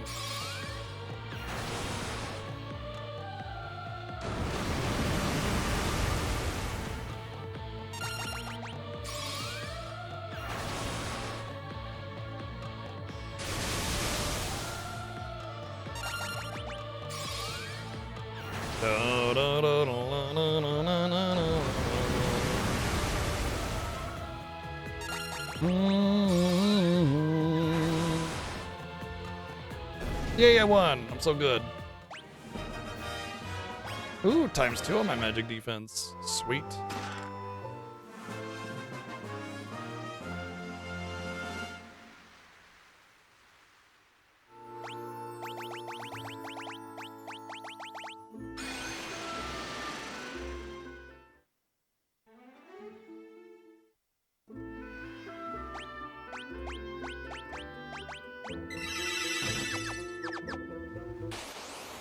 Would you stop putting your face in my food?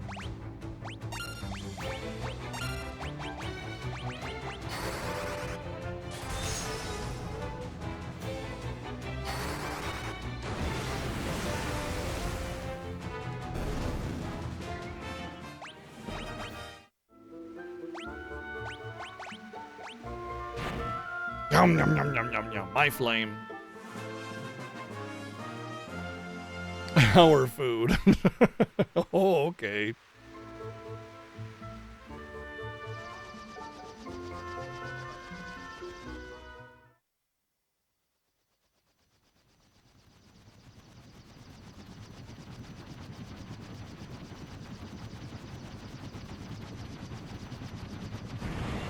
Yum, yum, yum, yum, yum, yum, yum.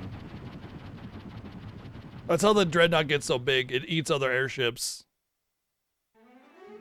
Adds it to him.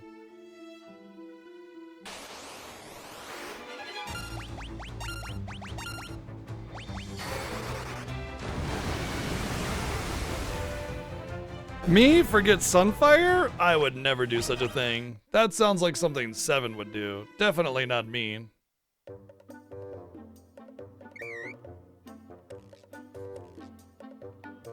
This run back Choco blows. Chasing shadows over here, man. I'm chasing shadows. What is this? Got me chasing shadows over here.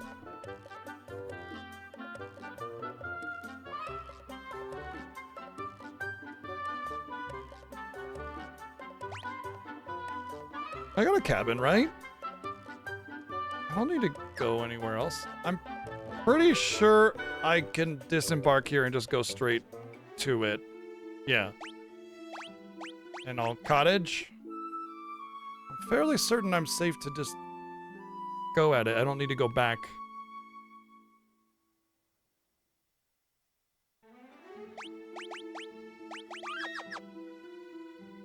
All right. I'm gonna pause the timer. And I'm gonna go take my break, grab a couple little bits to eat, nibble on as it would be, get some water, bathroom, you know, normal bio stuff. So now's a good time to do something like that yourselves. Kind of get up, walk around, stretch, whatever you need to do. I'm gonna play some tunes for you.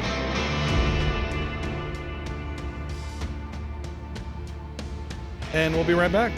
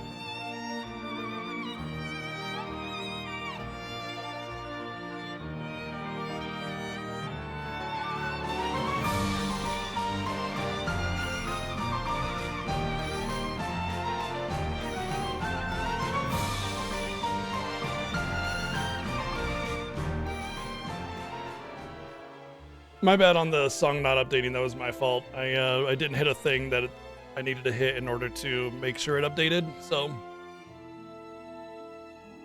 also, I think it's really funny that when my wife brought me the truffles that she made for me, she made me white chocolate coffee truffles. It's amazing. They're amazing. But when she brought me the truffles, she brought all the like perfectly made ones that she did, but there's a bunch of them that were not so perfectly made. And I want to share some of the monstrosities with you, which is more like a white chocolate cookie. And the reason I'm showing this is because when you make something for yourself, like especially something delicate like a truffle, it doesn't have to be perfect, right? It doesn't have to be perfect. Look at this thing. It's malformed and misshapen and flat. It's more like a cookie.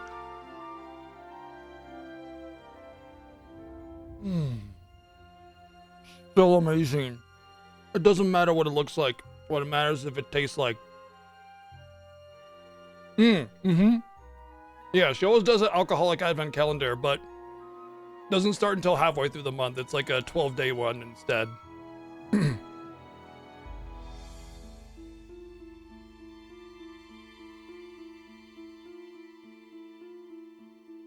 Anyway, she's really self-conscious about it.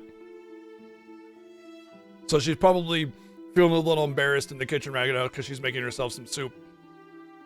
And she doesn't need to be, because they're amazing. And what I'm doing is I'm trying to inspire you, because truffles are expensive to buy, but to make them, they're like dirt cheap.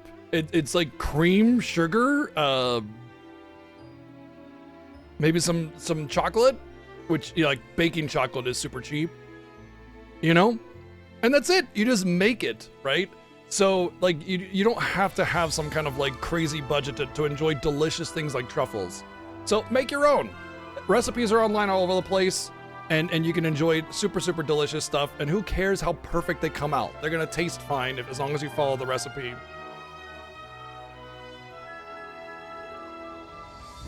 I'll nibble on that for the rest of the day, because that's a lot of sugar. Holy crap. I'm getting rushed already.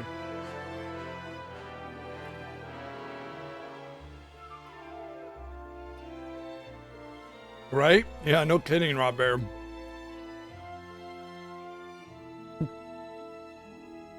Yes, you're thinking of the mushroom truffles, but chocolate truffles, or the dessert truffles, are soft cream dunked in chocolate. Or a ganache, rather.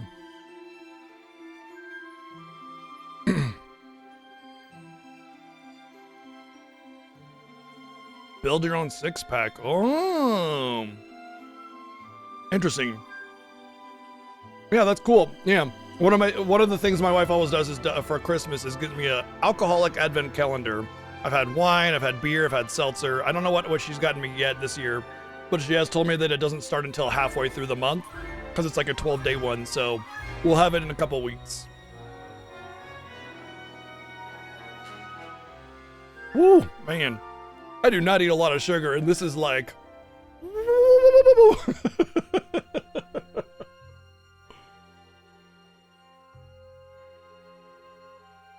All right, let's go.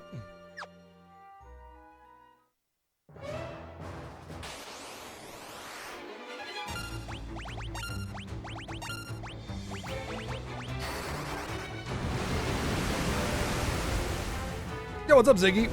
Nice to see you again.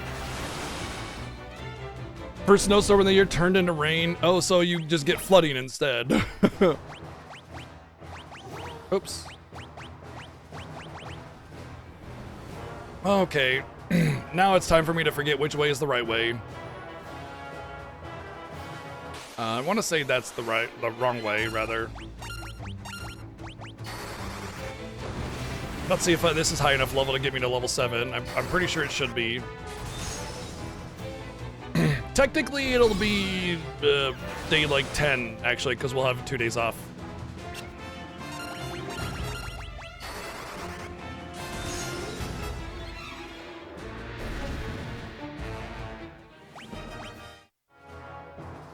Dude, I couldn't drink 33 ounces of whiskey in like my entire life, let alone in a month. Well, Final Fantasy II is much smoother than Final Fantasy I, All White Mages. Mostly because, well, we can cast magic of our choosing, but we had to spend the first hour or so grinding because we literally need to have Holy in order to get through the game. There's a boss that absorbs all elemental magic, and so we had to grind pretty high in order to get to Mysidia, a very early game, which is a very late game city.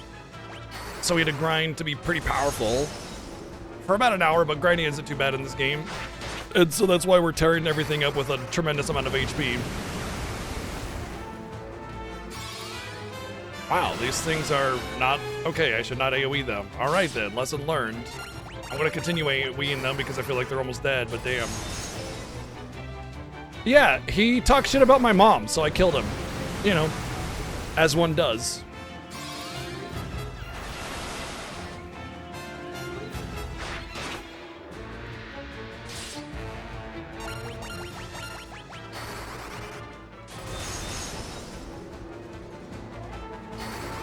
Okay, I'm very surprised by them not being dead yet. I thought they only had like 200 HP or something. Well, okay, fire leveled up, so oh, Berserk Tomb. Yeah, unfortunately Berserk is just for money.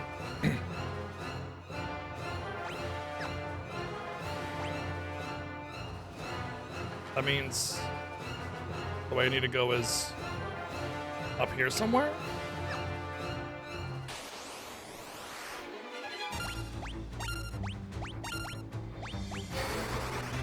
The real reason is because he wastes XP and he's a garbage. Look at how much HP he has. He's trash.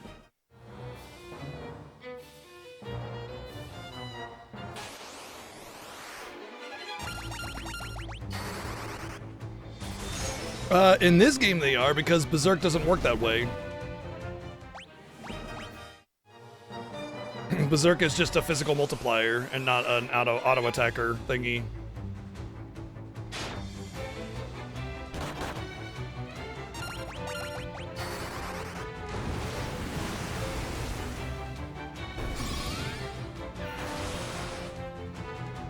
He's giving the whole world a hug, actually, is what he's doing, you know? He's like a druid or something.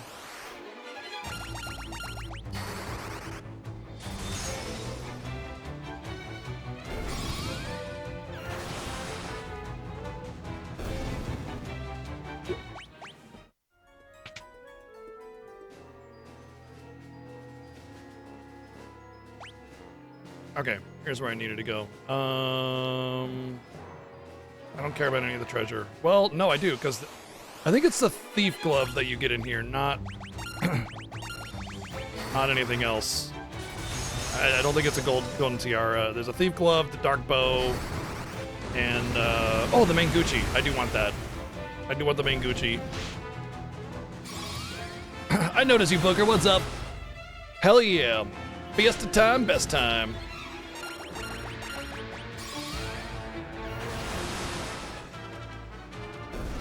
Well, I already have 3 thief gauntlets because of early what you call it.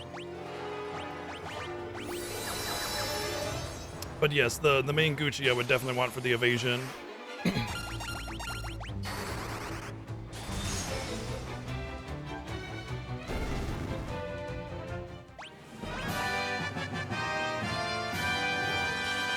Hey, Booker, coming in with 5 sub gifts. Thank you very much for the sub give bomb. Thank you.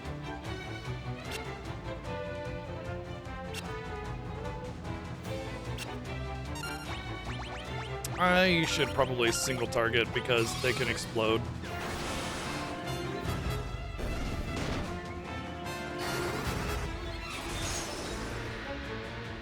Yep, there's a shadow. It's a shadow, Chris. And there's a bug where if we like get in the airship too fast, then the shadow gets displaced. So, you know, I made a joke like I'm chasing shadows over here, and that's just because the shadow's misplaced. Makes it look like I'm running after it. Well, that is not the main Gucci. That's the dark over on the left, so which one's the Gucci?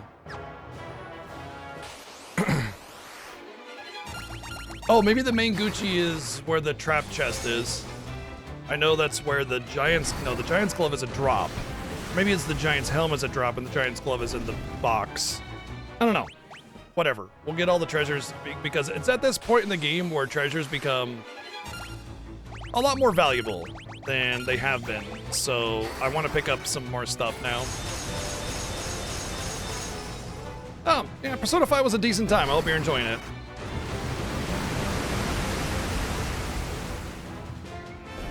Yeah, something like that, Eldsmith. It's fine. It's just a visual glitch.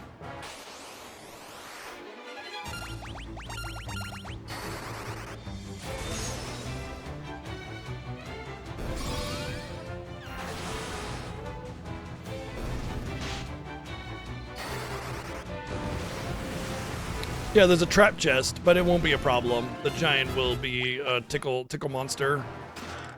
There's the thief glove. Okay.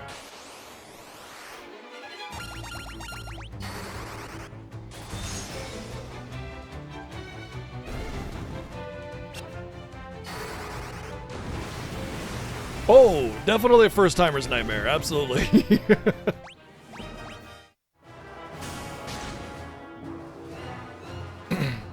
What up, girl?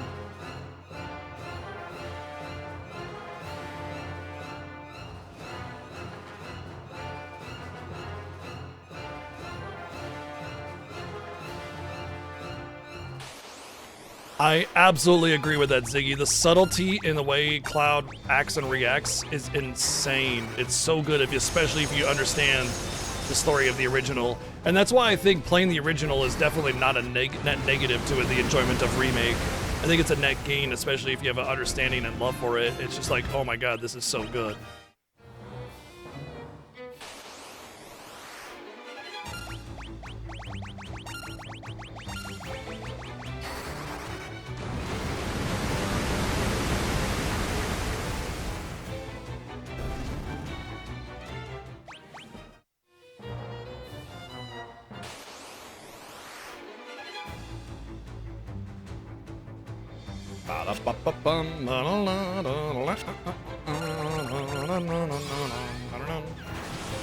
So the pain of this run, the challenges of no shield and limited class and magic applications, is really going to start showing itself in the back half of the game. So the first half that we got going on right now, it's just zoom, like we're doing right now.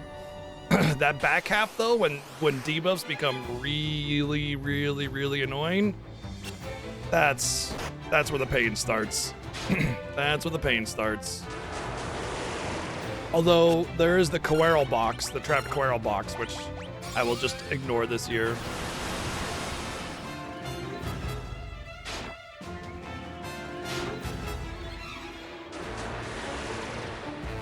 Absolutely agree, Ziggy. I'm glad you're enjoying it. For me, Remake is just an absolutely phenomenal experience. And FF7 has a very like prominent place in my heart. The original, like really important memories, you know, that came from that.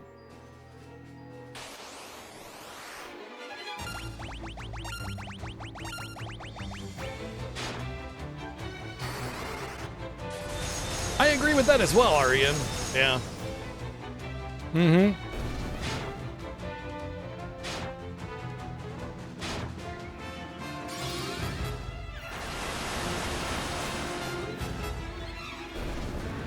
And as soon as the incentive is unlocked, we get to play that as well.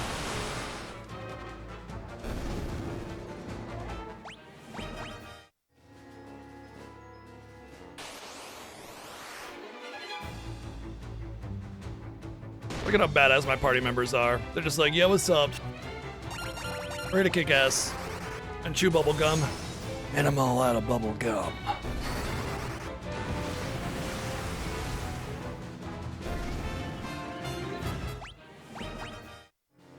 I've heard that FF7 Remake plays very good on the Switch too.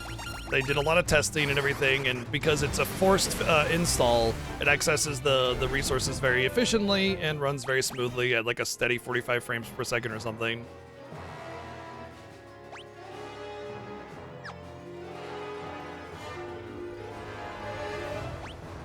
This way. Wait. Oh, no, it's up that way. Ugh. I always get lost in the first part of this.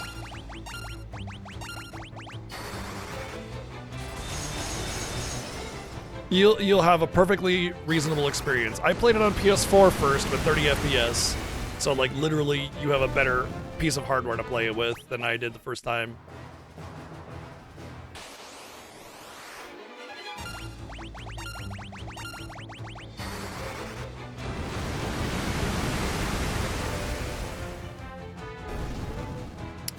Rebirth, they'll probably have to do some creative programming to get that one running.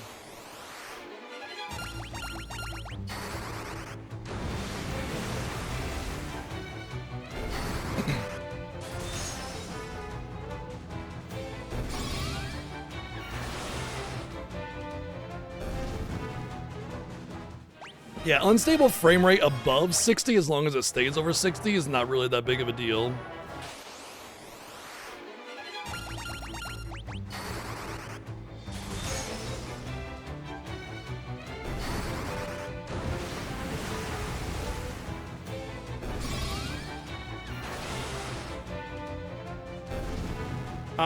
I think anybody that says there's like anime silliness to remake is looking way too hard for that kind of thing, and just and because they're looking for it, they're assuming that all the things that aren't anime silliness are, because there really isn't. There is a good sense of humor to it, and there's a good amount of levity, but I would not call any of it anime silliness.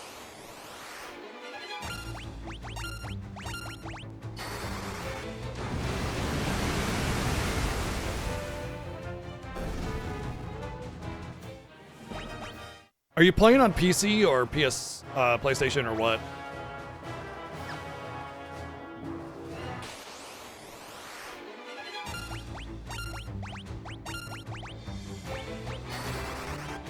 PC. When you get to Rebirth, and I don't know about if FF7 Remake has this or not, but on the PC version of Rebirth, you need like the UI scaling. Like it's set base to like 50 or something percent, and it just makes everything look grainy. You gotta bring that up to 100% or more, or whatever the max is, and then it'll look crisp. But yeah, there's like a UI upscaling thingy, whatever. Even though the settings are on ultra, it'll be at like 50% resolution, and I don't know why that's the default setting. When I went to stream Rebirth last year, because we played it in the Fiesta, I'm like setting it up, and I'm just like, why does it look so grainy? My PC should be able to run this at max, no problem.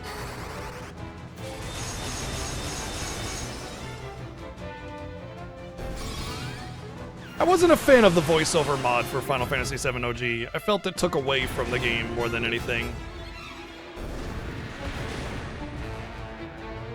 Uh-oh.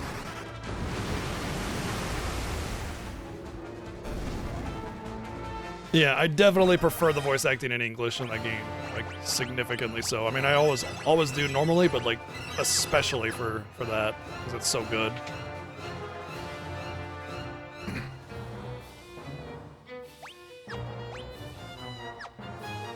All right, there's where my main Gucci is gonna be.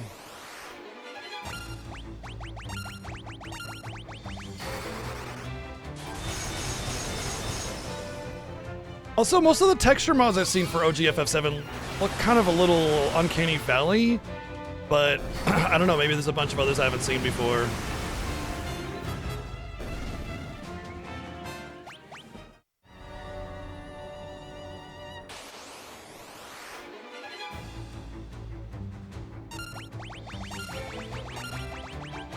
It's such a hard game to mod because, I mean, the resolution is so small, and you know, there's so many limitations, and the 4x3 and everything. It's a really hard game to mod. Not to mention the pre-rendered backgrounds make things difficult because from what I saw, in order to get the textures big enough to actually have any kind of detail, they have to turn them into giants, and then they look really weird on the backgrounds. There's my main Gucci.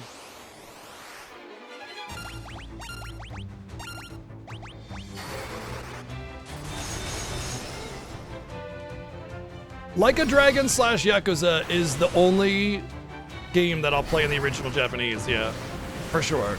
Because it just, you got to lean into that. You gotta lean into it.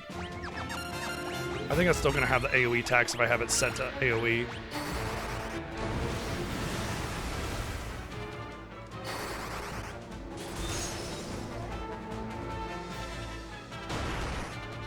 Haha, no name.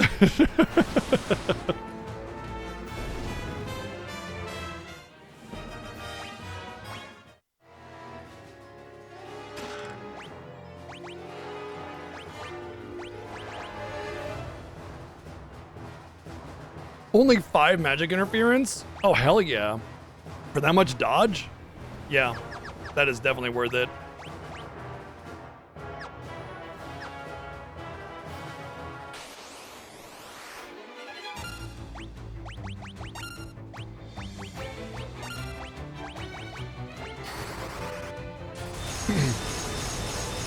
Lloyd the Bennings this.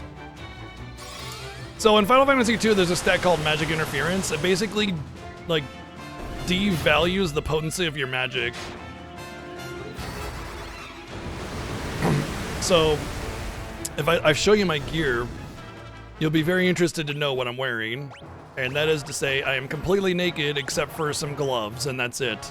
And even then, 40 Magic Interference is kind of a lot, but I get 10 agility from that, and it gives me a little bit of defense, which is important. But the 10 agility gives me dodge, which allows me to level up my dodge.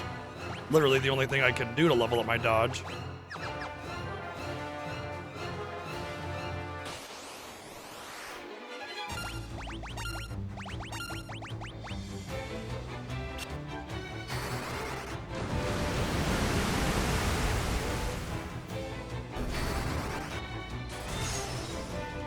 All I'm going to say with Xenoblade, and this isn't really a spoiler, but it's important anyway, is start from 1 and then go 1, 2, 3.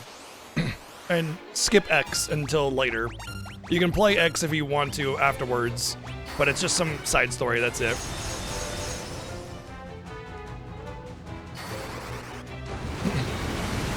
But I think it's best to be played in order.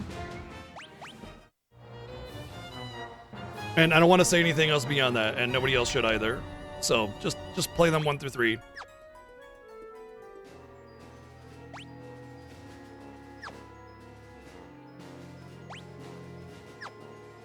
I want to say it's up and then left. It's a better experience that way, you know, anyway, so yeah. But I'm not going to say anything more than that, just because a lot of it could be conveyed as something that may not or may be something. So just play them 1 through 3. They're all fantastic games. You're not going to be disappointed. Well, maybe you are, but hey, whatever. Oh, and play the definitive edition of Xenoblade Chronicles 1.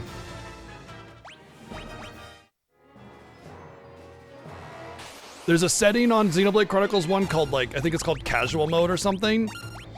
It eliminates a very dated mechanic from the original game. It's not an easy mode. It's a not dumb mode. Otherwise, you may encounter some frustrations. Just look into it yourself and decide for yourself if you want to use it. Once again, I don't want to spoil mechanics or anything like that for your playthrough. So, trying to be vague on purpose so that you get a legitimate, like, what do you call it? Organic experience with the game. If you want to look into it more, that's your choice. It's a visual glitch.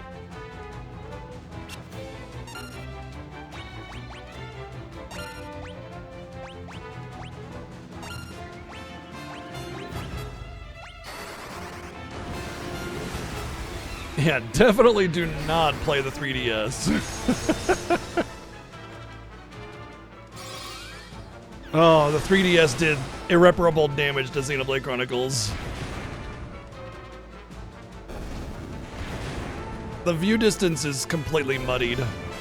Okay, do not AoE these things. Got it. Wow. Well, at least Chobin will get some HP, eh?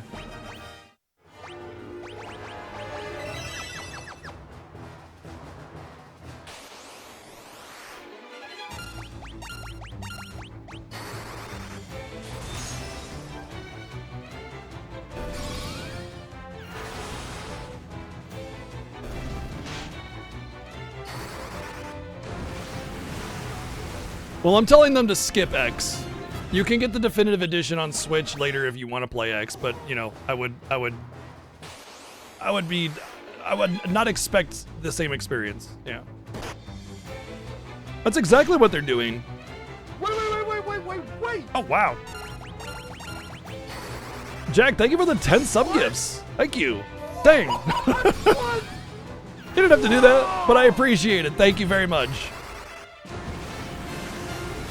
Well, you have to do everything on the Switch because they're only on the, well, I mean, they're only on Nintendo hardware. So, I mean, just do the Switch versions.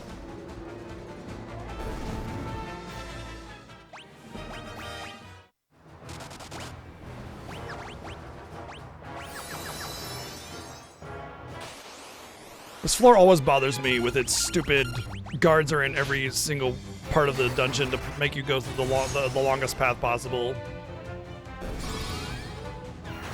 I will say this about Final Fantasy II. I think there's a lot of genius in the game, and I think there's a lot of really interesting mechanics. I think people give it a too hard of a time because it's not really that punishing. The problem is the dungeon design is ass. It is among the worst dungeon design in any video game ever. And then you have a pretty high encounter rate on top of that, and it's just like really obnoxious.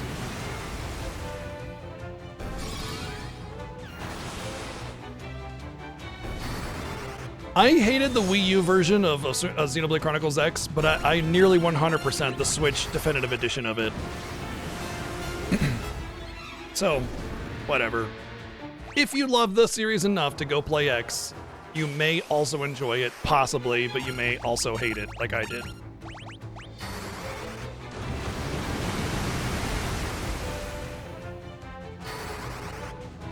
I know, right, Arian? It's so funny how people get upset about the changes that happen from one Final Fantasy to another, and it's like, did you look at the difference between 1 and 2, where literally the least amount of potential exists for changes, and it has some of the most drastic changes between one game and another? Like, you didn't notice that at all? Really? Like, okay, all right.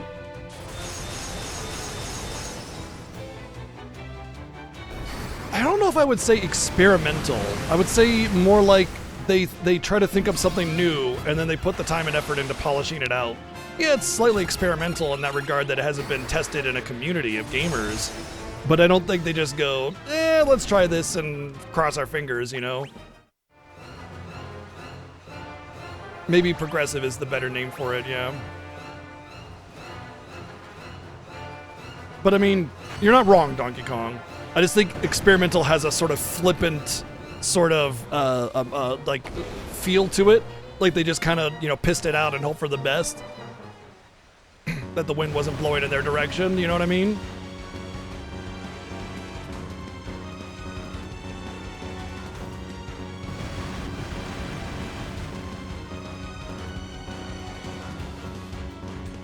Whatever my wife is making smells damn good. Holy moly. She said she was making a curry lentil soup, but very familiar seasoning mix, like aromatics profile.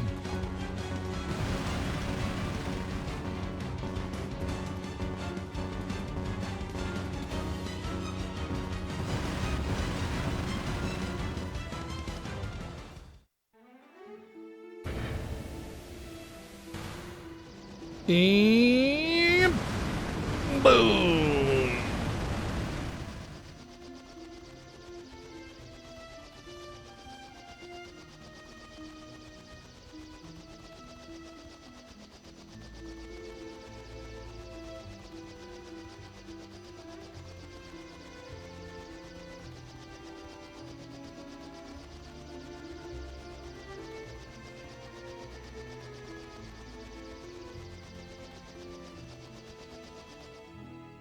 Yeah, just looking at the first 3 Final Fantasies, and they're so wildly different despite being on incredibly limiting hardware like the Famicom / NES, and seeing how different they are, like, people should have been expecting that for a long time, you know?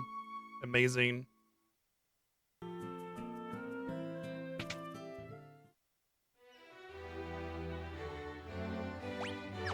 I think my corpse leaves me at this point.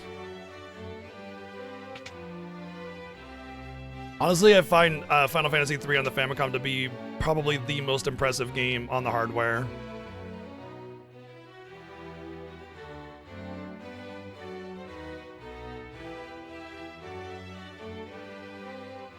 We're chasing shadows, Ziggy!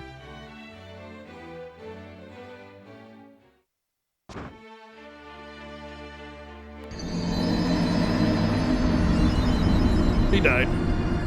Oh well. Moving on. Gonna get a lot of use out of that button today.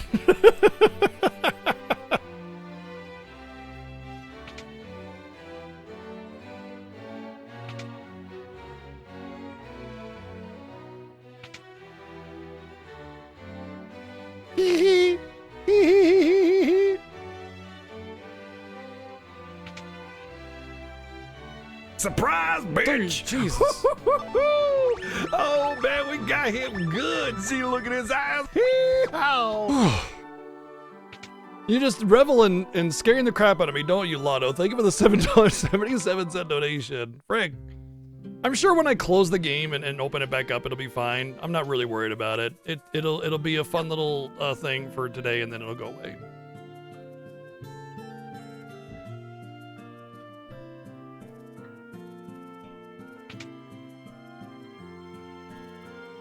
All right, at this point, I want to buy some items. I'm going to say like 5 of those should be enough for now.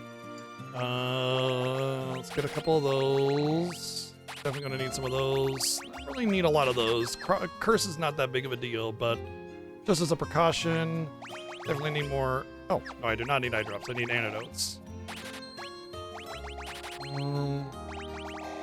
It's fine to just get a bunch of potions. And then ethers is what we really need. I only get 30. I'm gonna get 25 and 1 cottage and some Phoenix Downs. Okay, that should be enough.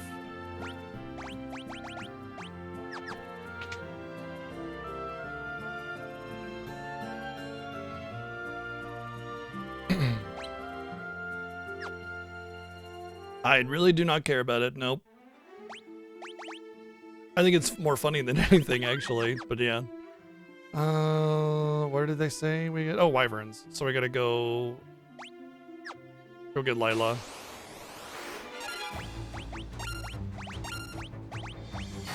Well, I got to spend my birthday with all of you guys, so it was definitely good with that. And then my wife made me amazing foods and stuff, which I'm still able to enjoy, because she made a whole bunch of the extra of the truffles. My boat is over on the other side. Damn it. Oh, because Layla's over here, that's why.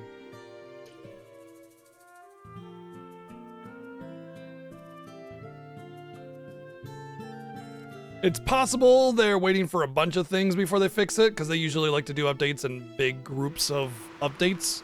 It might be possible that it's harder than it seems. It might be possible that they've abandoned it to, you know, except for game-breaking bugs. Who knows?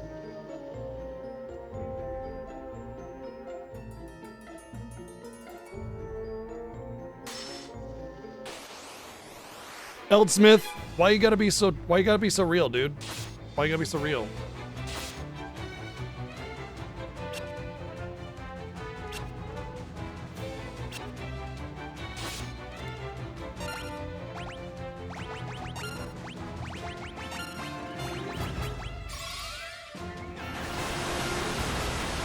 Yeah, I just have a very, very effective float cast on myself. Super float.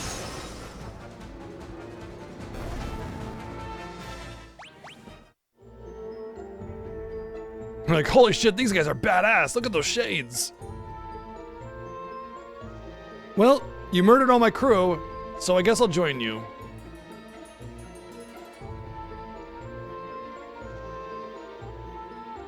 Hoist the poop deck and swab the sails or something. I don't know how ships are done.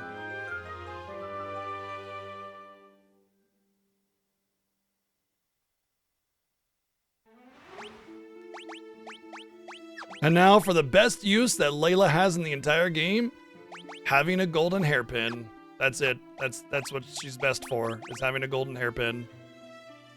No magic interference on this. Oh, that's glorious. Okay, his evasion's actually pretty decent. I want him to build up the evasion. He's my front rower because he's got the most HP. So at this point we can save. It's Worm Talon! Hello, Worm Talon! Thank you for the raid! What's going on? Welcome into the 10th annual Final Fantasy Fiesta, an annual race through the entire series of Final Fantasy games where we're not allowed to run away from battles, and we must do a bunch of other different challenges along the way. For instance, with this game, we cannot use shields, which is huge for evasion. We cannot use the fight command or attack command, and we must learn magic in class. We can't mix white and black magic on the same character. It has to be all white or all black. Right now, we just got Layla, and we're gonna test her structural integrity here real quick. Structural integrity is fleshy and spongy and very flammable.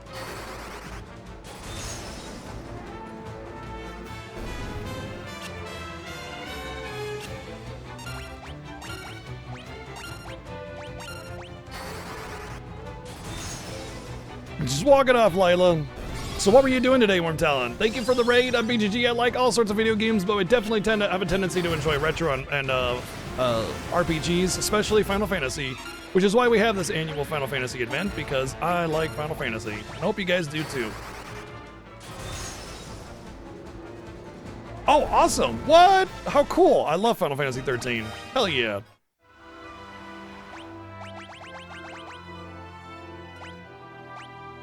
Looks like I'm not leveling past 7.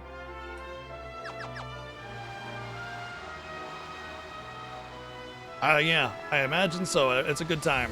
GG's on finishing FF13 for the first time. Ambushed? You miss Layla? Yeah. Me too. Layla has one of the best potentials for a fourth character, but unfortunately squandered by the fact that she is a fourth character.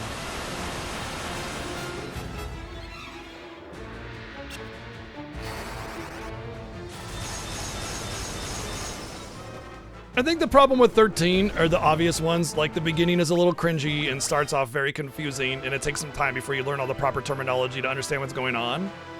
And then the dungeon and world designs are a little bland. And by little, I mean they're very bland. And after that, everything else is fantastic.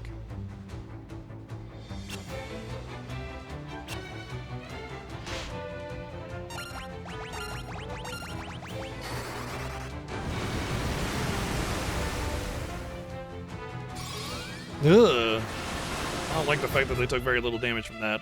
So they're resistant to fire, which does make sense. Okay. Oh, I mean, look, every game is gonna have dissenters, you know, it's fine. You know, nothing's perfect, everybody has their own personal tastes, whatever. And you don't like something, you don't like something.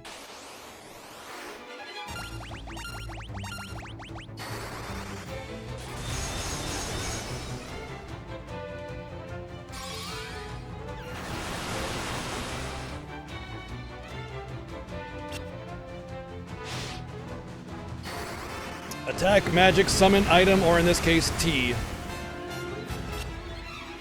But normally coffee.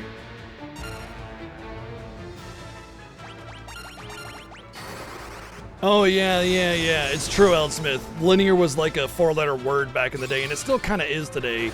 And I just have to tell you, everybody, that linear is like where almost every single game is at. Like, almost every single game is linear. It's very, very rare to be non-linear. And open world, while it is non-linear exploration, it's still linear storytelling. All of them are. They all are.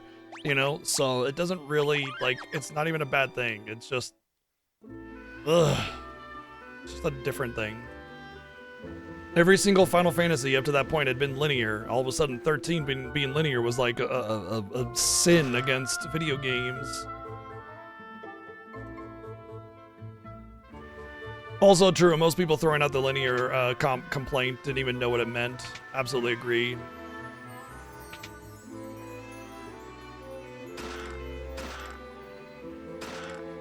Curse is actually something I may try to utilize. It depends. Like, Curse is really good.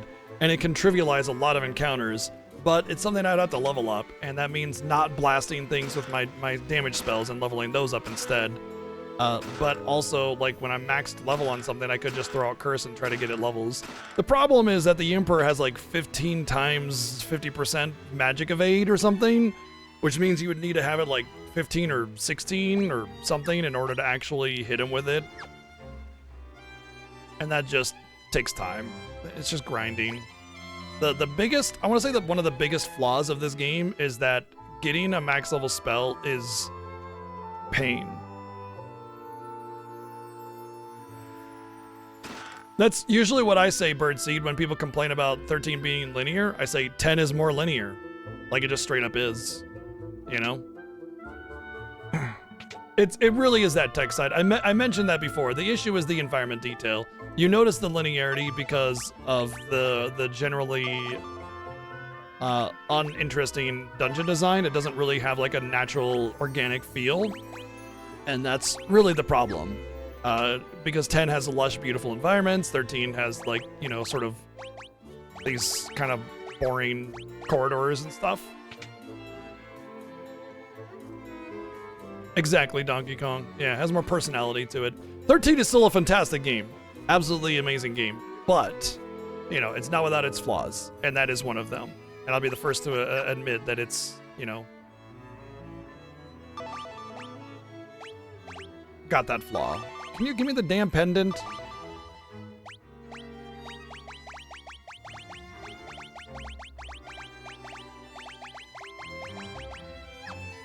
Oh, I have to get the pendant first. That's what it is. Get the pendant first in the cave, and then I can talk to the dragon to get the egg. Okay.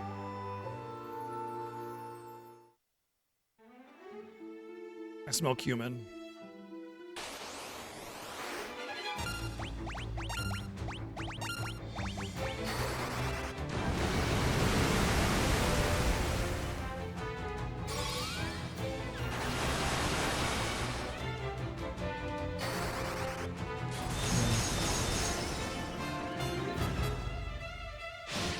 I don't think the lack of towns or NPCs was a problem to 13. I think people making that complaint, I feel like it's an irrelevant complaint. You know, like it's a preference. Sure, you like NPCs and towns because that's how RPGs were structured, you know, and throughout time. But you can make an RPG and have it stand out from the norm and still be a completely reasonable package. And I think FF13 proves that. It's so, like, non-standard and it's so good.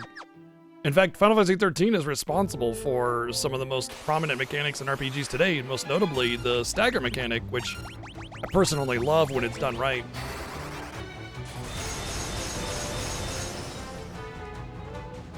Yeah, exactly, Sean. You're on the run in 13, you're not supposed to go to populated areas. That's like the whole point, is you're supposed to be avoiding them, yeah.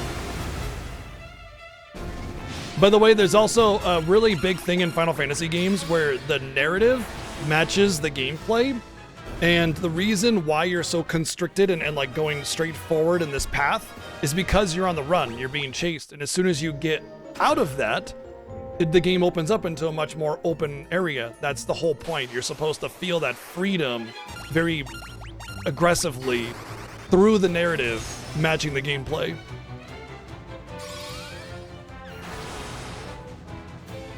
You know, for instance, like with FF15 being a very, like the theme of FF15 is brotherhood. Like, you know, you got your bros that you're like this, right? And all the gameplay is like these team attacks and pairing together and working together to overcome your adversary, you know?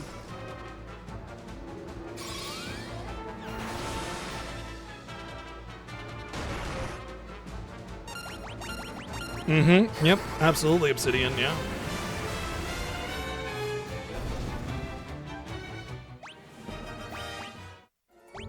This is the money dungeon, by the way. Because the giants drop a lot of those helmets.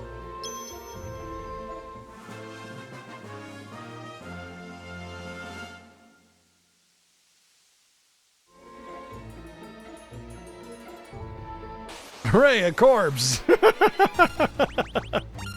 My favorite, that's where the good loot is. Thank you, Kirby. And yeah, definitely the obligatory comment is on point.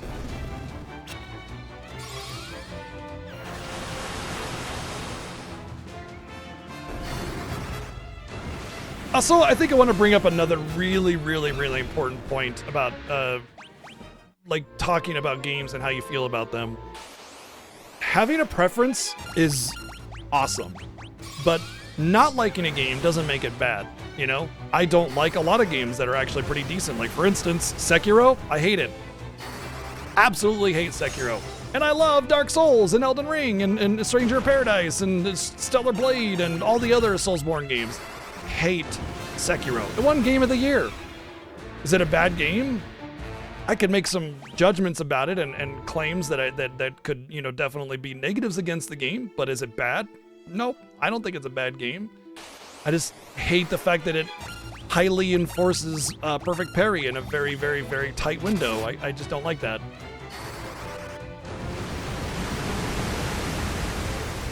Now, there are certain aspects of games that you could say, yeah, it's bad because, like, it's punishing and poorly balanced and not conveyed properly and has bad writing and stuff, but art is always hard to judge objectively, you know, because even if something seems really bad to you, there might be millions of other people that love it, so it's really hard to say.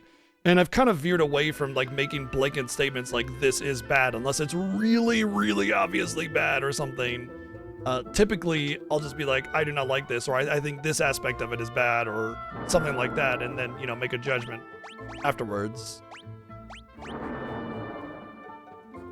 I mean, I agree with that, Grim.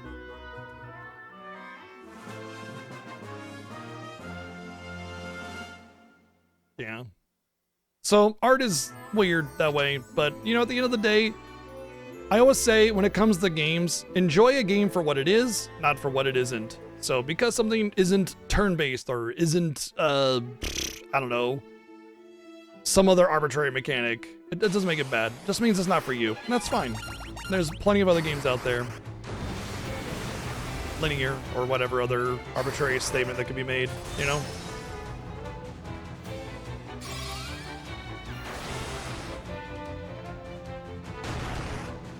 Deist will be hard because, not because of like, it's Deist, but because mana.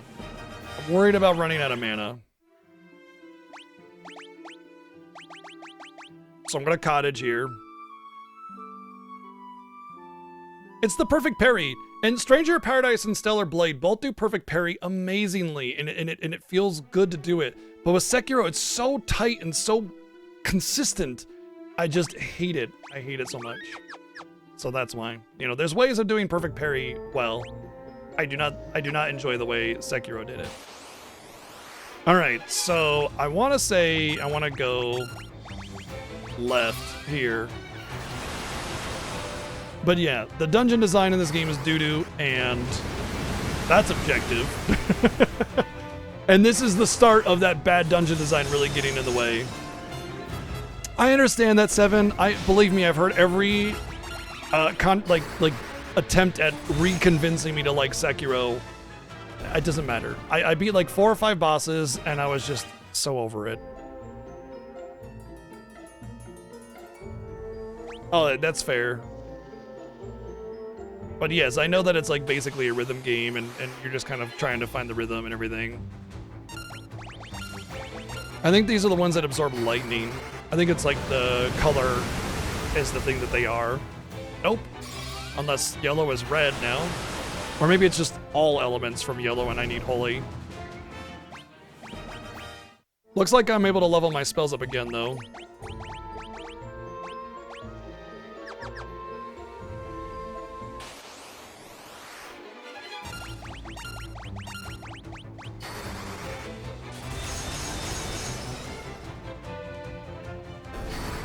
I agree, Danube.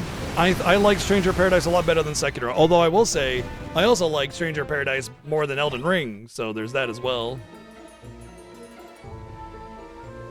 And I platinum both of them, by the way, just so we're clear. I platinum both Elden Ring and Stranger of Paradise. I like Stranger of Paradise more. Even with the DLC and the super grindy nature of it, it just felt better I don't know.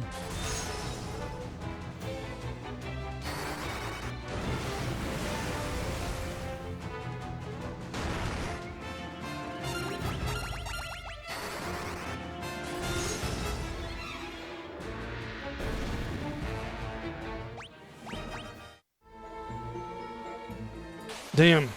I can't even stay awake until and after midnight. After midnight, I just zonk.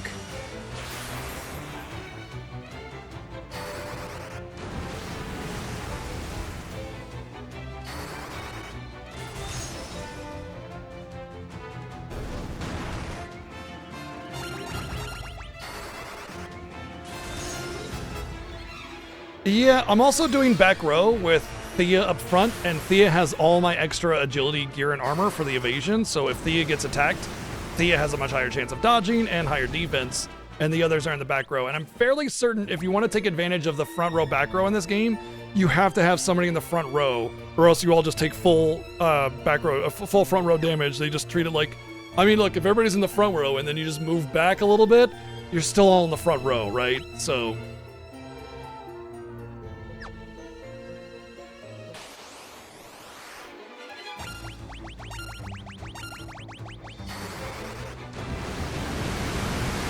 most HP, most evasion, most armor.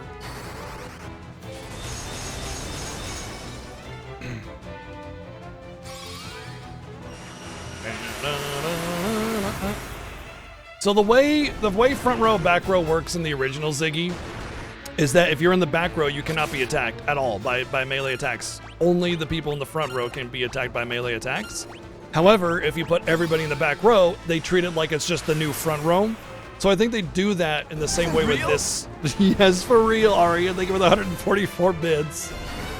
But in this version, they can still be attacked by physicals, because otherwise you can force everybody to attack a single character, stack down with all the evasion, and you become a god. And so I think they wanted to sort of not let that happen anymore, which is why they can still be targeted in the back row, but you still need somebody in the front row. And then in FF4, the reason they do the back and forth rowing in FF4, where it's like a W pattern every time, is because of the issue with FF3. They forced characters to be in the front row and forced characters to be in the back row, usually. Hey, bud. And in FF5 and FF6 and FF7, they kind of change it and just say, do your own thing. And then we'll balance around that, you know?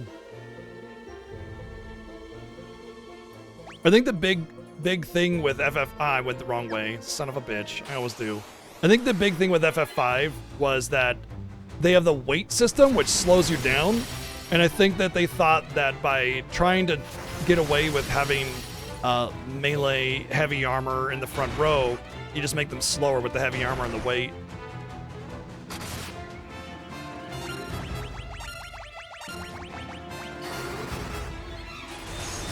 Cecil in the background, he was he was jumping around. He wanted to get on my lap, but then he ran off because Cecil is like, he's just like that.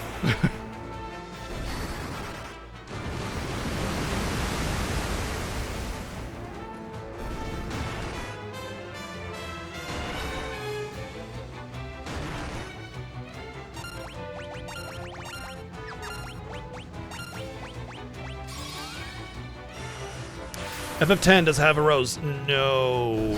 Nope. Nor does FF12 or 13. So I think FF9 was the last game with rose.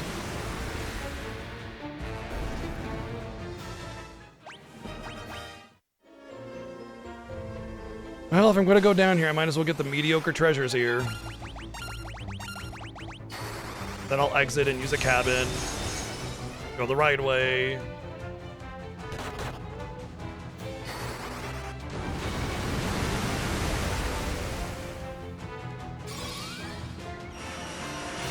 Has there been any RPG that uses rose other than Final Fantasy?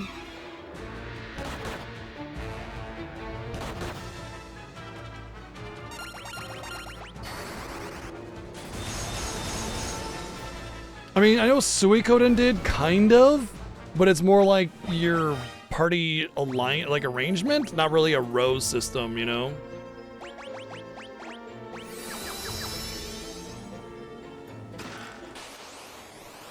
Lufia? Yeah, they kind of do the same thing Suikoden does, though, right? It's more of a formation situation than it is a row situation.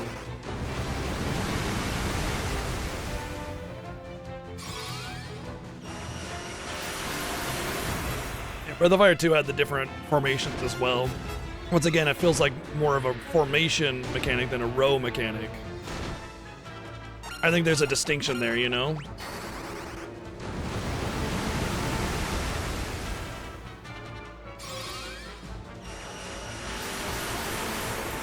I mean, it definitely utilizes the idea of front row, back row, so it, like, you're definitely getting front row, back row positives and negatives, so, like, that does exist. Etrian Odyssey kinda sorta does it, yeah. I mean, it is again once again more, it's like a Final Fantasy IV row situation where you're forced to have front row, forced to have back row. And it's not really a formation system, it's a, you know, choice kind of situation, but yeah. Well, that might be pretty close.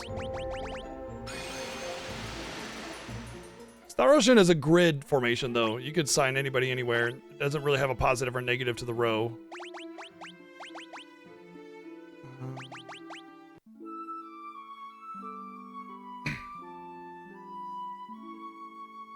Oh, you know, I think I vaguely remember something in the Romancing Saga 2 remake where they had like the sort of row system that was a little bit more free.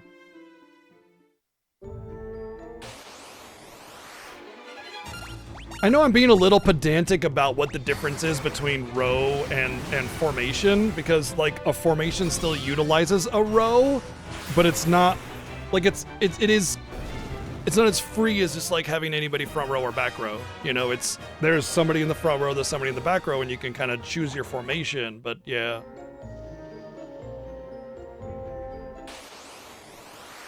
FF4's was definitely a formation instead of row, yep. But yeah, it's interesting to think about because like, so I guess FF like what, 5 through 9 are the only games that have like the free use of rows as you want them to be.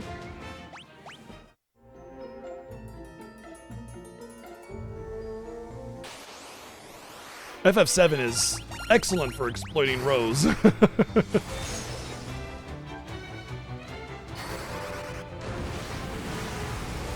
Yeah, Bravely Default is basically like unofficial Final Fantasy game in a lot of regard.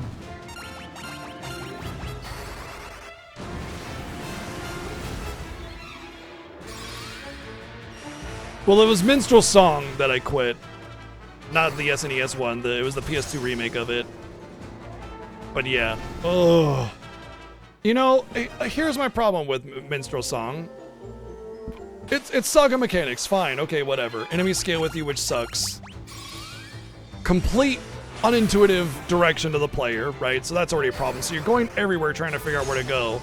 But then you'll get onto one screen, and they'll be like, the enemies on screen, right? Enemies are on the field, so you can void them, but like you get to one screen, it's just a tiny little strip of land, and there'll be like 30 encounters on it that you have to fight all the way through in order to get past them.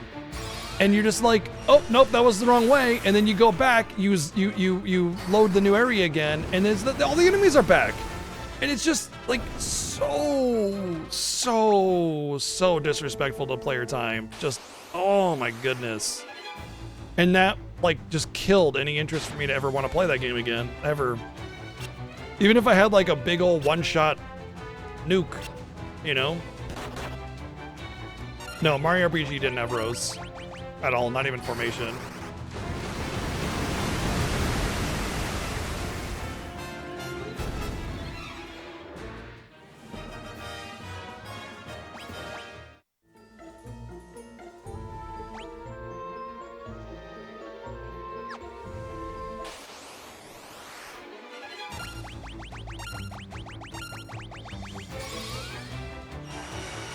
Hey, Holy is level 6.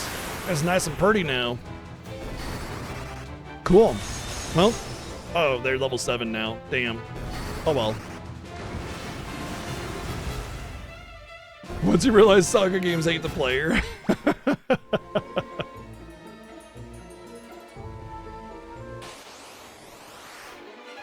No. What he's saying is that there's a remaster of Minstrel Song. Like, Minstrel Song is the PS2 remake of Romancing Saga, and there's a remaster of Minstrel Song. Yeah. That's what he's referring to. I couldn't stand that game, how frustrating and cruel it was to the player. And then, like, I spent a million years trying to figure out where to go, what to do. And then I go down into this little cave, and then there's a super boss that just one-shots me, and I'm like, I'm 2 hours into the game, what the hell?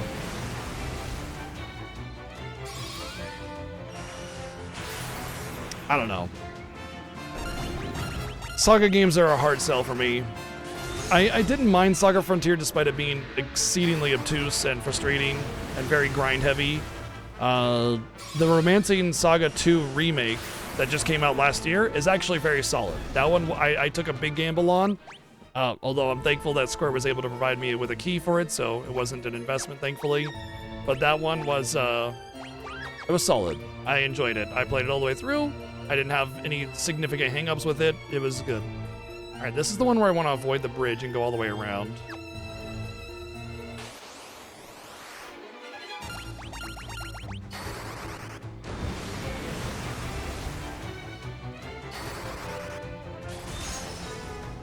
Although I haven't played like Saga Frontier 2, I've heard that one's a little bit better. I haven't played a couple of the others, but yeah.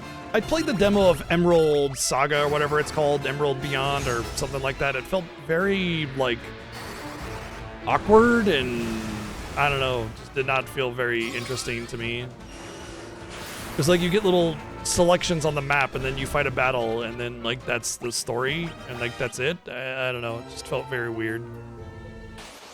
Emerald Beyond, I think is what it was. Yeah, I mean, if it's a remaster, it's going to be the same game. Unless it's like HD remaster or something like that.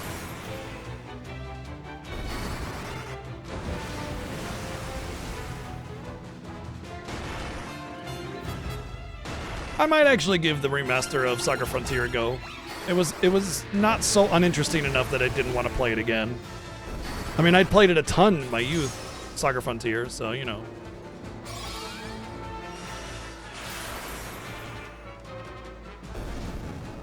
One thing's for sure, though. Saga games always have banger OSTs. It's like Sonic. I don't like Sonic, but they got some jams in Sonic.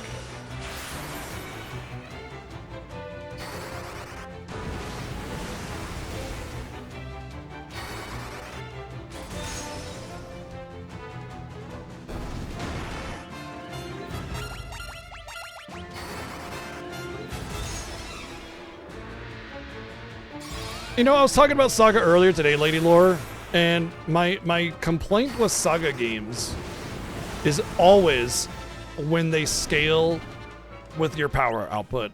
That is like such a slap in the face to me. I hate that so much. Now, if it's not very aggressive like FFA, it's not really actually getting in your way, fine, that's okay. But if it's just like keeping up with you and sometimes surpassing you, frustration, major frustration. Like, what's the point of grinding if you're just gonna get matched, you know? So you can't like benefit from any of the little like the powers that you find and you know can overcome challenges with. The enemy just matches it 1-for-1 every single time.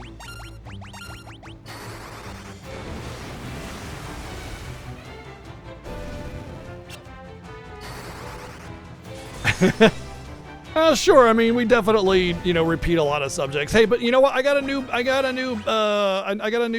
like, what do you call it? Like, punching bag?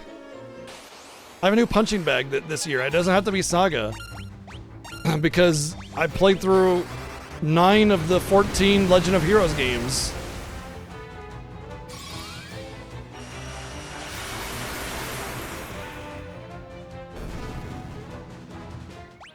So we can use that as a punching bag now. I'm sure there are a lot of Legend of Heroes fans in here. I don't want to anger all of you though. Hey, you know what? I like talking about games, and there's always new people in here every day. So, you know, talking about the same things repeatedly, it just happens. I always say this, but like one of the major things about a streamer that nobody ever really realizes is that there's a lot of repetition. You have the same conversation many times, and I'm okay with that.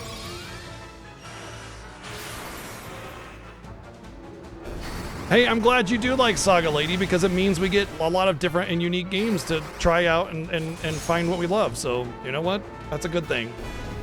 Just like I may not like Cold Steel, but fans of Cold Steel mean that we get more different and unique games that change up what kind of games we get to find different things that we might enjoy or others might enjoy.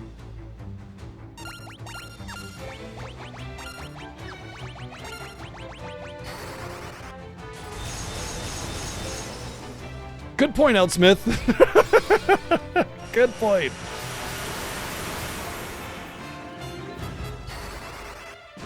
I've heard really good things about the first chapter remake, like from a gameplay perspective, but Legend of Heroes gameplay has never been a complaint of mine. It's always been decent.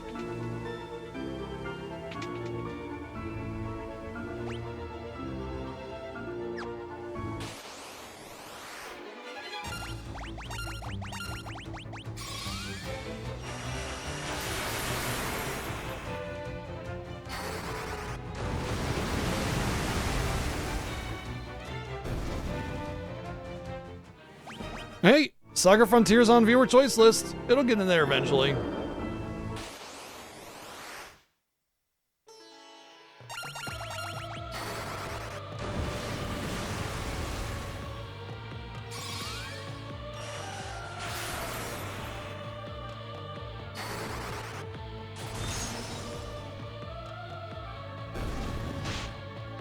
Wow, this might be the longest boss yet.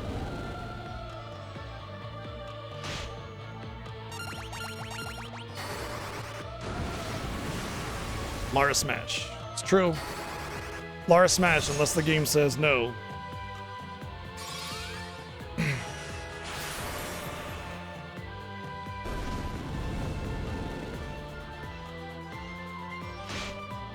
Agreed, Lady Lore. I'm the same way with Final Fantasy. You know, I just talk smack about one of my favorites, which is FF13. I love it to pieces, but it's got its flaws.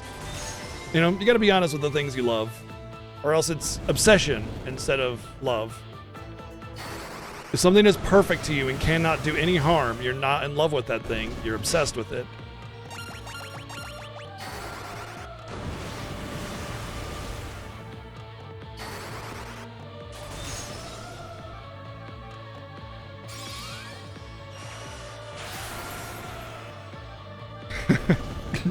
Don't play them. Good. All right, everything's level 7 now. Does that mean they're like actually even? Because yeah, I couldn't level up. Oh no, almost level 8. Okay, so I was getting levels here.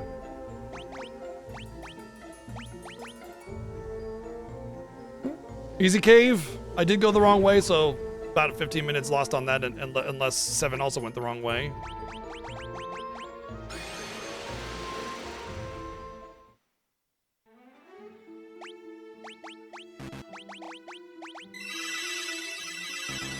I intentionally did AoE all the way up because that means I get more healing cure XP on my spell, by the way.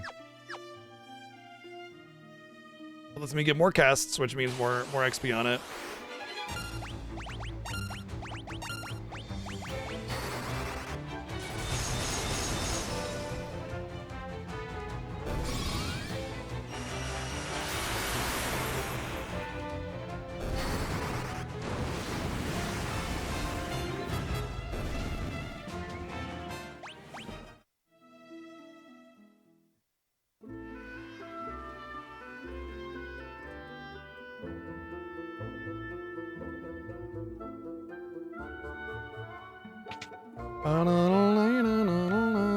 Okay, I think at this point I just go back to town and everybody's like,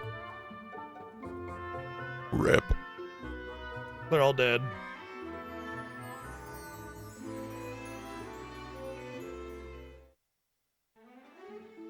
Oh, I want to take the water because less encounters.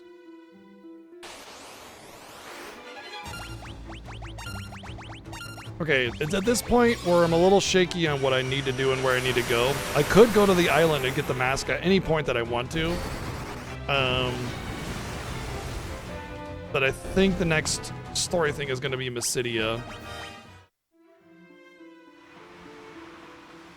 So is it worth going to the island, or should I go back to the town and make sure that I'm on the right story trigger?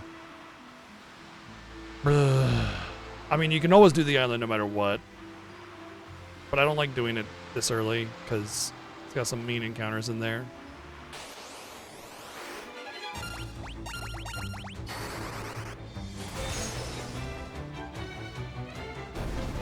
There are some flaws I can't overlook, for me.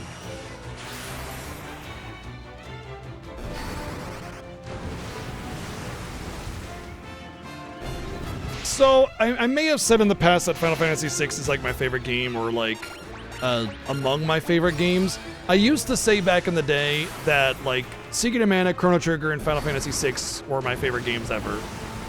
And as I've gotten older, I realize that that's not true, and I realized something about having favorites. When you have a favorite thing, you always compare it to that thing, and that any kind of new thing can never bloom or manifest or anything, and it's always just in comparison to your favorite thing. And so you never get a new favorite thing. You never learn to appreciate or love something beyond whatever your favorite thing is, and you just get locked into that. This is my favorite thing and nothing else can beat it, and it's always just a comparison to that. And so I kind of open up my mind a little bit on like what is my favorite, or what is my most enjoyable game, or anything like that. Favorite movie, favorite game, favorite song, favorite anything.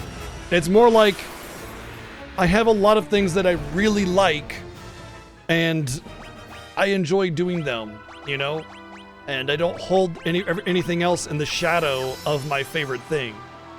So Final Fantasy VI isn't my favorite game, and I know that to be true, but it doesn't mean that I, don't absolutely love it. It's a very, very important game to me, and I spent a lot of time with it in my childhood. Yeah, exactly, Eldsmith. That's what it is. Some of my most precious memories are from FF6, but also FF7, but also Secret of Mana, but also, even new games like Final Fantasy VII Remake have just been absolute brilliant experiences for me.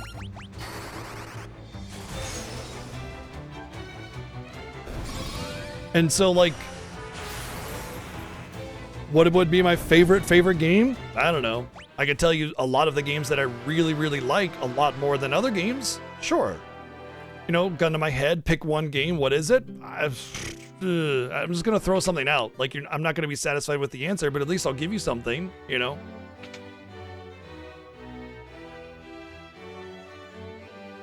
All right, we got to go here anyway. We got to talk to Hilda. Well, 1 in 16 chance for a ribbon, everybody. Let's see if we can finally be the lucky one with the ribbon, because I've never been lucky enough to get the ribbon.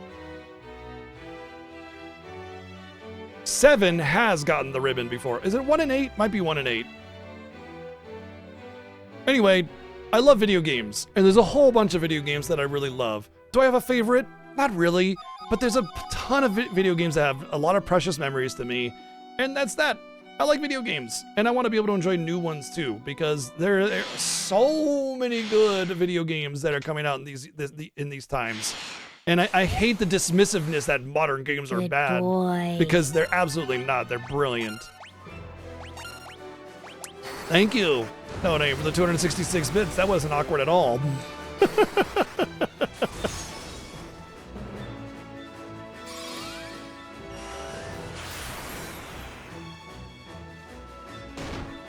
Well, she didn't charm, so that's good.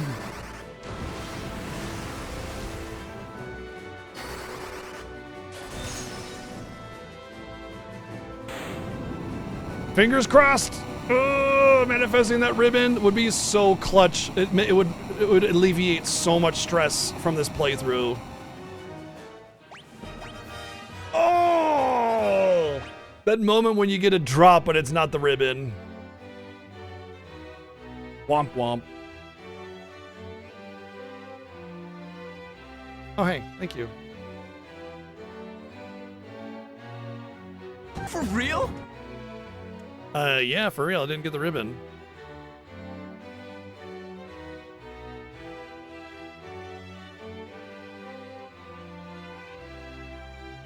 It's like both hearty and light.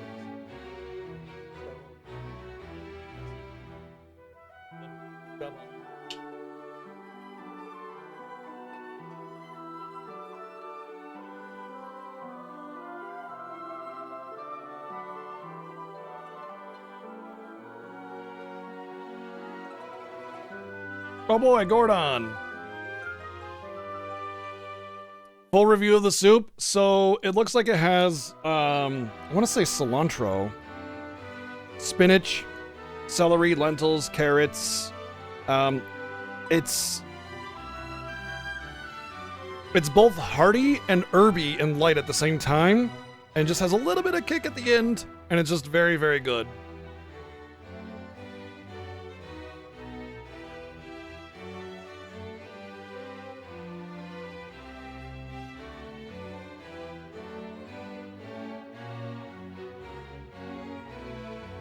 There you go.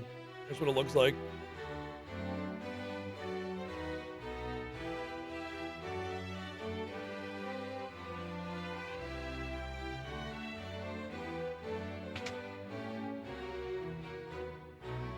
Ah, you're one of the unlucky folk that can't enjoy cilantro. That's a shame.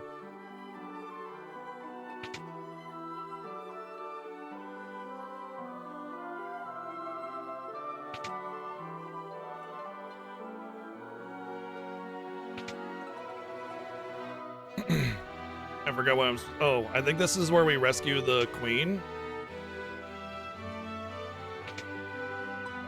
Yep. Yeah.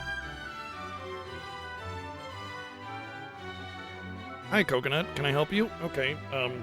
Hi.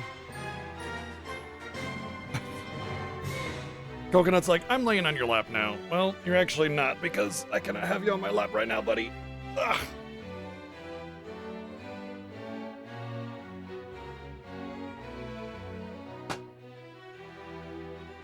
Good boy. You're talking to Coconut. Thank you, Planet for the 266 bits. And Sweaty, thank you for the 37 months of subbing.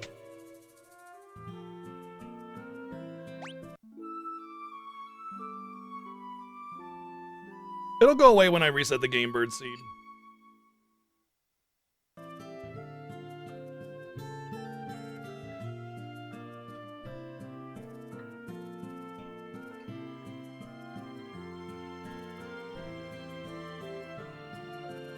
Mmm. Yeah, cilantro really helps a lot of Hispanic food too. Mmm. Damn it. I gotta talk to some NPCs to make sure I know where I'm going.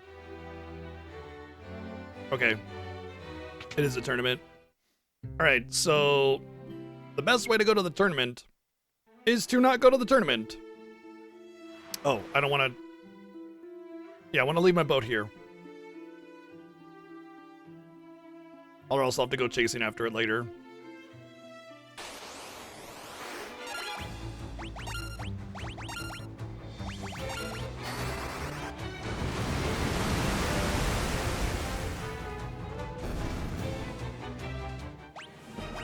Ooh, ×3 dodging. No? What? Who got it then? Thought I saw an upgrade. Oh well.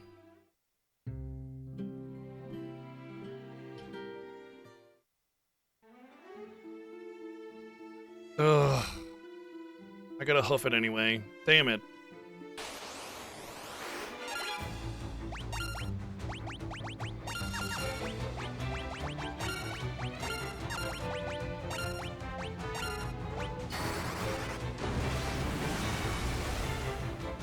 There's a little visual bug.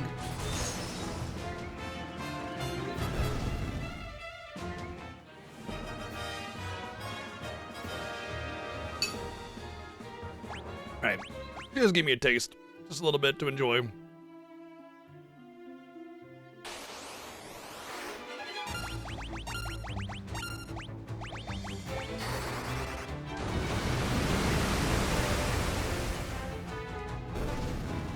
Sure. Yeah, absolutely. That's really good stuff.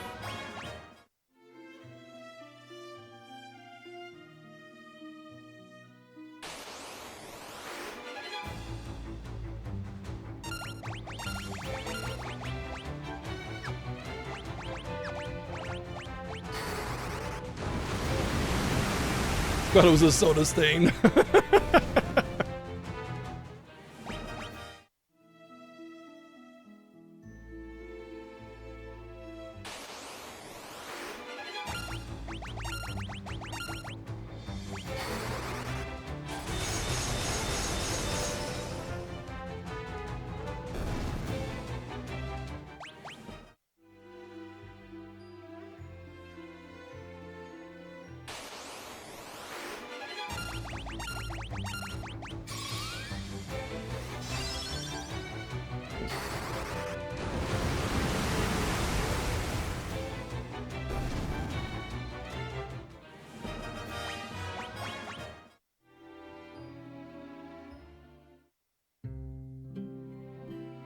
Yeah, Flo's just very good in this game. Flo's just very good in this game.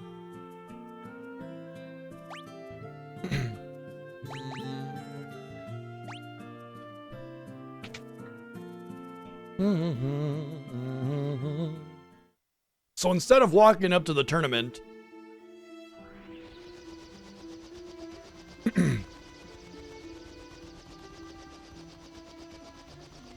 I'm going to take the airship back to Cashman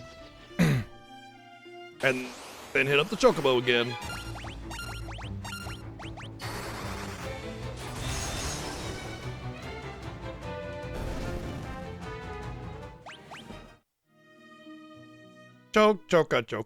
Chocobo.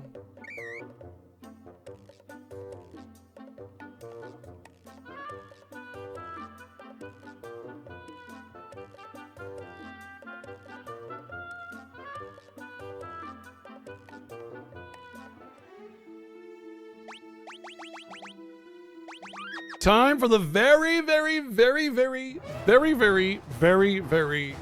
first time ever at Final Fantasy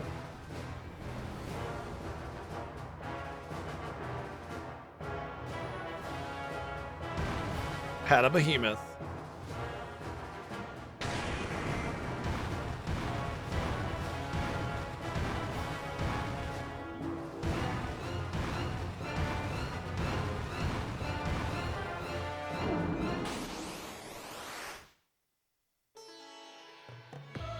This is also the first time a Final Fantasy had a Chocobo, by the way.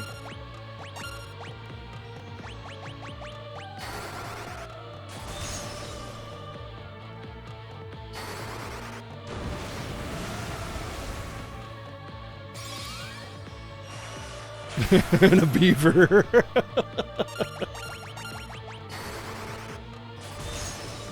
Oh, probably many times, Asher. I love those big horns that go all the way back. That's sick.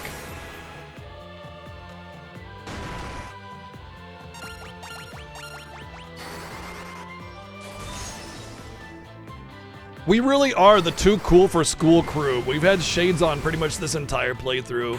They're just fucking styling. Styling on everybody.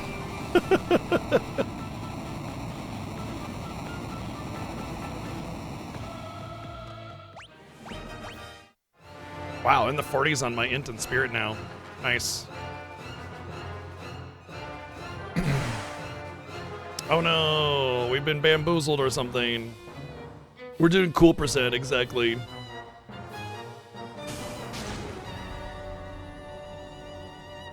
Time for the coolest ninja in video game history with like a goofy bull haircut. It's Paul. Paul the Ninja.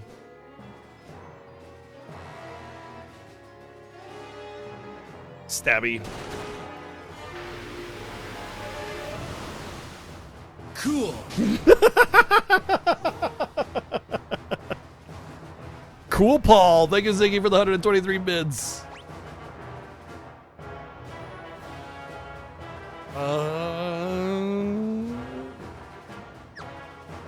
Yeah, praise Shy Halot or whatever. No, his name is Paul the Ninja, not a thief. His name is Paul T. Ninja. Paul the Ninja.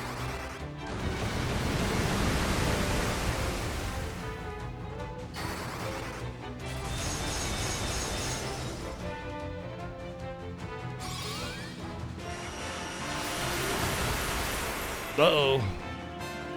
Okay, good.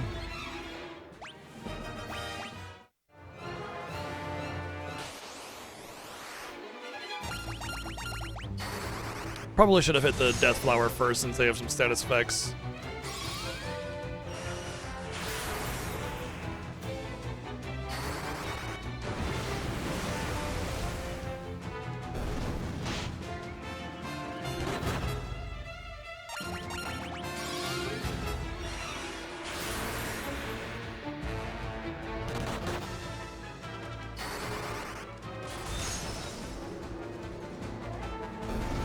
Wow. Pokemon weaknesses here. Grass type, weak to ice.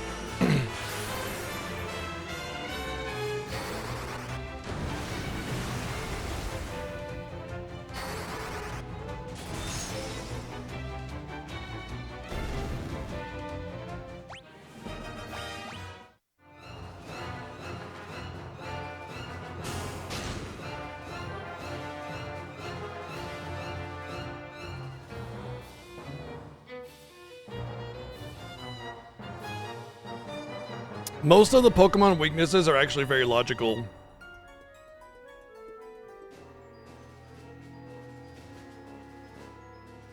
Like flying and grass being weak to ice. Like fighting being weak to psychic.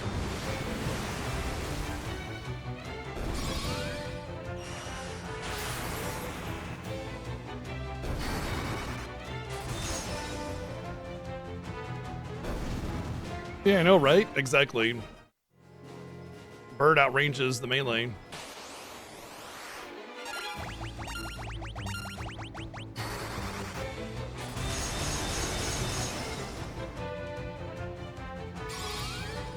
That's because bird or cats strike as fast as lightning, which is super effective against flying.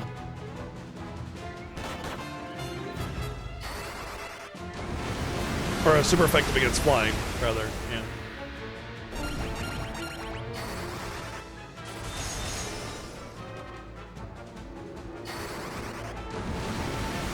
Damn, yep. Yep, that's some evasive maneuvers you got going on.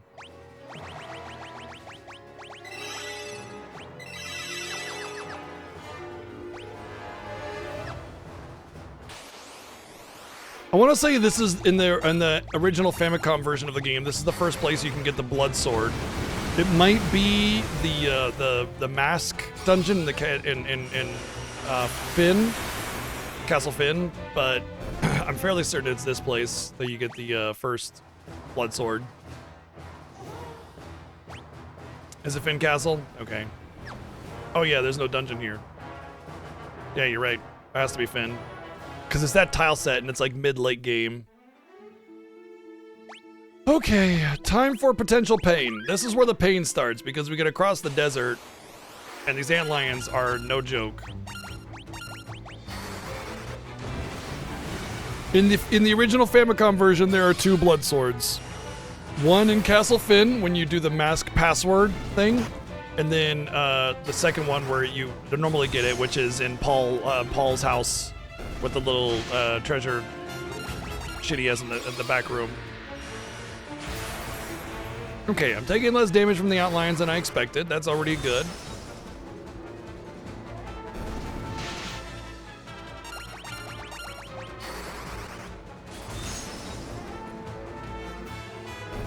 All right, not so bad. Paul's is optional, yes. You do not, like, Paul's is already optional as well. You're not required to get Paul's hidden little treasure trove.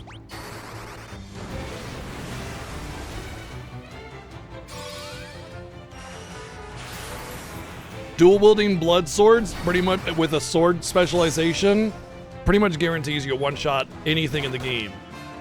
Anything in the game.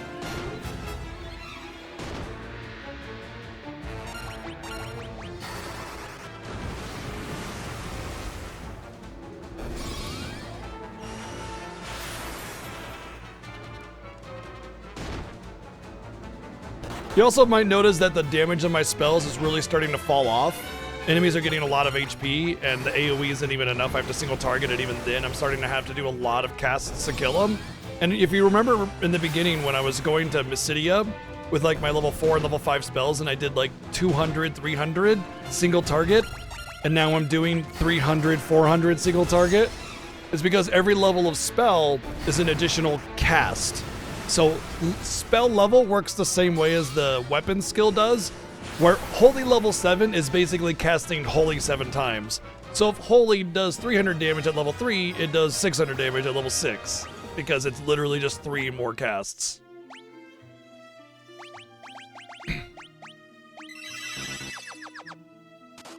Alright, well, we're out of the desert, that's good. Now for the long walk. What? Still landlines. Get out of here. So really, if I'm going to want to see some big damage increases, I'm going to need like 10, 12, 13 up there, you know. And even at level 16, if I'm doing 100 per, that's different. Yeah, it's still only 1600 per cast, which is good, but like, you know, you're never really going to get huge.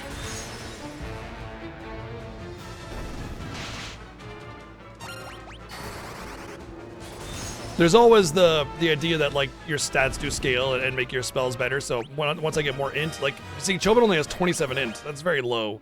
It's actually a lot lower than I thought. But I got what? 28 spirit? What? I thought it was in the 40s. She's only 33. Wow, I thought it was in the 40s on my int and everything, but I'm not. I'm on the 20s. So yeah, my stats are very low right now.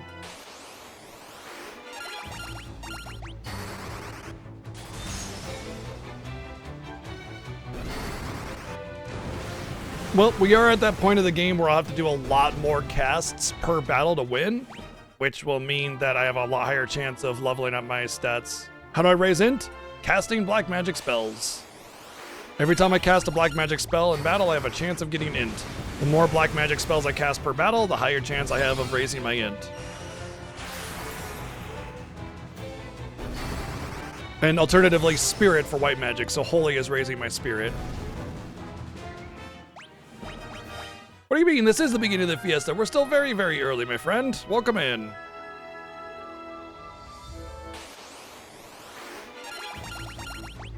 Alright, so I think next is...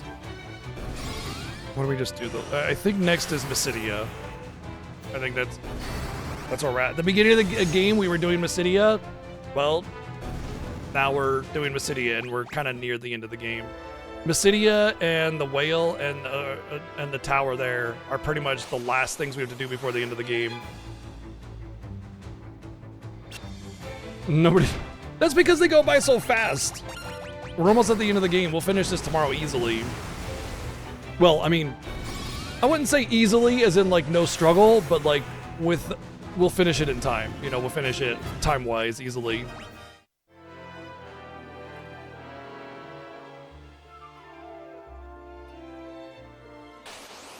You might recognize this spot, by the way. This is where we, grinded up early in the game. We were fighting these things. So when we had our like level 2 and level 3 spells, we were grinding up here. So if you were paying attention back then, this is where that spot is. We went right over there. That little marsh penis.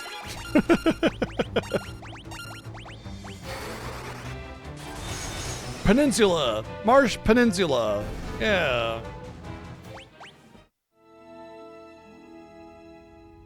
Alright, I think we do the attack on the castle first, and then we get the keyword and all that good stuff. Should be a camp or something. Yeah, there's the camp.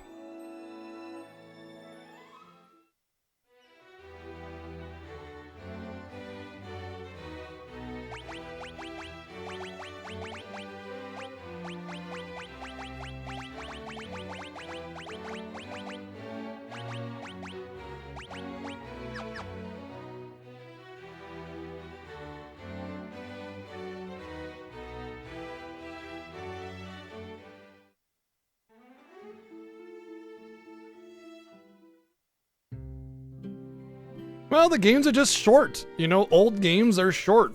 That's just how they are because they had limitations of memory, so they had to make them short. That's why a lot of old games have crazy grinding because it was a way to make them last longer, you know? And the incentives do a lot of heavy lifting to let us play them longer. Normally, Final Fantasy, if we had no holds barred, no restrictions, we beat Final Fantasy 1 in a single day every single year. So it taking us 2 days already is twice as long as we would normally have, you know? All right, so there's a neat thing about this place right here. First off, the enemy level is very high, so it's actually a really great grinding spot if you can get to it early in the game, because you can just walk back and forth here and get like really high level encounters and grind your stats up very high. But there are random encounters here, okay? And there's a lot of treasure. There's actually quite a bit of treasure. You know, even a lot of modern games aren't entirely long. Like, yeah, Persona and SMT are ridiculously long games, or Legend of Heroes games, but most games are 30, 40 hours usually, so, you know. But anyway, we're not going to get any of this treasure, and I'll show you why we're not going to get any of this treasure. Yay, another gold hairpin. I love how she comes re-equipped with the gold hairpin. Thank you, Lila, for performing your usefulness of providing me with a gold hairpin.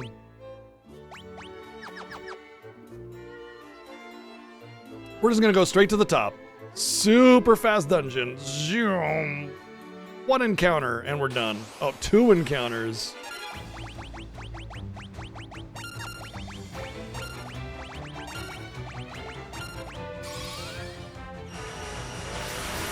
What's up, Zio?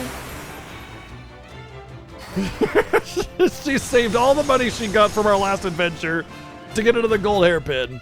And then I'm just like, yoink!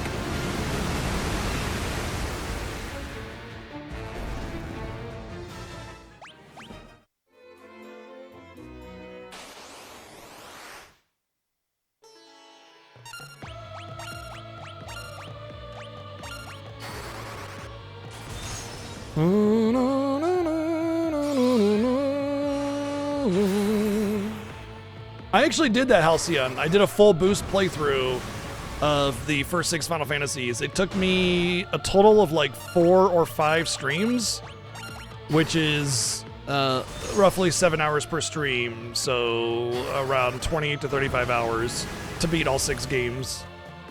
And I was being pretty generous with like getting extra treasures and stuff, yeah. Like, I wasn't really rushing it, but I was definitely going fast.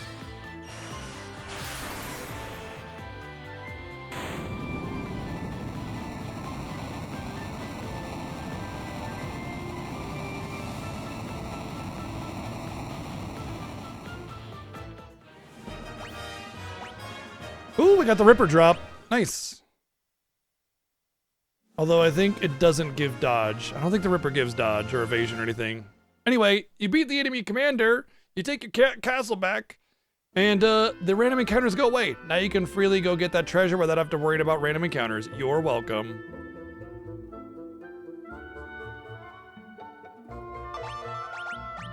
Oops.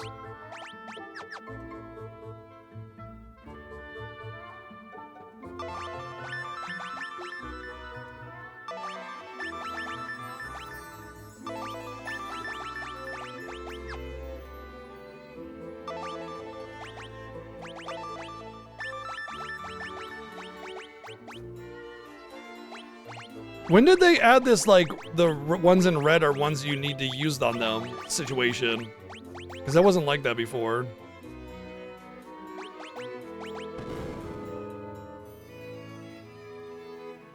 Alright, so there are a couple trapped treasure boxes, but there are some neat things that are worth a lot of money, like Aura. And I'm not really worried about the difficulty of the enemies anyway.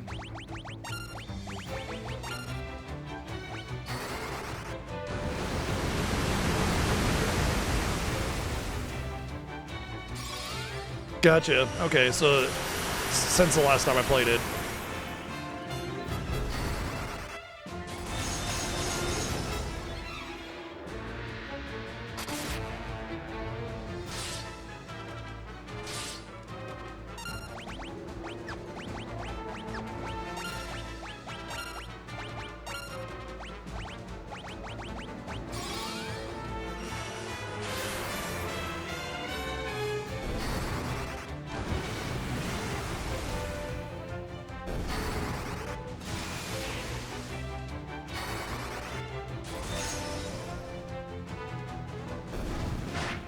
I'm really enjoying them, Liquid.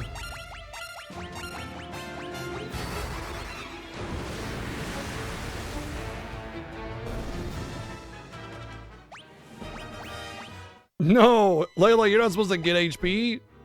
I like how I got an Aura Tomb as a drop, and then also there was one in the chest.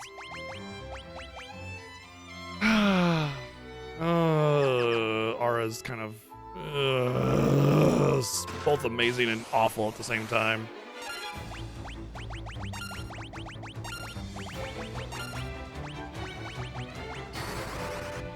Once again, a lot of the use of spells in this game is like when they're really high level, but grinding up spells is such a slog that it's like, why would I do that?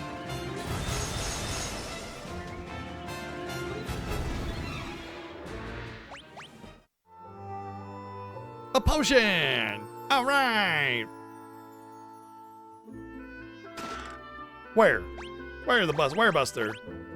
All right, so the Ripper does have evasion, but only a little bit. Not very much magic interference. It might be worth using, just for that. Oh, Mage's Staff.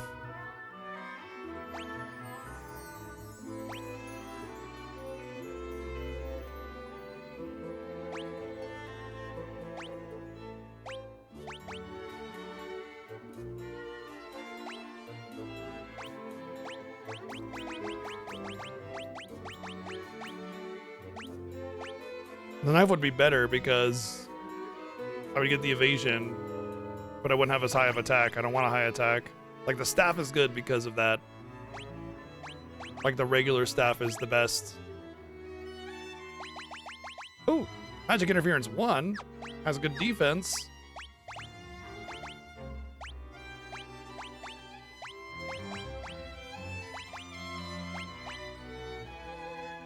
Oh, but my evasion drops. Right. Yeah, I don't want that. Not yet, anyway. I might later.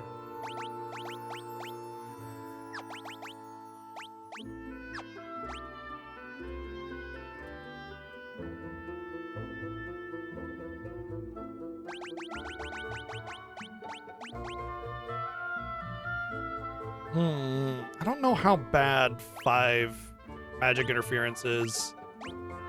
Seems like it wouldn't be all that much at all, right?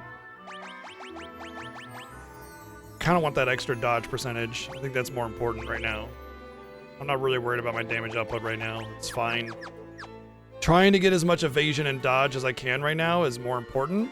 When I start to struggle with output, then I'll consider taking away some of the magic interference I have, which is not that much. The most I have is the Thieves Gauntlet, which gives me 40. I imagine it's something like kind of 1 for 1, you know, minus 40 damage kind of situation. And so if you're only able to do like 400 damage and you got 200 magic interference on all these heavy armor, yeah, you're not going to really be doing very much.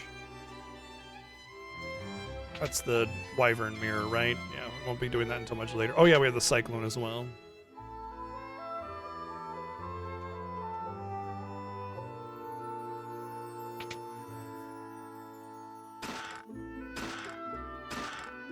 Oh good, the trifecta of banned spells.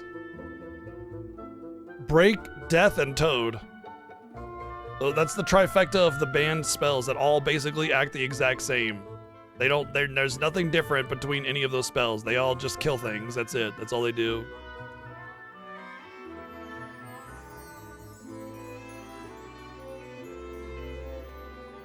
Teleport's also banned, but it doesn't do the same thing as those spells. It's slightly different. It doesn't kill them. It just expels them from the field.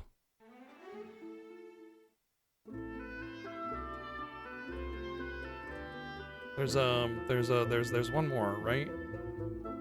Or is it? No, when I go down the stairs from the password room, I come out there and I go out the wall there, and then I come in through here and I go in there. Okay. So I'm gonna go in the town because the shops have opened up and I do believe they have something that I want, most notably a gold hairpin, if I'm not mistaken. Suzaku, thank you for 72 months. No, they have the Giant's Helm. The other one that if you have enough evasion is very good because it gives you strength. Ooh, strength. What about weapons? Garbage. So much garbage in these shops. Okay, time to buy more ethers. Let's go for the max. And we're gonna sell all the garbage we can't use. Garbage, garbage. I can't fight, so that's actually garbage. Which is actually, oh, right, yeah. It's actually kind of nice though because like, it's expensive, so the fact that it's garbage is nice. Gives me money. Oh, I don't want to sell that just yet.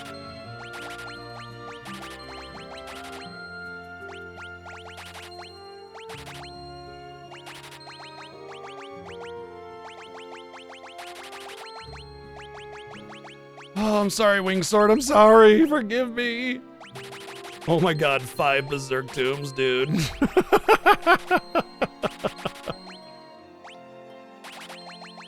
I've been getting pretty lucky with the drops, haven't I?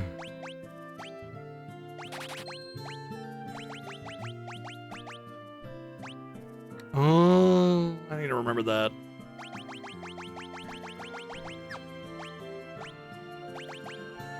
All right, let's get 10 cottages. We'll get some more Phoenix Downs. And then I'm gonna get 1 elixir. That's like my savings account, basically.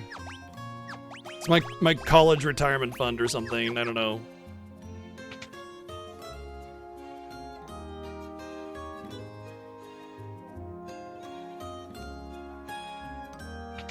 Just want to check the magic shop just to make sure there's nothing important in here. Oh yeah, Mini, that's also banned.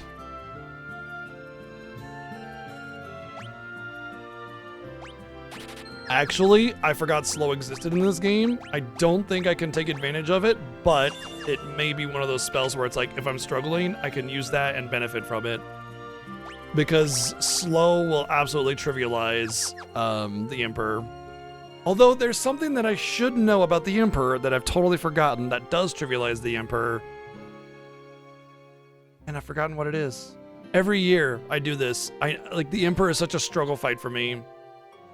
And I've forgotten the thing that makes it easy. Of course I have. Oh, let's go to the inn. And then we'll be on our way to the next dungeon.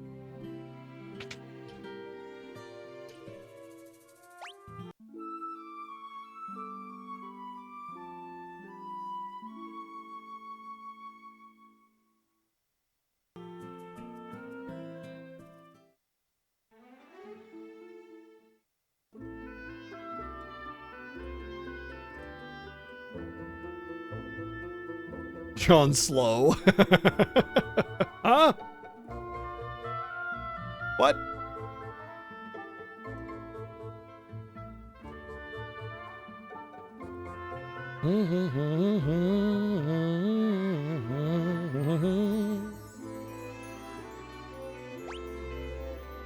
I missed something. There.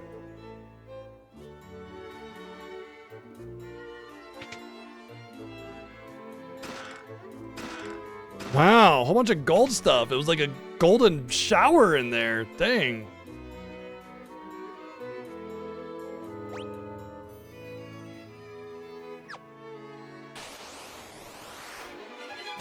Oh, these things just heal you.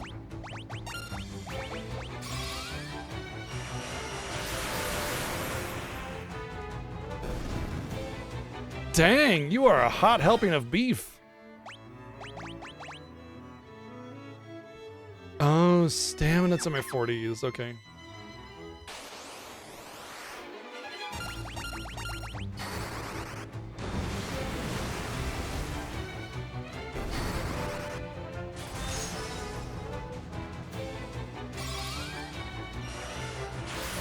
I want to say I should be able to get my skills up to 9-ish here. Let's see if I'm even learning. 8. I can't tell if I'm actually learning beyond 8 though.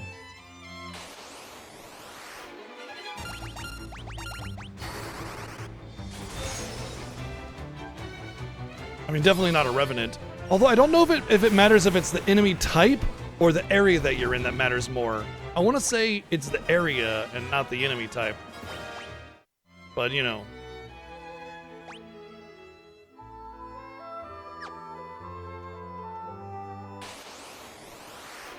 There's just way too much, like, stuff for me to remember all the complex specifics of this game. You want to know intimate details of this game? Ask Rageson. He's the one that knows everything about it.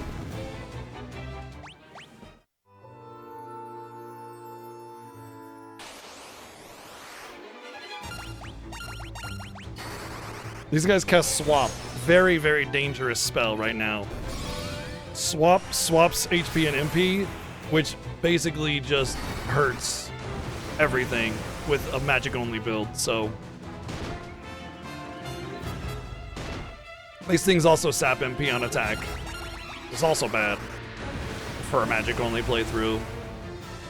And when we get into one of the next dungeons, we're gonna fight a lot of them, so we're gonna need those 99 ethers. That's why I got them. So far, we haven't had to use a single ether. Wow. I had the square when I was trying to open up my map. So far, we haven't had to use a single ether. I'd like to keep it that way until the end of the game, or, you know, forever. But, you know, if we gotta use them, we gotta use them.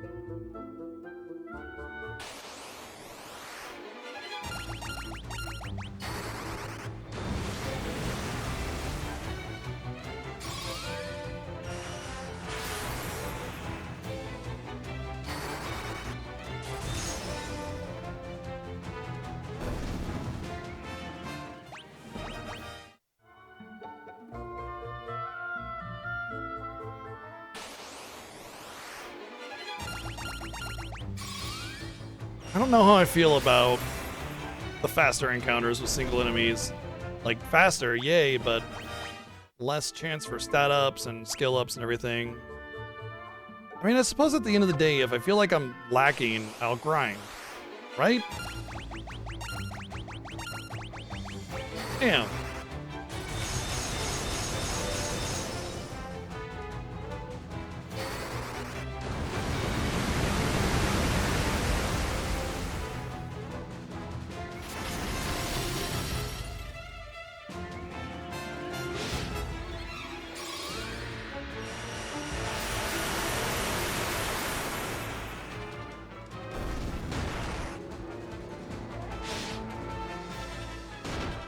Seems like my agility is still okay, even though I'm not having like a great opportunity to dodge. Like there's a lot of off-camera dodging that's going on. Because like even when it says enemy hits 1 for 26 damage right there, it could have been that 3 attacks were made, but I dodged 2 of them and you just only see 1. So there's still dodge experience being made here that I'm not seeing. And that's kind of, you know, important to note because every time I get hit, there's still a really good chance that I'm actually getting dodge XP. But how much, I can't possibly know.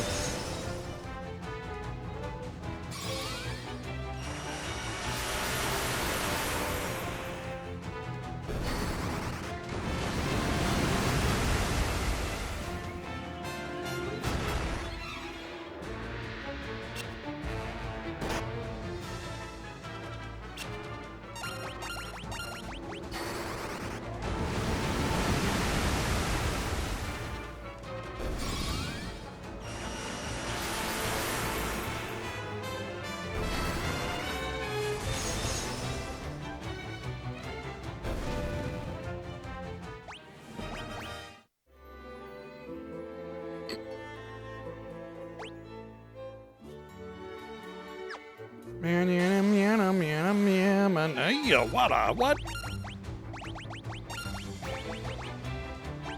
This battle this battle stalag might give me trouble. Oh. It's not gonna give me any trouble.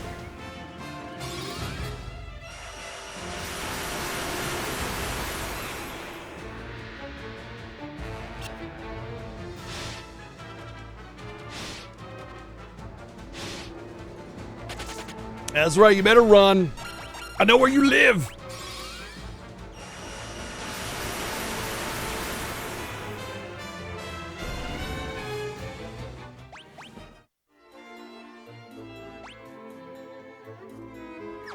Is that a Magatama from SMT? I mean, that's like a metal slime basically, so it's very fitting that it would walk away.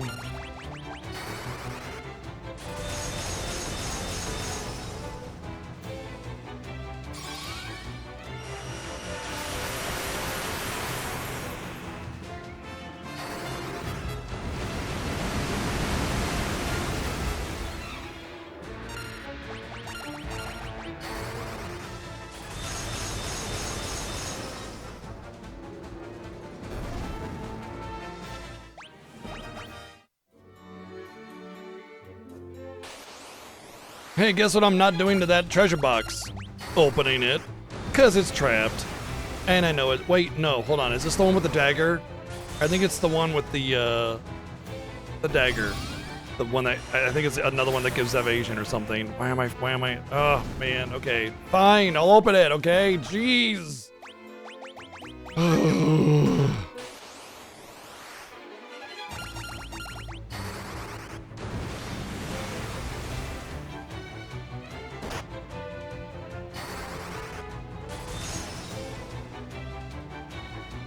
I think it's just like a ripper or something. Whatever. It'll be it's a high level enemy. It'll give me a lot of spell XP. Whatever. It's fine. It's fine.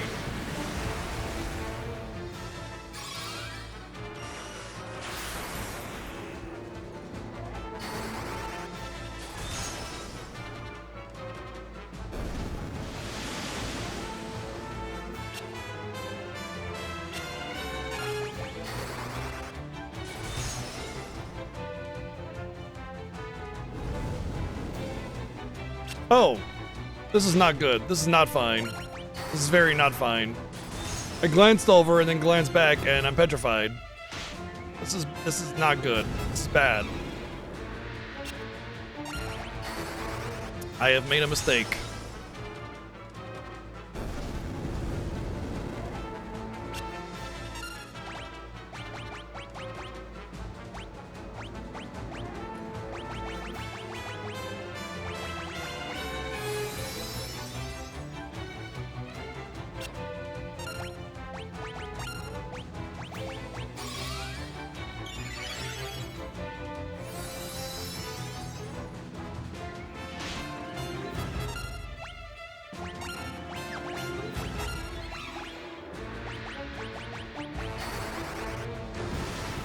Hey, fun fact. If you end a battle with a status effect, you can't ever get any stat ups from it.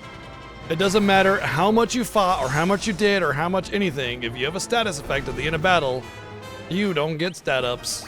How cool is that? Thank you, Fey Whisker, for a very nice resub.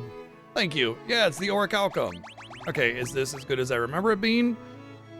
Well, it is low magic interference, but no. I mean, kinda yeah, but like also no. I would say I'd rather just put another mace in my offhand or something, right?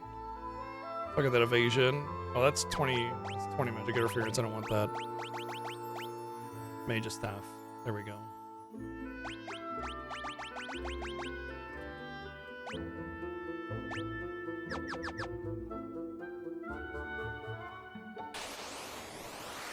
Happy Fiesta birthday!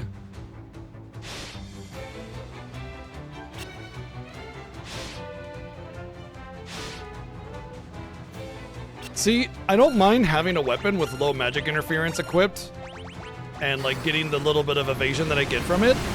What I do care about is if its attack power is too high, because then if I get confused, I start hitting myself for a lot of damage, and I don't want that. So having low attack power weapons that give evasion, like the main Gucci, that's where it's at. That's Gucci right there.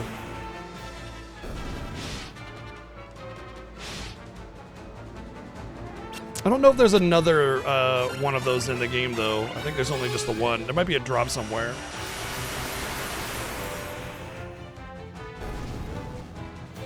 I would absolutely farm 6 of them if I knew where to get them.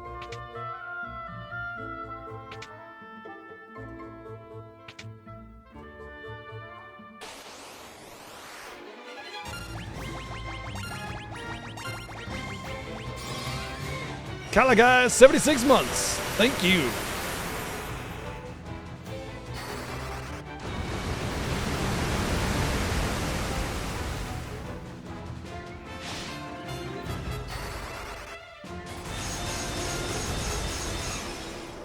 Ba-bom, ba-bom, ba-bom. Bow, ba-bow, ba-dow, ba-dow. Bom, ba-bom, ba-bom, ba-bom.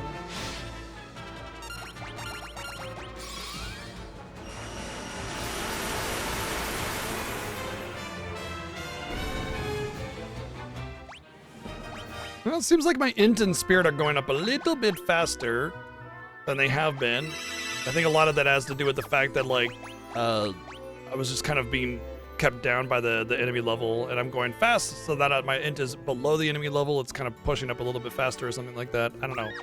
I'm making guesses based on the limited knowledge of this game that I have.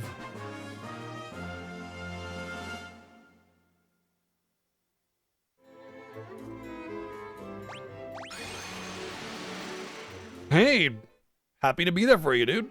That's awesome. All right, I don't think I need to go back up and hit the plot trigger here.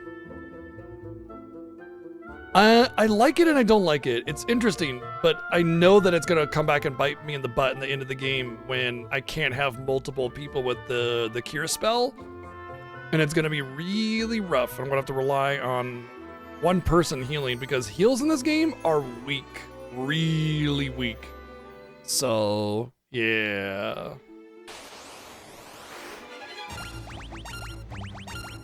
And there's also the fact that when you get near the end of the game, especially the final dungeon, it's a bit of a long dungeon, and you need a lot of MP getting through there. And so having to burn cure on one single person a lot is gonna be rough. Hey Marisol, thank you for 11 months. Working on that year, thank you.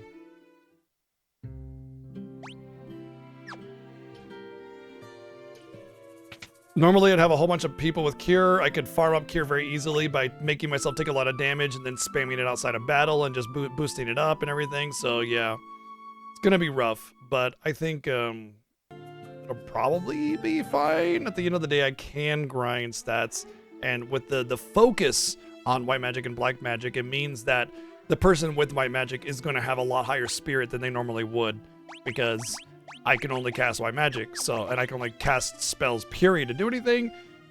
What's his spirit? 31? Still kind of low, but, you know. Oh, yeah, now we go to Mysidia, I think.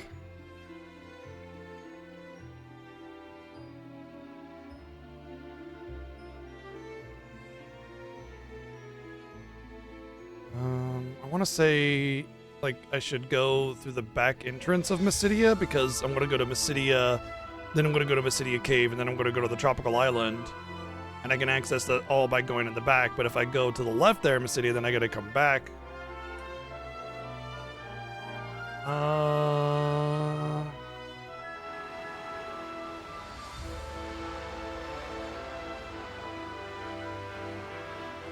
Yeah, I think it's best to put my boat over here. Okay.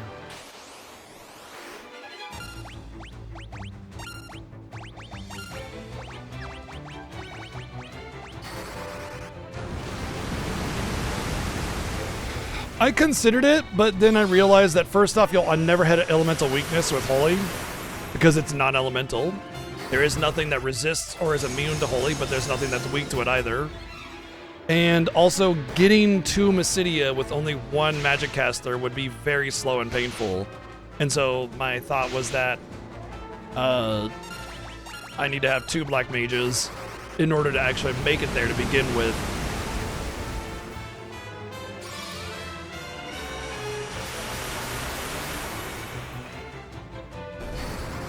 And so when it comes down to it, the biggest trouble I'm gonna have is the final boss. He is the biggest jerk of final bosses ever, and he doesn't resist any particular element, so it doesn't matter.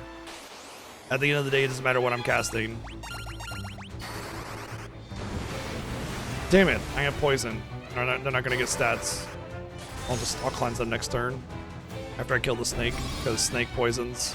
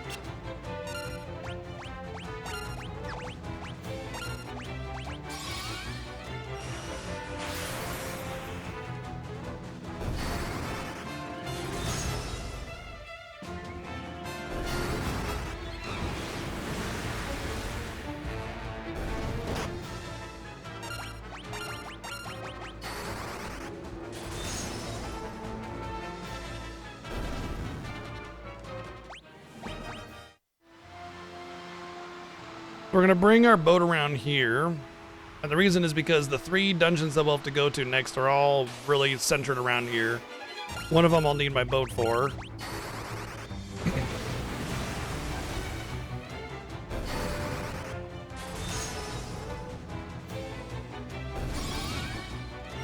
Well, 2 dungeons, 3 areas. I need to go to Mysidia.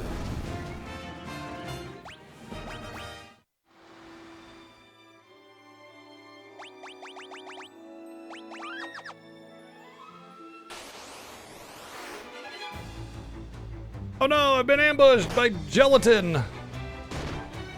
Not dessert! Enemy to humanity, dessert!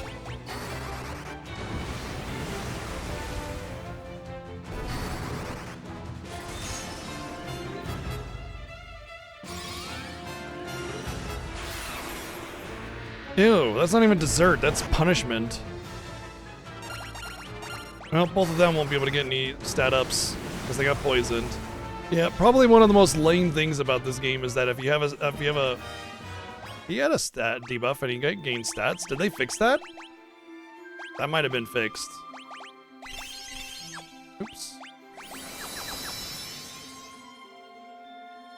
Well, changed, I guess. Maybe I'm thinking of something else.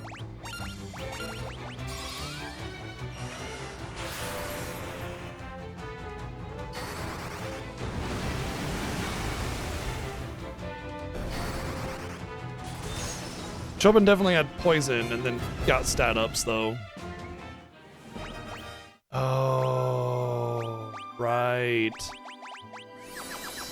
That's probably why my stats are so low. Oh, it's just the NES. Oh, okay.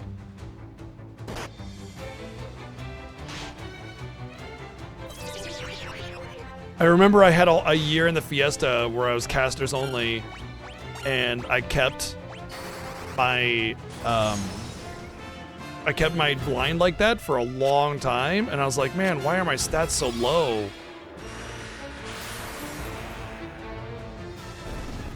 Yeah.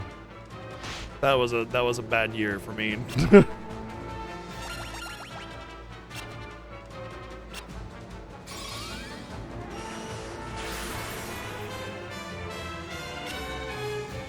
No, I'm pretty sure it's intended. But the Pixar Masters have some slight quality of life improvements. I mean, in the original Famicom, you can lose stats for not using something. Obviously, they didn't do that later on.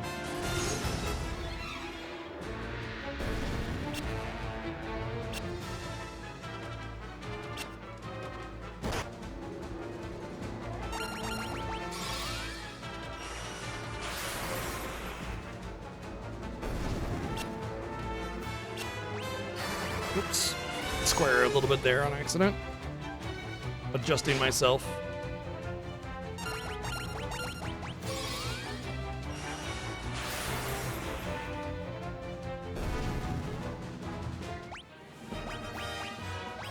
Well, I can definitely get stat ups still, so maybe it is a Famicom only thing.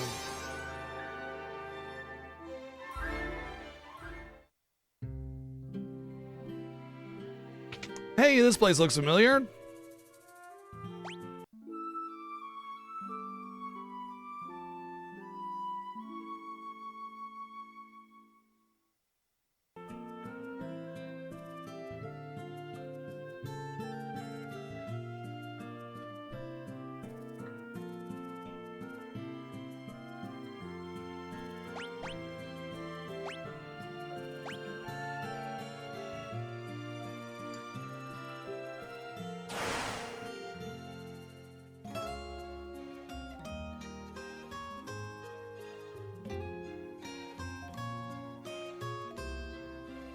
Hey, take it easy, Wills. Alright, I'm pretty sure that the Black Mask is in the Mysidia Cave, and then the staff or whatever is in the island.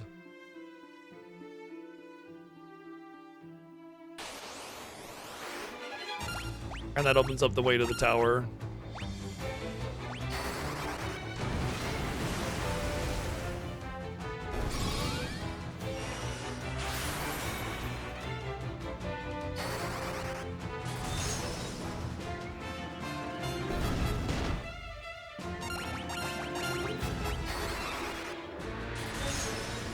I think we're making decent time, though. I think we're almost positively going slower than 7, but I do think we are at least going like a pretty decent tick. But it's about to be pain. This is the start of the pain right here.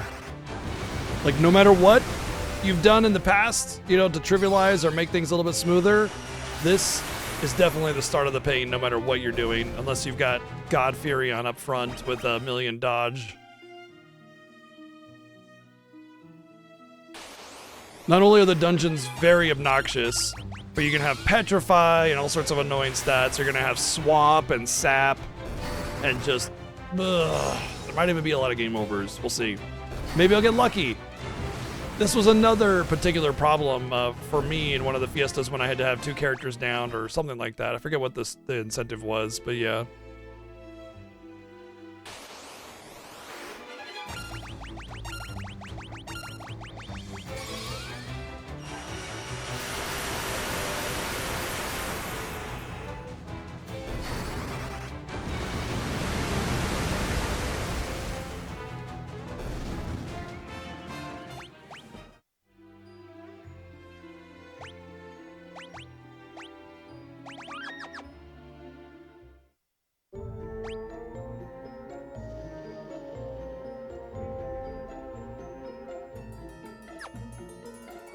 All right, there is one very, very important piece of equipment, though, early on.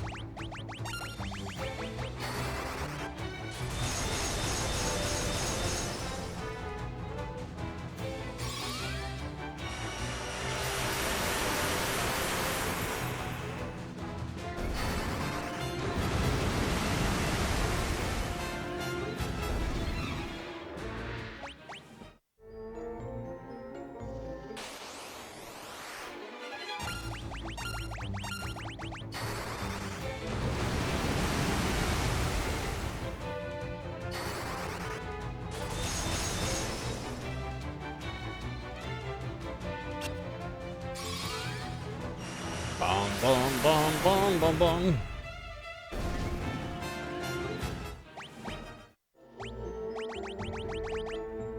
Looks like I'm leveling past 8. But on what? There it is. The Black Garb. The best chest in the game for evasion and magic casting, apparently. Plus 10 agility, very good defense, and no magic interference. This is the optimal setup for dodging is Thief Glove, Golden Hairpin, Black Garb, and then 2 shields. Or a main Gucci and a shield, whatever. But you really can't get better than this as far as like your bonus to agility goes. So that's that. But that's the only one I'll have. That's it. I want to say there's like a not a black garb, but like a black robe, which kind of just is defense for casters and everything without magic interference, but Solo Cecil is gonna be a trip. Yep, absolutely.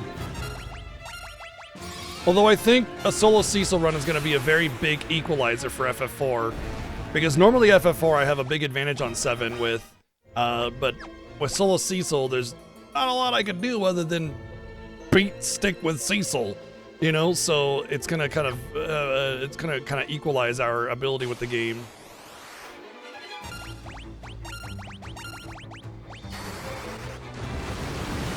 So the big advantage I did have with Cecil is gonna go away, or with FF4 rather.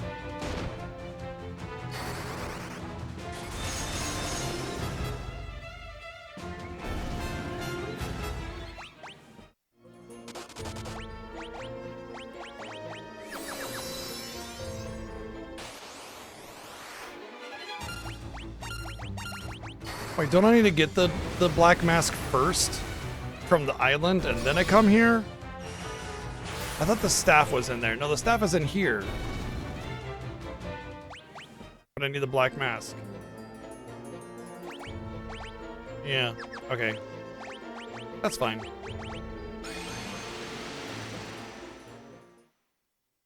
Yep, everybody else is a corpse. Exactly.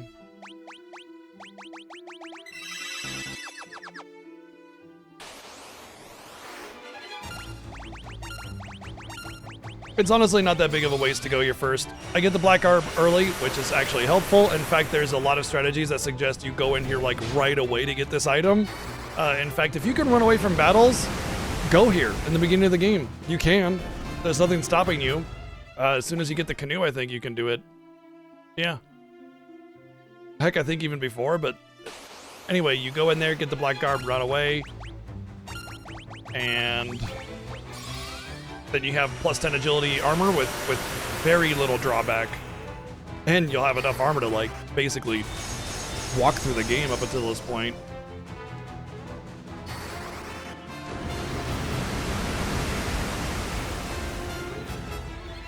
Oh dear, that's bad. That's very bad. Yeah, we're probably gonna die here. My only hope of living through this battle was, like, killing them all with the AoE.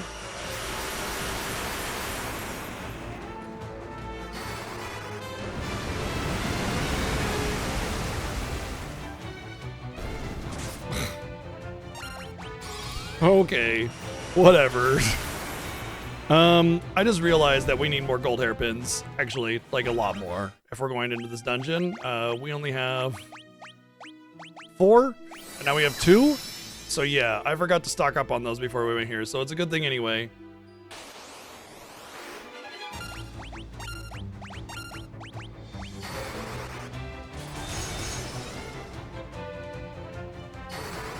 Hey, nice. I hope it turned out well.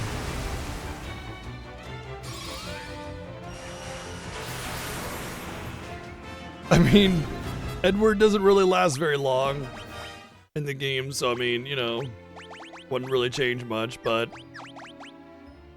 Alright, everything's level 8. These are definitely leveling up. Okay, so level 9 is happening. That's good.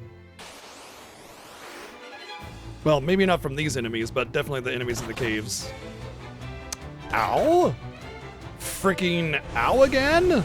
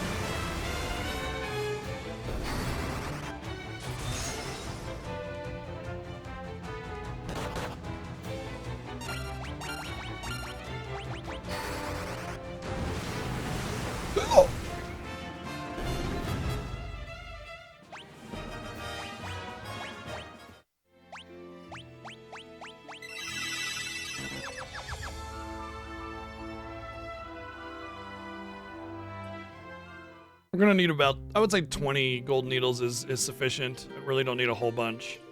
Like if I really get unlucky, I'll just use the quick save. Okay, that should be plenty.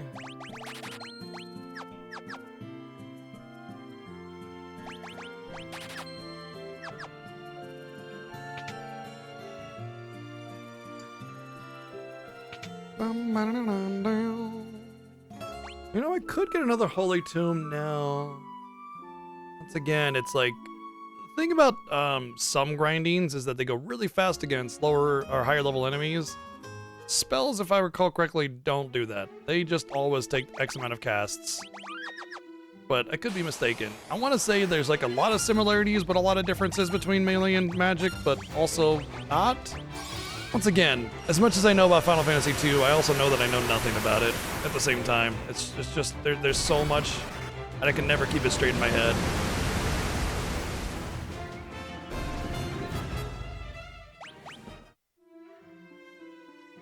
Yeah!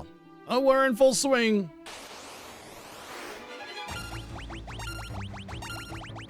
Still very early too, tons of Fiesta left.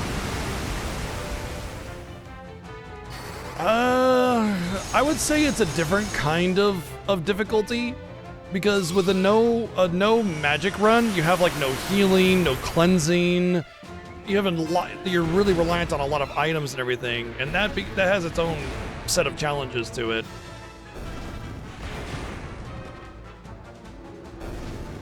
certain things that are easy with magic become difficult with melee. Like flans have ultra defense.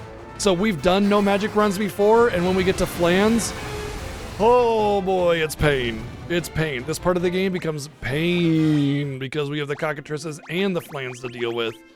So yeah, like I said, it's a different set of challenges that you have to overcome. Ideally, you have things like Ripper. Ripper, when you attack with Ripper, it does extra damage based on your weapon skill. I want to say it's like 10 times your weapon skill. So it's not a whole lot, but it's guaranteed damage. And the flans don't have a whole lot of HP, but they have enough to where a Ripper still takes time. You're not hitting for one. And without a blood sword or a Ripper or some kind of elemental weapon or something, you're gonna struggle getting through the flans. And then of course there's all the other issues, like, you know, you have to be reliant on items. That makes it very expensive. You need to buy a lot of armor, but you need dodge, so, you know, where's the line? Yeah.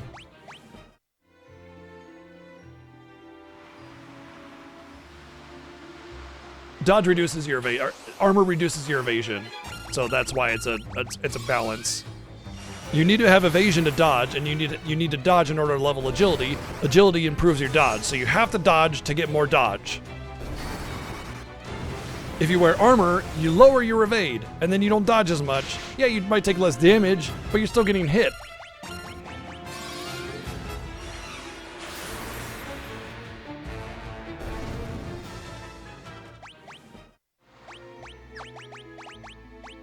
So that balance is really key.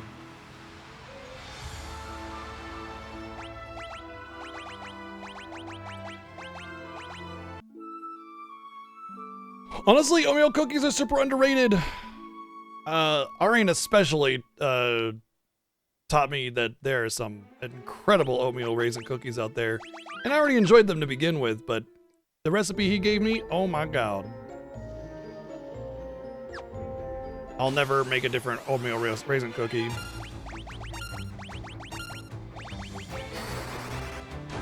The reason Asuna is so bad in this game is because it starts at level 1, and level 1 Asuna can only cleanse one debuff, which is like darkness.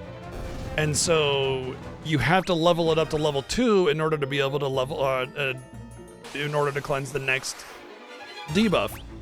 And the problem is that it levels just as slow as any other spell.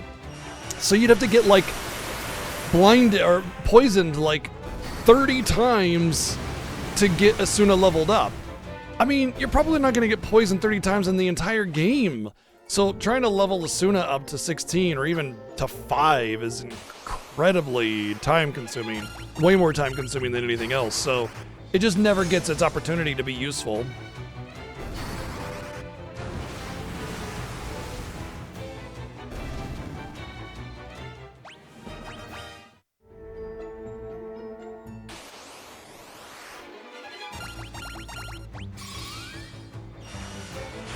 Asuna level 16. You know, just mindless grinding sometimes is good, like with penance. Other times, it's not, like Asuna 16.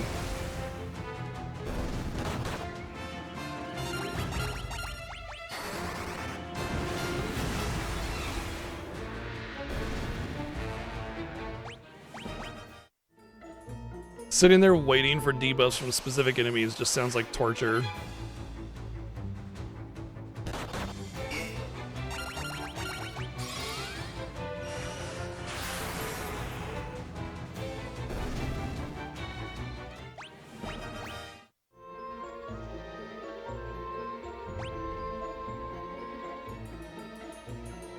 This is where it splits off, huh? One way is the good way, the other way is the painful way. Alright. See if I can. Usually it's the longest path that's the right way to go. Also, I remember that pretty much all the treasures in this place are kind of garbage. They're like earthen drums and stuff like that that are spell items that don't really do a whole lot. There are a lot of spell items that are decent, especially in the NES version. If you can, there's a little hidden shop in this area in this dungeon that you can buy earthen drums from. And in the NES version, the earthen drums are really good. But you have a limited item equipment in FF2 NES, so that's kind of shit. But in this one, they're just garbage.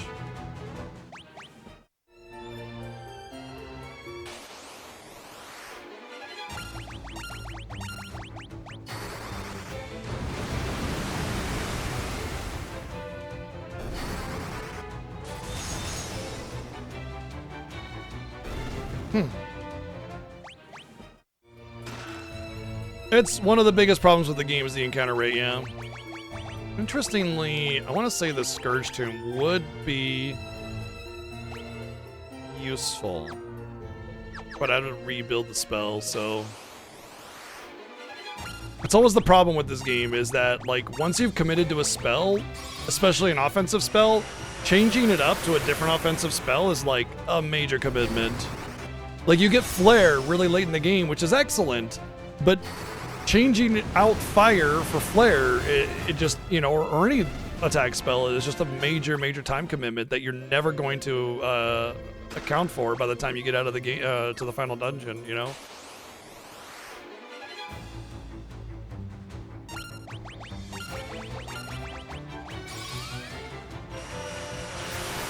Yeah, it's one of the good things about once we get into the SNES era of Final Fantasies is that we stop having just like the straight battle to battle to battle to battle gameplay, and we start getting little sequences and cutscenes that remind us of awesome things. You know, especially with FF4, we start to get like, you know, all the great scenes from that game, and so it's nice to start out the Fiesta with just some like, let's go fight, yeah, woo, and it's nice to start to slowly progress into the more narrative-heavy versions.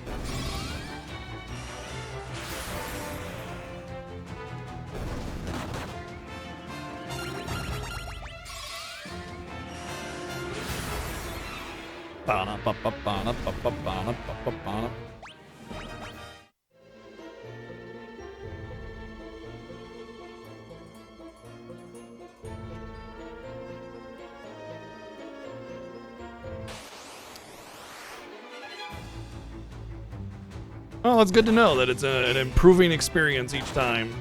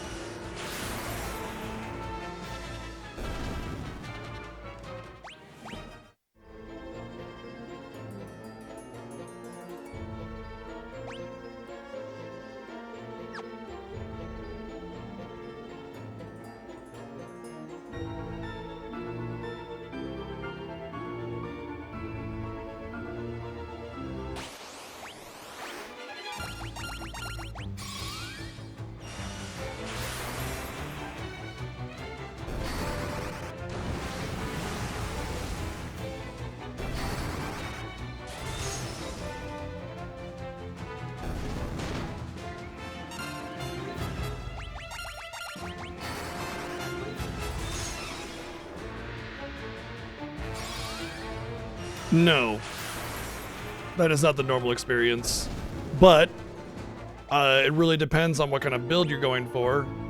Honestly, overdrives in general are a bit of a gamble on penance. There's a lot of reasons for that, but I really don't want to get into specifics. But I'll just say that like your normal expectation of what a super boss is not going to be met with penance. It's more about your build and then less about your execution, but the execution is still important, if that makes sense. We'll get into it. When we get to Final Fantasy X, I'll go into full detail about it. But for now, I kind of want to be a little more vague.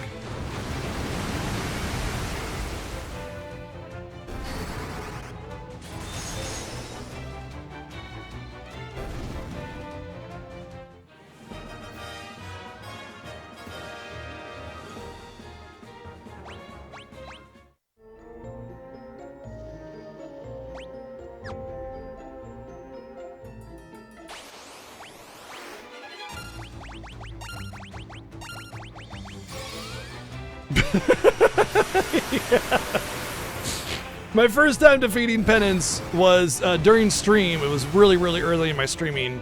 And I decided, like, I hadn't played Final Fantasy X in a really long time. So I was like, I'm going to play Final Fantasy X. So I did all the in-game grinding and everything. And got to Penance. And I was like, I am not prepared for this. Holy crap. This is going to be a crazy amount of grinding. I know what I need to do. But there's no way I'm going to do that because it's insane, right?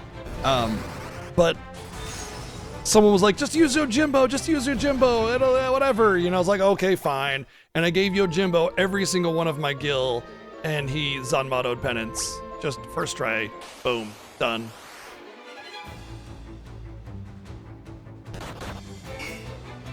As a note, it doesn't matter how much you give Yojimbo. As long as you give him 8,001 gil or more, you get the maximum amount of good chance, whatever stuff that you can get from him. I think it's 8,001, something like that.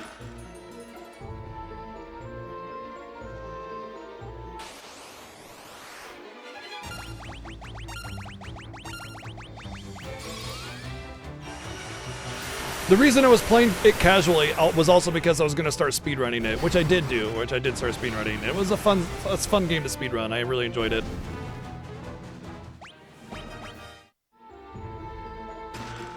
That's how you discovered Zenmoto. That's also a great story.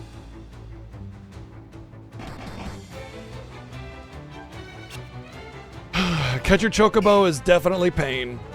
Very pain. So if you give him one gil, okay, so there's actually the hidden affinity with Yojimbo. If you give him any less than like 4,000, you get negative affinity. But if you give him, like I said, like 8,001 or whatever the number is, you get the maximum amount of affinity. And you can only build the affinity up to a point where you can get like a 1% chance of Zanmoto anyway. So it's not like it's a huge thing anyway, but he's gonna basically piss on your one gil every time you give him that.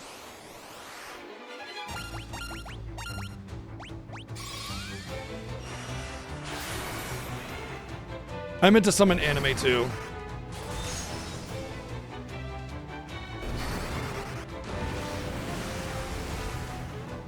No, we won't even summon Yojimbo. I won't even summon Yojimbo unless it's like as a last ditch effort, because if I accidentally Zanmoto anything of significance, I'm gonna not take that as legitimate. So if I accidentally Zanmoto a Dark Aeon or I accidentally Zanmoto Penance or something, I'm resetting. You know? But if I accidentally Zanmoto like Seymour, I'm gonna take it and I'm gonna laugh.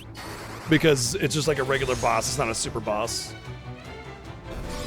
But even then, I won't really summon a lot because there are way better summons anyway. Honestly, Yojimbo's a bit underwhelming, and I don't even get him until the end anyway. I mean, you can't really get him until pretty close to the end regardless, but still.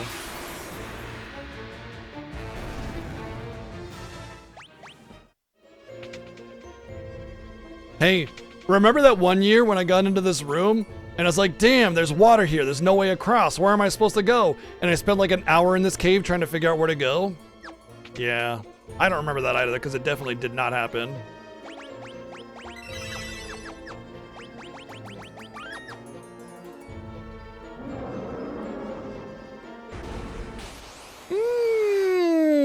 Aeons are strong, and they definitely have options to break through a lot of the walls that you might be encountering. And with the right build, yes, Aeons can be busted, but I would say Aeons as a whole are not really like overall super busted. They're big, strong thingies that can do some good damage, that can break through some barriers, but you're not gonna like walk through the game with Aeons. Not to mention, the time it takes to summon and use them and everything is pretty significant.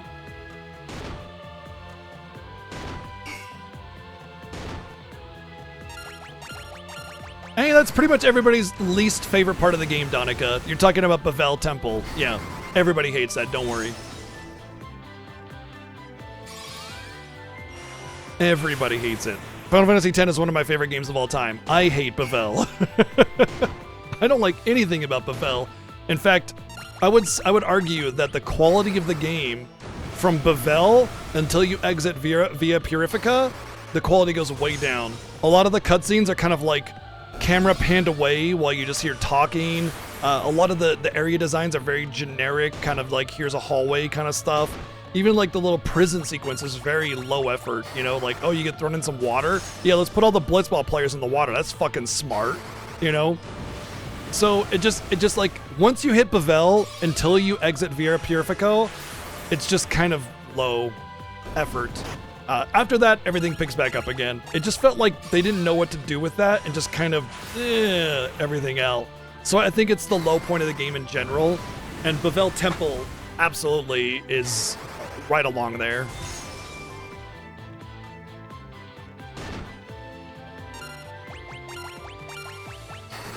Yeah, you can only really do that with the expert sphere grid though, Lamgwin, because you can take Yuna up to like Orange Tree or something and just absolutely beat stick everything, but in the regular version of it, you can't really do much with Yuna. There are some options, but it's kind of like eliminating other options that make other characters powerful. You there now? How amazing, Greybeard. How amazing. I love that when there's coincidences line up like that.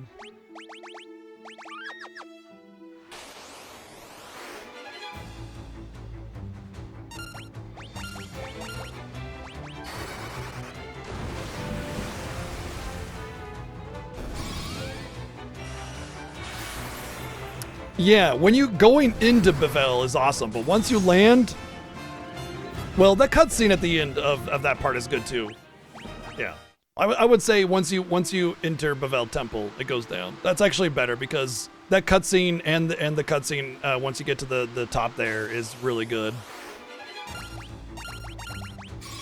Oh, the dragon, Everay. It could be a pain.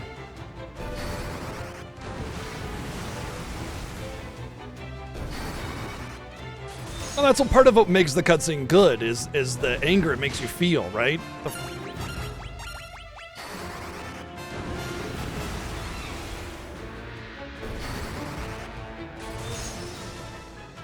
Did that happen to you you've gone through 10 and that happened to you, didn't it? That seems like it's fresh. That's a fresh wound. You're poking a fresh wound.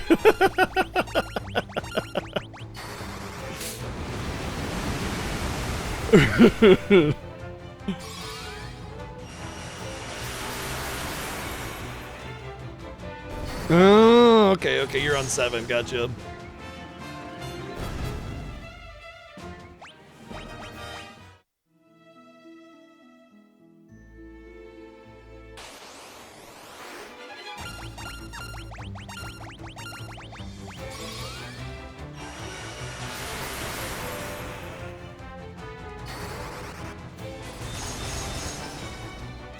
Considering he still also doesn't do it, it definitely can hurt him still. Hey, how is your time compared to last year? Are you doing better, worse? Because I know that's one of the things you do is compare.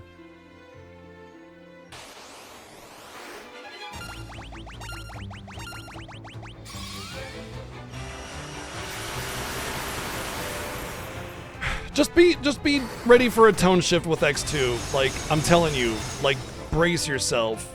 Like, steel support beams, get ready. But you might love it. I don't know. You know.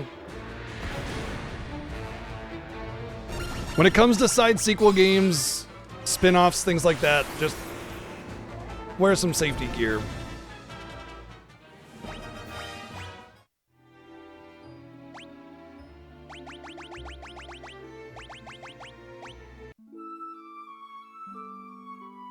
Yeah, I mean, these are all repeated incentives with a slight twist, right? Well, some of them have a pretty big twist.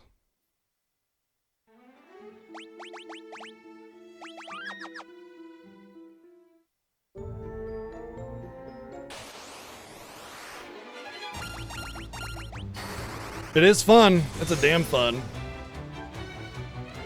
You don't like ATB? Interesting. Damn, that's like a hot take. Everybody loves ATB. Yeah. The worst part about Final Fantasy X2 is that the combat is amazing. Like, that's the worst part. And what I mean by that is, the rest of the game is so X2, and yet you're loving this gameplay, and it's like, how am I supposed to feel about this?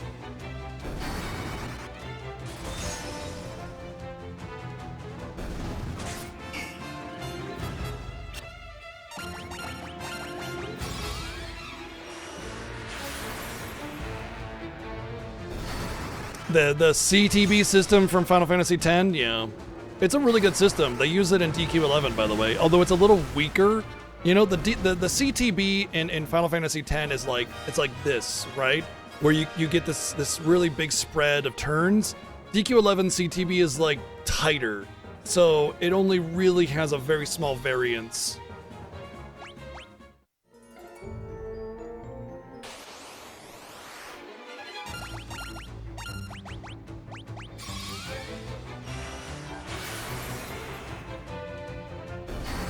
That's pretty big. Seems like massive improvements.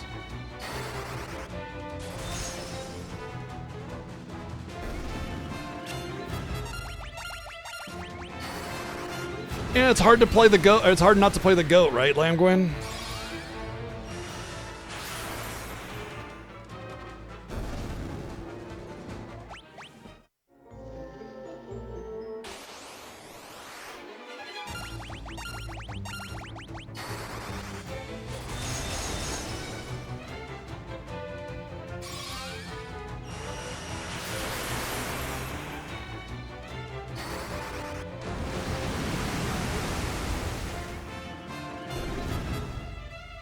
Oh, we all kind of did 2 black mages, 2 white mage, or 1 white mage. Interesting.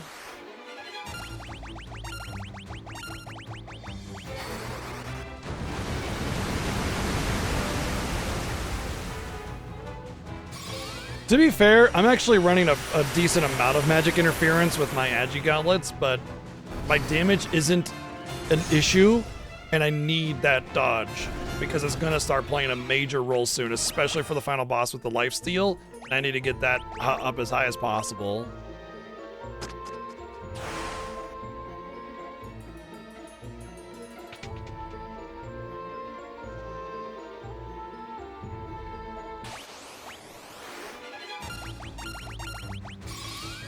Oh, wow, yeah, that's rough. That's really rough. That's painful.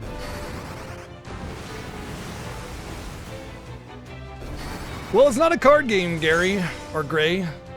See, the thing about Sphere Break is that it's supposed to be a competitive game, but it's not. It's a puzzle.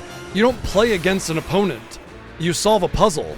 And so it's really weird because it's like actually it's a known puzzle style. Like it's nothing new, but you don't play an opponent. You solve a puzzle. So it's really weird because it's fine, but then the way they frame it is it's competitive, but it's not. So that's like the part that I have a problem with. Otherwise, I like Sphere Break.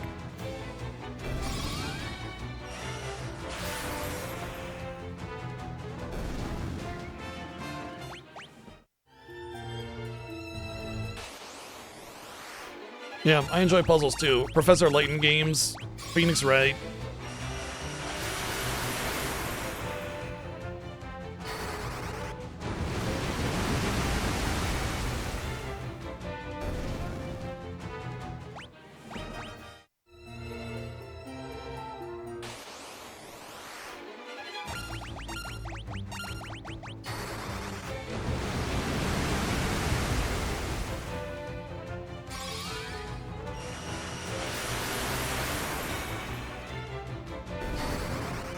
He usually does, but I don't know if he'll do that. I mean, often, okay, the thing about Yagamoth is like, our little Fiesta challenges are pathetic little toys to him, you know? And to be fair, our challenges aren't necessarily meant to be like these end-all be-all ultra difficult challenges or anything, but like when he's done solo character, solo job challenges all the way through the game, and then we're like, yeah, forge up Fiesta. It's just a cute little thing to him, you know? It's like, oh, that's adorable. He still ends up playing and humoring us. So he probably will. Yeah. He likes to play Final Fantasy V, exactly. But to be fair to us, we're not ever going to do insane ultra hyper challenges in the Fiesta because it's a race. And if we do challenges like that, then we're just gonna be here all freaking year, right? Like, we need to be able to finish the game. Oh. So we don't do crazy hyper challenges like 1, 2, 2, 3, 3, 3 in Final Fantasy 12, or, you know, no sphere grid FF10 or anything like that, because a lot of those challenges, for one, you need to be able to run away for them to actually be doable. Otherwise, they're just not. Like Excalibur 2, you need to be able to run away to beat the game in 12 hours. You just have to, right? All white mages would have been significantly easier if we could have just run away, you know?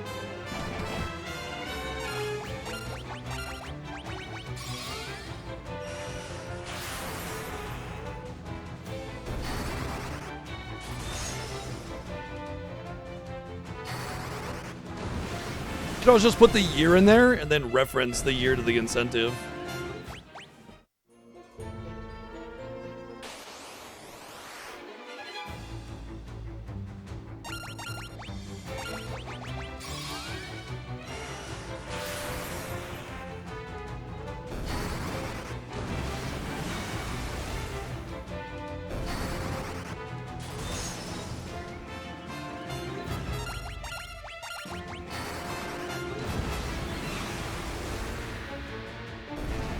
Yeah, well, hopefully Archive's coming soon, TM.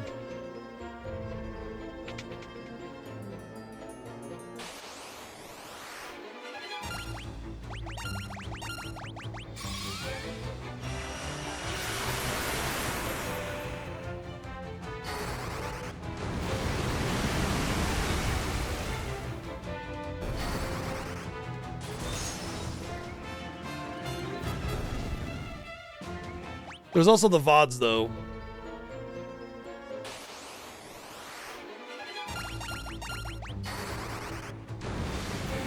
The pinky and the brain, the pinky and the brain.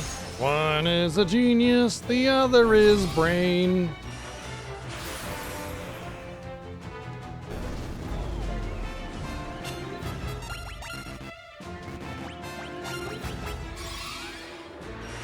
You ever hear the theory that Pinky is the actual genius and Brain is the actual insane one? I mean, he wants to rule the world, right?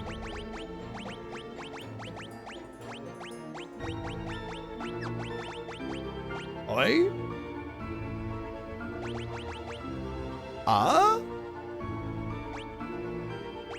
Ah, mallet. Okay. Donk. Yep, one of the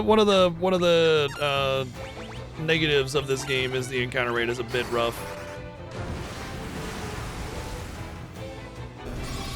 Yep, exactly, Go. Maybe that was intentional, you know? Life split.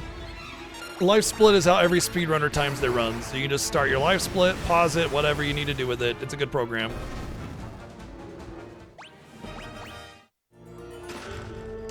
Oh, right. Ah, garbage, as I thought. Damn it.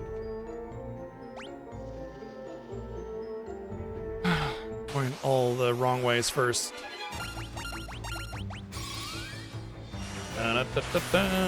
But yeah, one of my criticisms of this game is the encounter rate is very high. But also, the game is kind of short because it's an NES game, and that's one of those things that they did to make it feel longer, was very high encounter rate. Thankfully, battles go by pretty quickly, so it's not that big of a deal. You know, I always say that if battles are short, the encounter rate can be high, but I still say that it needs to be shorter, right? So yeah, my take is that on average, a battle should take about, I don't know, 30 seconds out. But every now and again, you get this where you get ambushed and you start getting your butt kicked.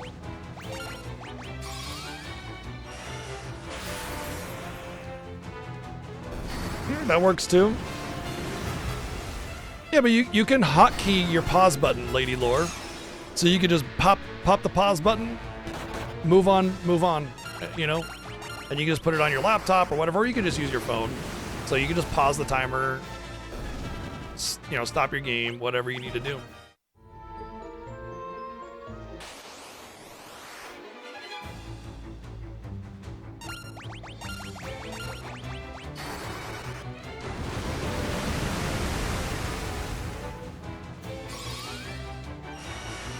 Lila is the reason why I'm winning, actually, because the fact that she has the audacity to just take a nap in front of the enemies, like they're just like, whoa, what's going on here? And then boom, that's when I jump them.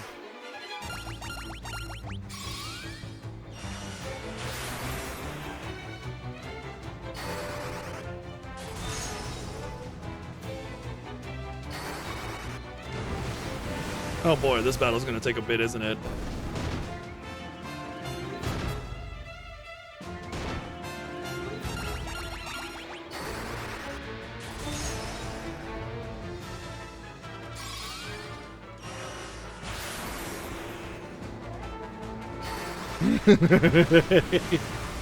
What's this girl doing sleeping in the middle here?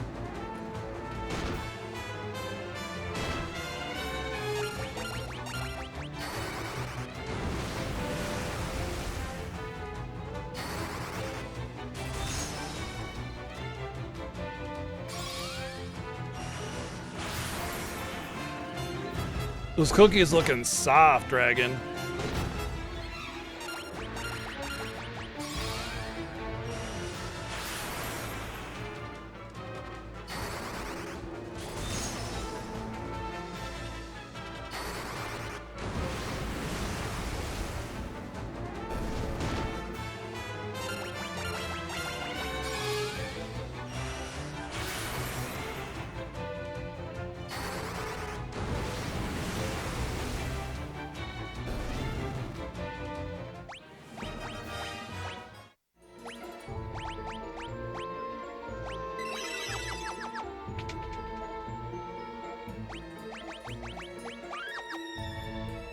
Well, I went to every door and they were all the wrong doors. Except for this one. Womp womp.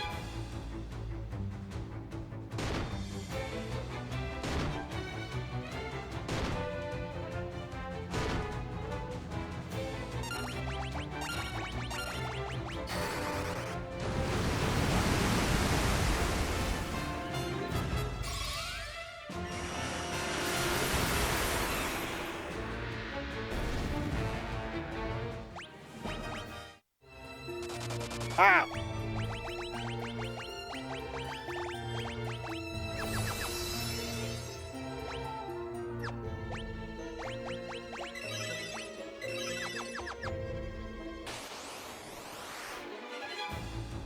No, don't swap me, bro.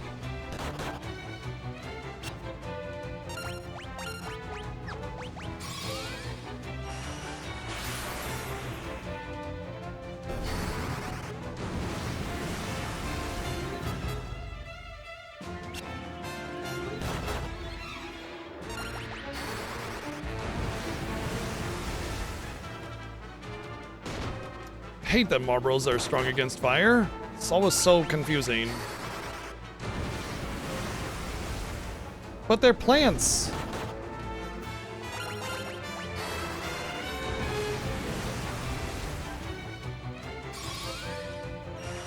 Not strong against holy. Be purged.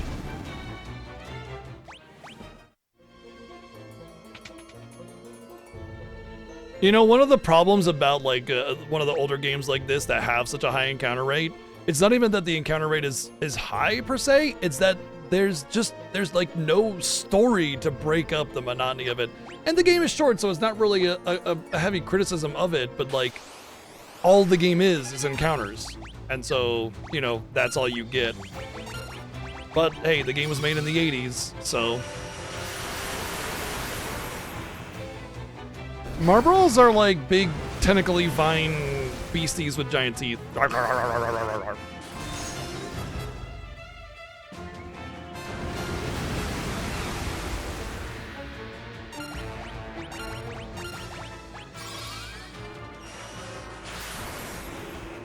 Oh, I should not. Okay. I forgot the red soul actually has some HP. I can't. I thought I would one shot it with holy, so I was like, oh, whatever. I don't want to reset my hotkeys or my cursor memory. But I need to actually defend and then holy. What's up, Prof Ness? What's going on? Thanks for the raid. What are you up to today? Hello, hello. Welcome to the 10th annual Final Fantasy Fiesta, a race through the series.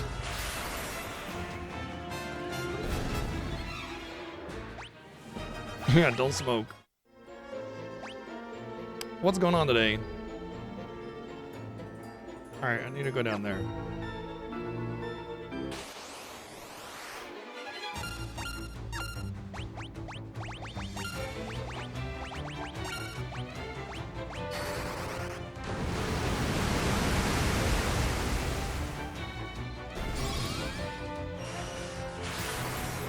Oh, well, it's gonna get healed to full.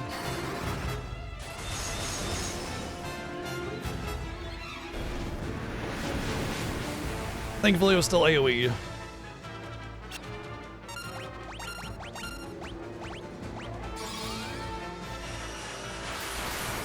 I'm getting really close to needing an ether.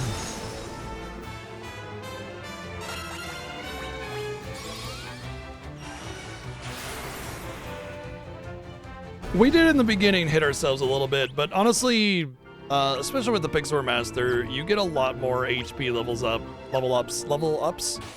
So grinding to about like 500 HP in the beginning pretty much set me up to start getting a lot of HP later on.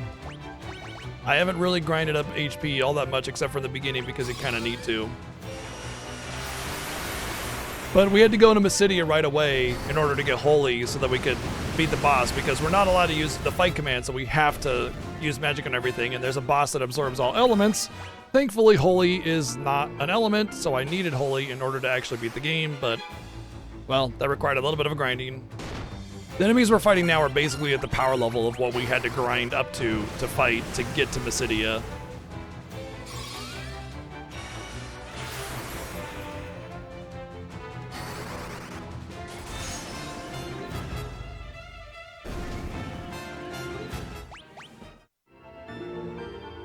I knew that one was trapped as soon as I hit. It's like, wait. No, there's something wrong here. Oh well, it's fine. What were we up to today anyway? What's going on? Which month of the year had the most Final Fantasy releases? It's I want to say it's like November or March. Like, or May, yeah. I'm saying November or May.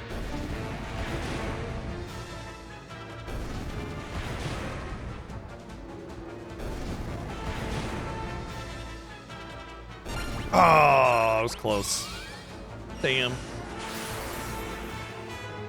I imagine a lot of games were released in December in the olden days because of the attempts at trying to get holiday purchases, and then that was shifted to November later on.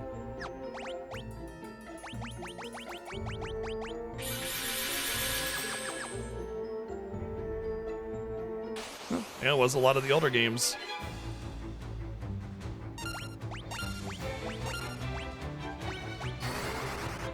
Yeah, holiday releases are usually November now instead of December. Gives people time to figure it out and everything, and for people that buy it for themselves, people don't have to worry about, you know, double downing on it. Wow, interesting.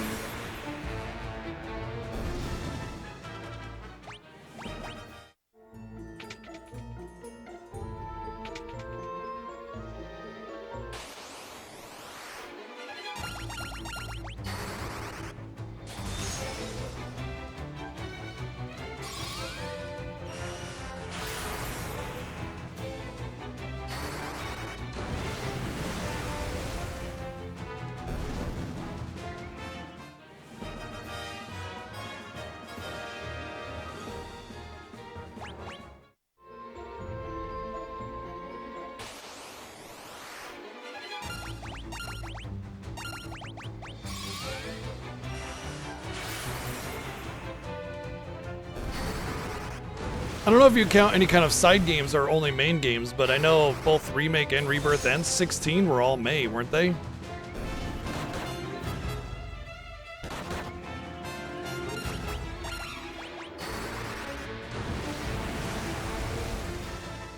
I always count 7 Remake and Rebirth as a main game because they even said that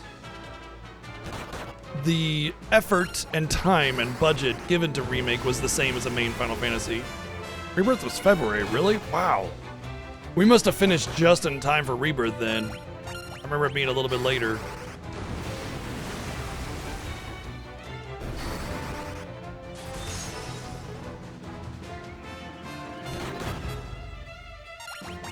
I guess that's the closest we've ever come to having a major Final Fantasy release in the middle of the Final Fantasy Fiesta.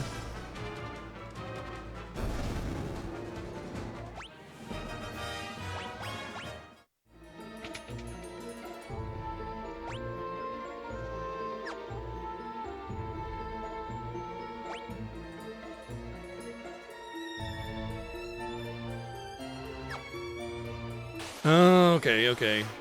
Gotcha.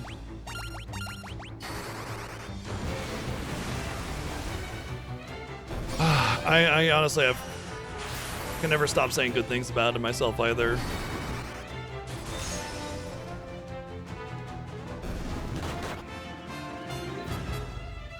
That's right. Yeah, it's all coming. Yeah, like seeing February 29th, just like, yeah. Pretty much so late. Yep, that's kind of what we got going on here. Oh, that Parasite. Doing work on my MP pool. Okay. I don't know why I thought May for those then. Alright.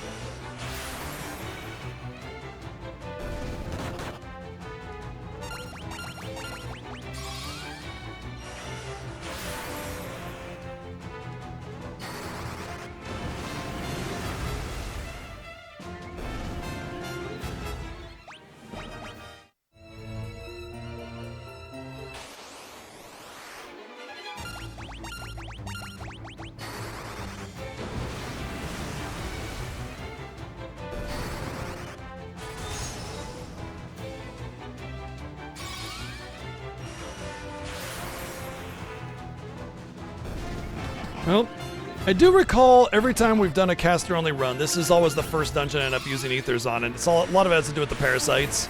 I mean, they've already sapped several hundred MP away from everybody, so...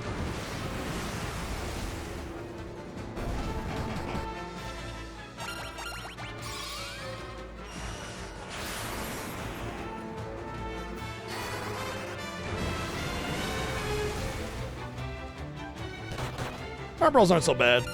They tickle, and all they do is paralyze. It's the the greater Marlboros that suck. Pretty much nailed it, Arian. Any kind of like heavy limitation like caster only or melee only, this dungeon just sucks in general.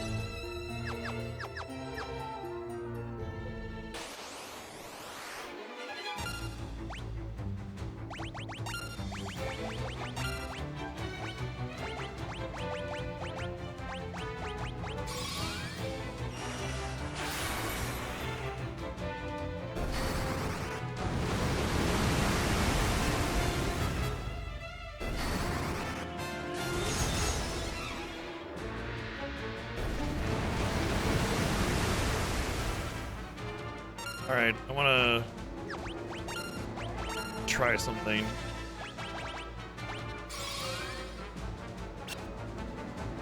Miss? Excuse you? Ah, I see. That's the problem with level 1 swap, is that if you have magic evade, you evade it.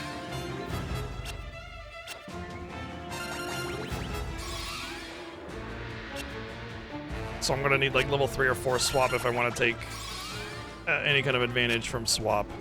I gotcha. Damn it. I might have to level up swap then. I'm gonna cast it about 5 or 6 times here, and I want to see if it levels up. If it does, then I can still level it up by missing it, but sometimes you need to hit the spell in order for it to work, which is a whole other level of pain for leveling up spells, but I want to try this, and if I can get it up to level 2, then I can get it to level 3 pretty easy too. If I get to level 3, then it'll actually start working.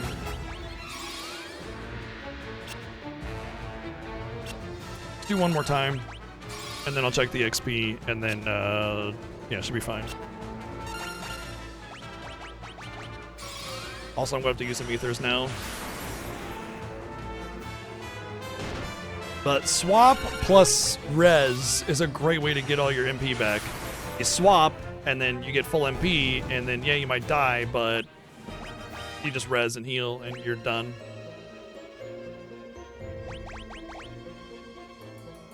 Okay, it did gain levels for missing. Cool.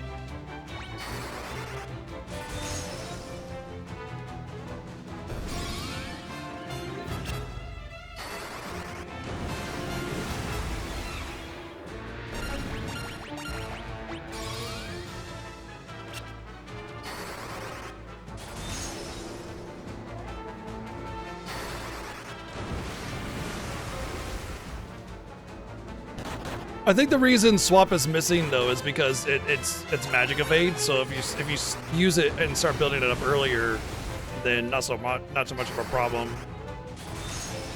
But you can also swap like some of the higher level enemies and then easily kill them. But you got to be able to hit them.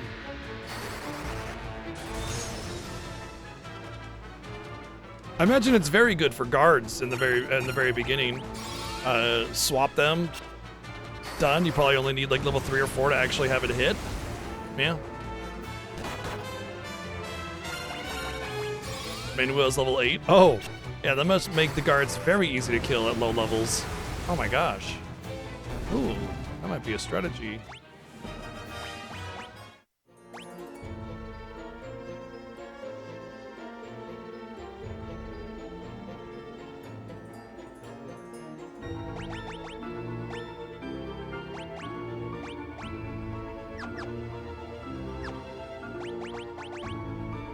So magic defense is 3 times 64%. Okay.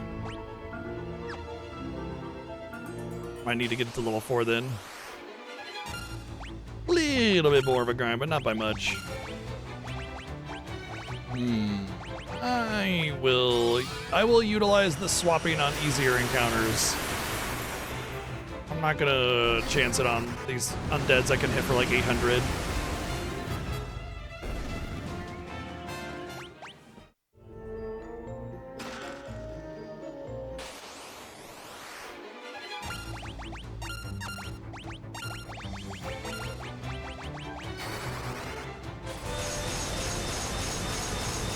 A level 4 swap will be pretty easy to get to.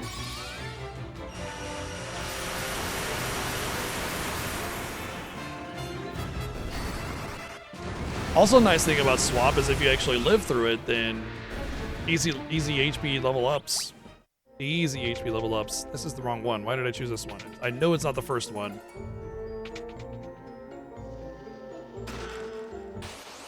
Curses! Oh, this is not a good fight. Confuse and petrify all over the place here.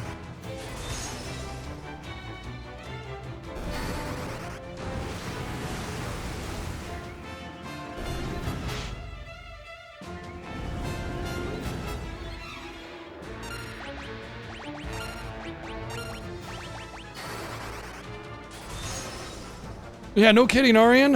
No freaking kidding, dude. Oh my gosh, 4 white mages, and I think I fought like maybe 10 battles with undeads in them in the entire playthrough that were actually random and not set encounters. Oh. That ran tested my patience. Oh man.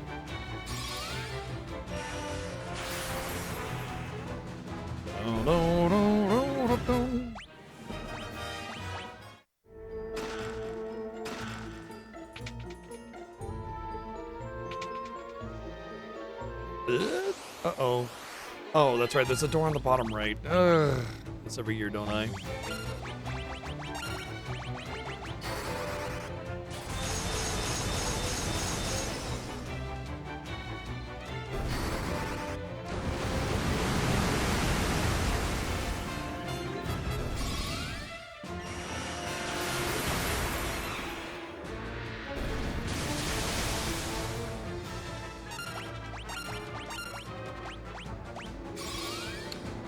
Yeah, we haven't had any significant blocks. There was a little bit of a struggle with the early grind we had to do, but smooth sailing, a little bit slower movement than we could, but hey, we're going good.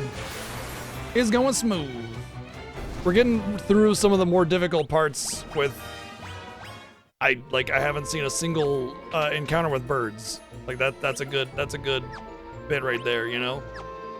No birds means no petrify, means no random game overing all over the place.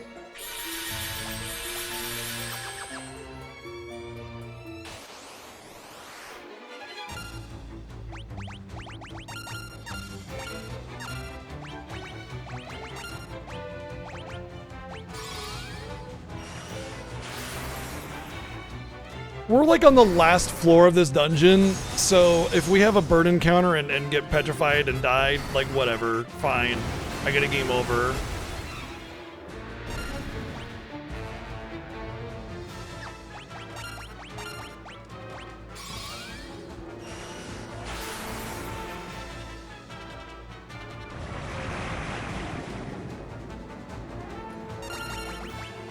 Birds are jerks in real life. Period. They're assholes.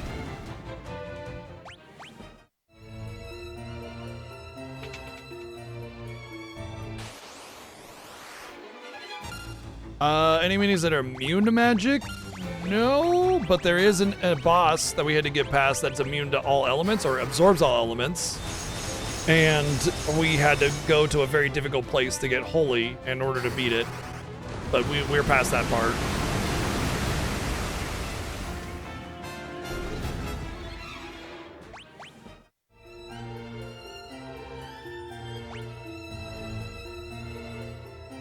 I think that's the room, that's it. That's the final room, I'm pretty sure.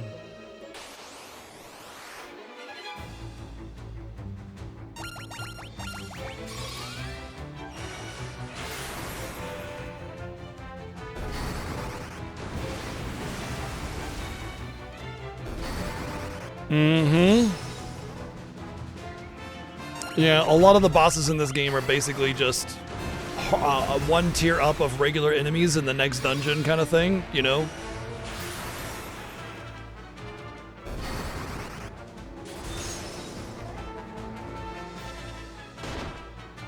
There's only a few bosses in this game that are actually like bosses.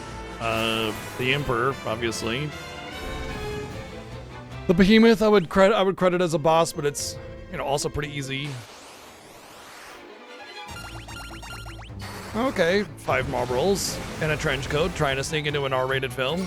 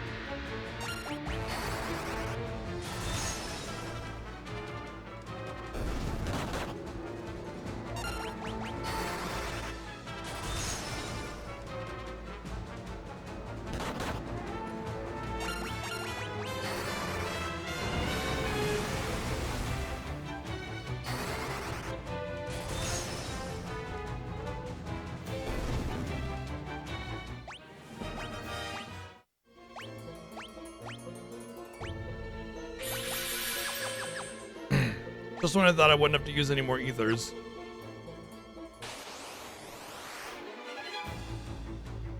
Ooh. Another taxing one.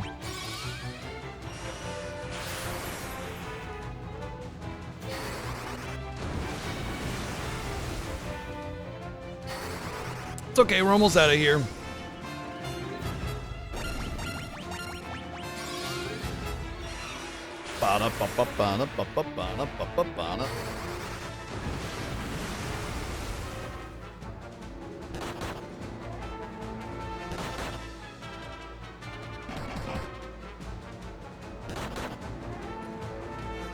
Yay! Paralyzed lock! Yay!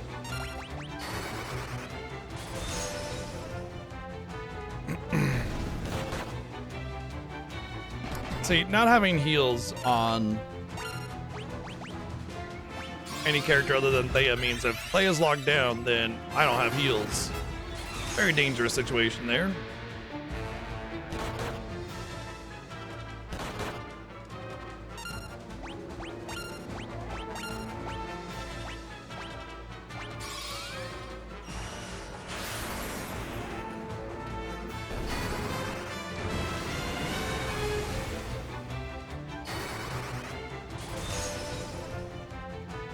Oh yeah?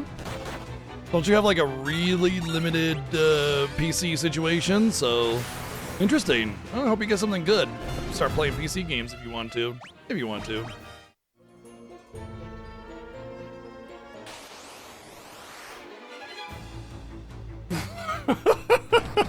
What the hell? Oh.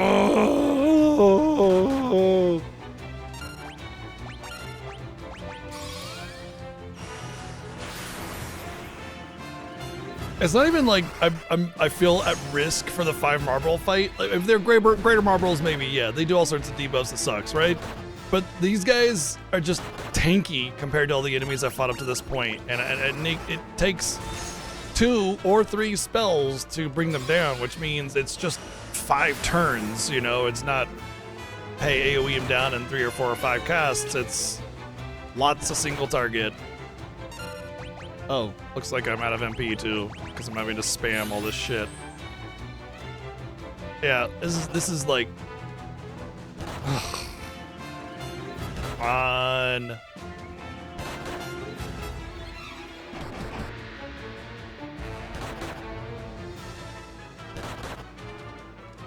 Okay, are we just gonna die now? What the hell? Can I get a turn, please? Thank you.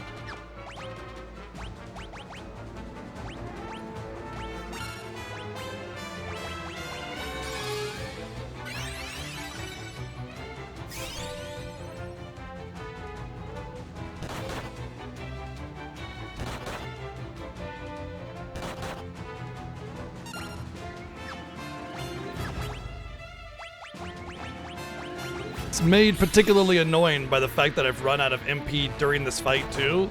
So it's like, I need to use a bunch of turns to ether, and then I get paralyzed locked again, and it's just like, oh my god.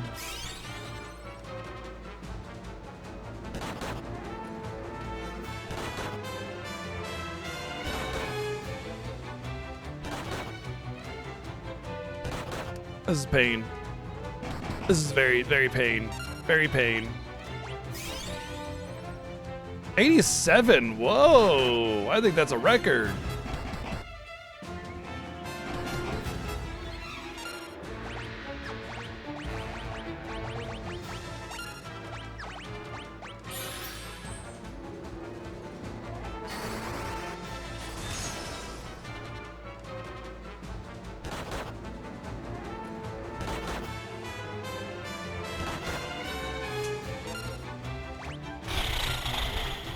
Oh boy.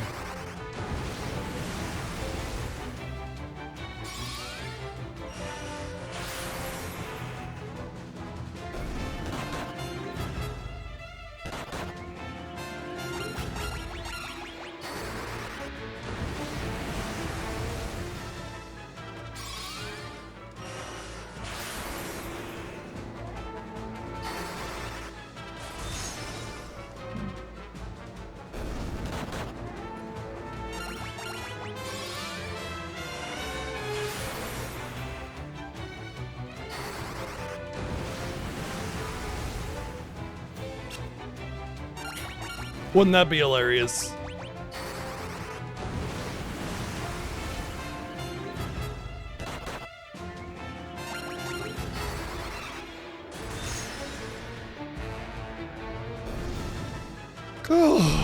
Painful, painful pain. So much painful pain there.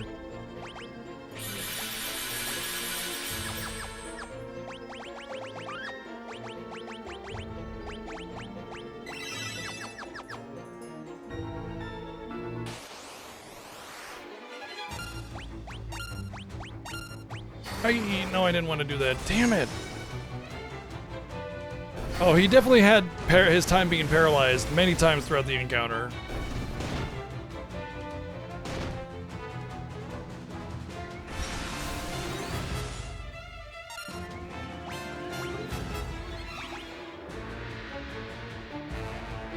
Oh, I misunderstood what swap does. You swap your something with their something. That's why it keeps missing. I think it's you swap HP and MP with them. So it's more like a drain. I think. Maybe. But I can still level it all myself and just keep missing, so that's good.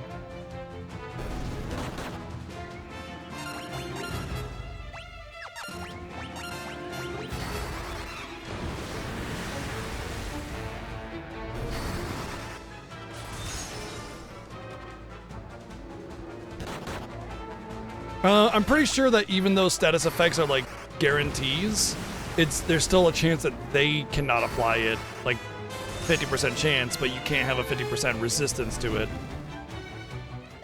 Or something like that.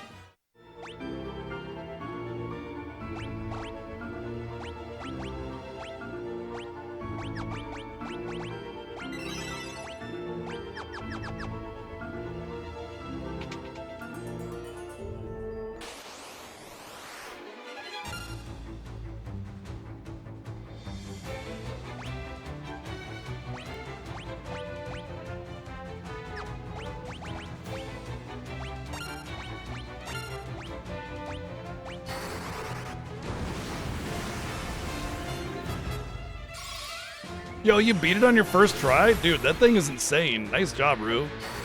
Hell yeah. What? It didn't die? Ugh.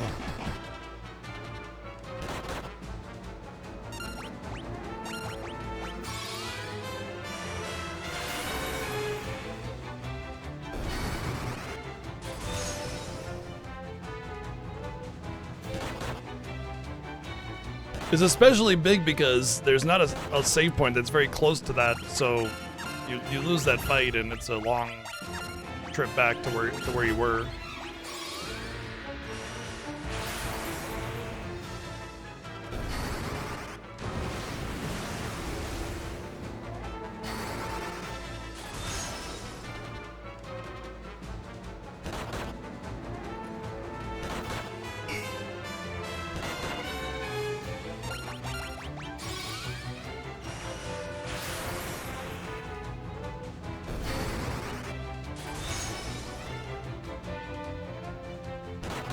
All those focus fires on Chobin, and it didn't even account for one cast from Luna or Thea.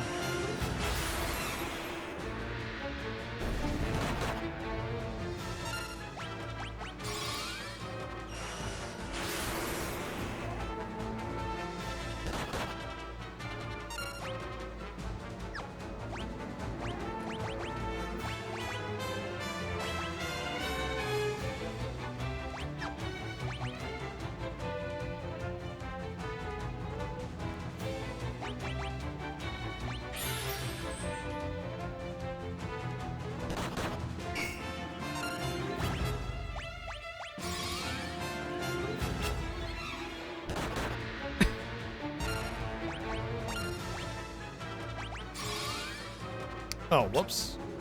I thought Lunaton was up. I was going to finish it off with that, but...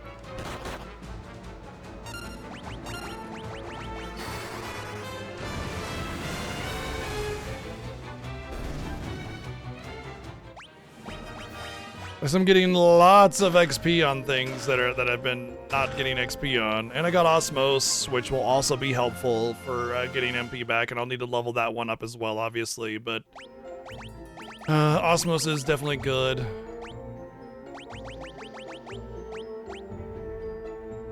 That's terrible, by the way. Drain, it's never good. It just hits for so little. Alright, we'll put that on him. And we will get out of here.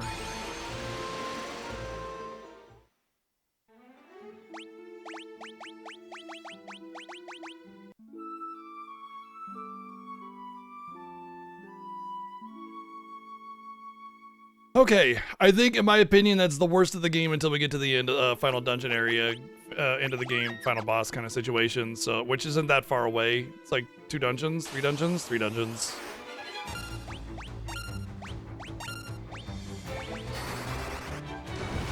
Whale, which is short. Tower, which is, we'll probably avoid a lot of the treasures, which will make it a little short. And then, Cyclone. Well, Palmesia and the Cyclone. And then we're at the end. Couple of hours. So I think we're pretty much on pace with 7.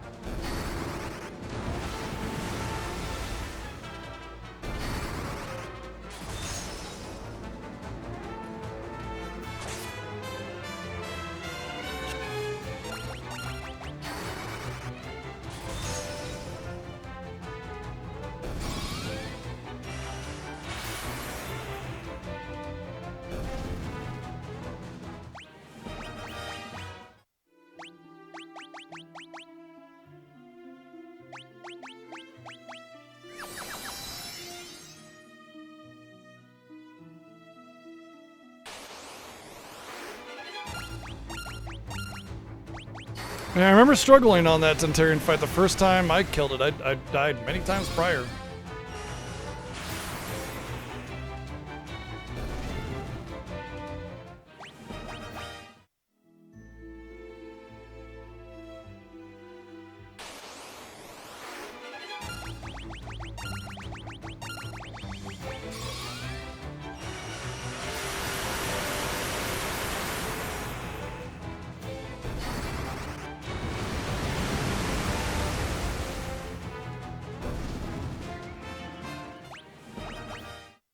Seems like I'm getting a lot of agility though.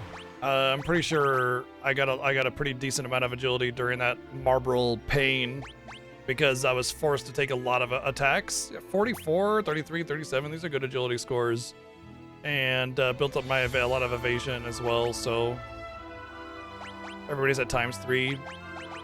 Not terrible. I mean, there was a benefit to those massively painful Marlboro fights. Although I don't think my magic... Wow, okay, it did get close to 9, which is crazy because, like...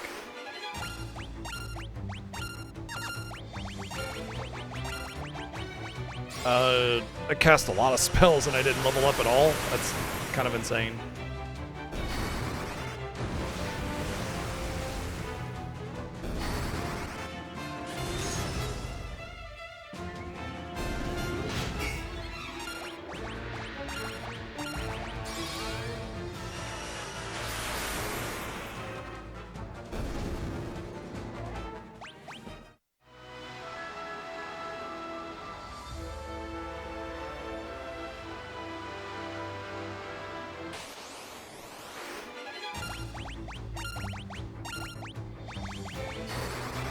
I don't know if this is actually going to be enough to finish this off because those sea snakes are kind of tankier and the AoE really just saps my MP and they're weak to not anything I have, probably thunder.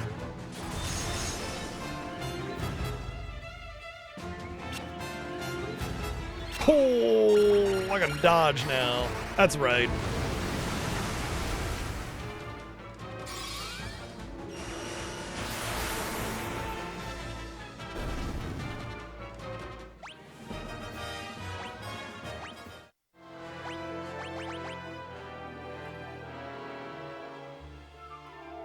What level up to 19? I don't see any stat at 19.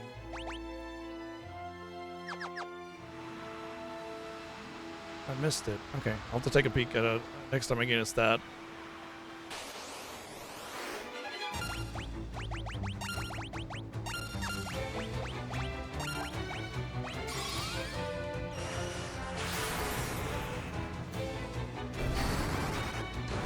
Yeah, it's making the price of ethers go skyrocketing. High demand for the ether market these days.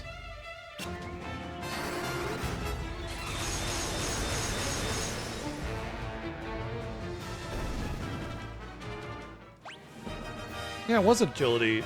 Oh, 18 is his base agility. That's why my agility is so high, because I have all that agility gear on, right? Of course. See, the amount of agility I've gained is actually very low. Shouldn't there be a maelstrom there? You know what? I'm that's fine. Okay. I think maybe it might spawn later, which is fine. But we're gonna wrap it up here. Woo! We're gonna wrap it up here. And oh man, good evening. Like, we obviously made way more progress in this than we did in all the times that we were playing FF1, you know, because whoo, that game is much shorter, but the white mage grind was crazy. We started the game today, grinded for like an hour, and still made it all the way to the Mysidia Tower, the Crystal Tower, whatever it's called. I forget it. Anyway, that's like 80% into the game. We made progress, so we'll probably beat the game halfway through the stream tomorrow, unless Emperor gives us the business, which is possible. He could very well give us the business, and and I can see that happening, absolutely, because I always struggle with that fight. I might even like take the time to grind a little bit of my magic up a little bit just to be safe or something like that. I'm not sure. Anyway, thank you everybody for hanging out. Here, let's play us out, huh?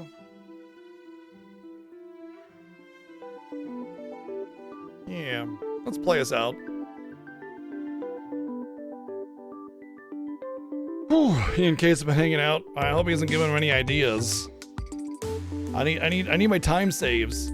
I'm fairly certain that I lost time against 7 in FF2, and I will probably with FF3, and FF4 is no longer my advantage with the incentive of Solo Cecil. Assuming that incentive gets unlocked, because it still hasn't been unlocked. So, maybe you'll get an advantage there. Either way, dang, amazing night. Thanks for hanging out, everybody. The Final Fantasy Fiesta is always one of my favorite times of year. I hope you guys are enjoying all the Final Fantasy goodness from 1 to 16. We will be here with a bunch of extra stuff in between, so... Solo Cecil, like as in FF4, Solo Cecil will be doing that. Well, there's an incentive. Oh wait, no. The Solo Cecil was the sub thing, so we will be doing Solo Cecil. The other part of it was the summon bosses, so yeesh. No rebirth this year, at least as far as you know anyway. Last year we did both remake and rebirth, but and they were just like capstone games, but we decided, you know, we'd like to mix things up, play different games each year, so it's not always remake or always rebirth every year, although we have done remake many years in a row, so that's kind of been a staple. But 1 through 16 is a guarantee. Everything else is kind of, you know, whatever we feel like doing that particular year, so it's always different. But the Final Fantasy Fiesta at its core is the 1 through 16 Sans MMOs, and then we'll do some extra stuff. We'll see. You know, but there's a website, fffiesta.com, that tells you everything that we have planned for you this year. I mean, there is a mystery game. Yeah, there always is. Come on, we know. We know there's a mystery game. All right. Yep, they sure have. Yeah, they have been. Or maybe he was messing with you. The mystery game is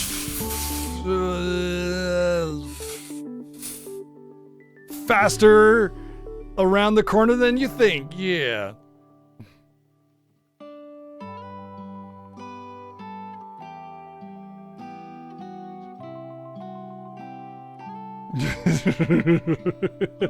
Or maybe it was Fast and the Furious movie night.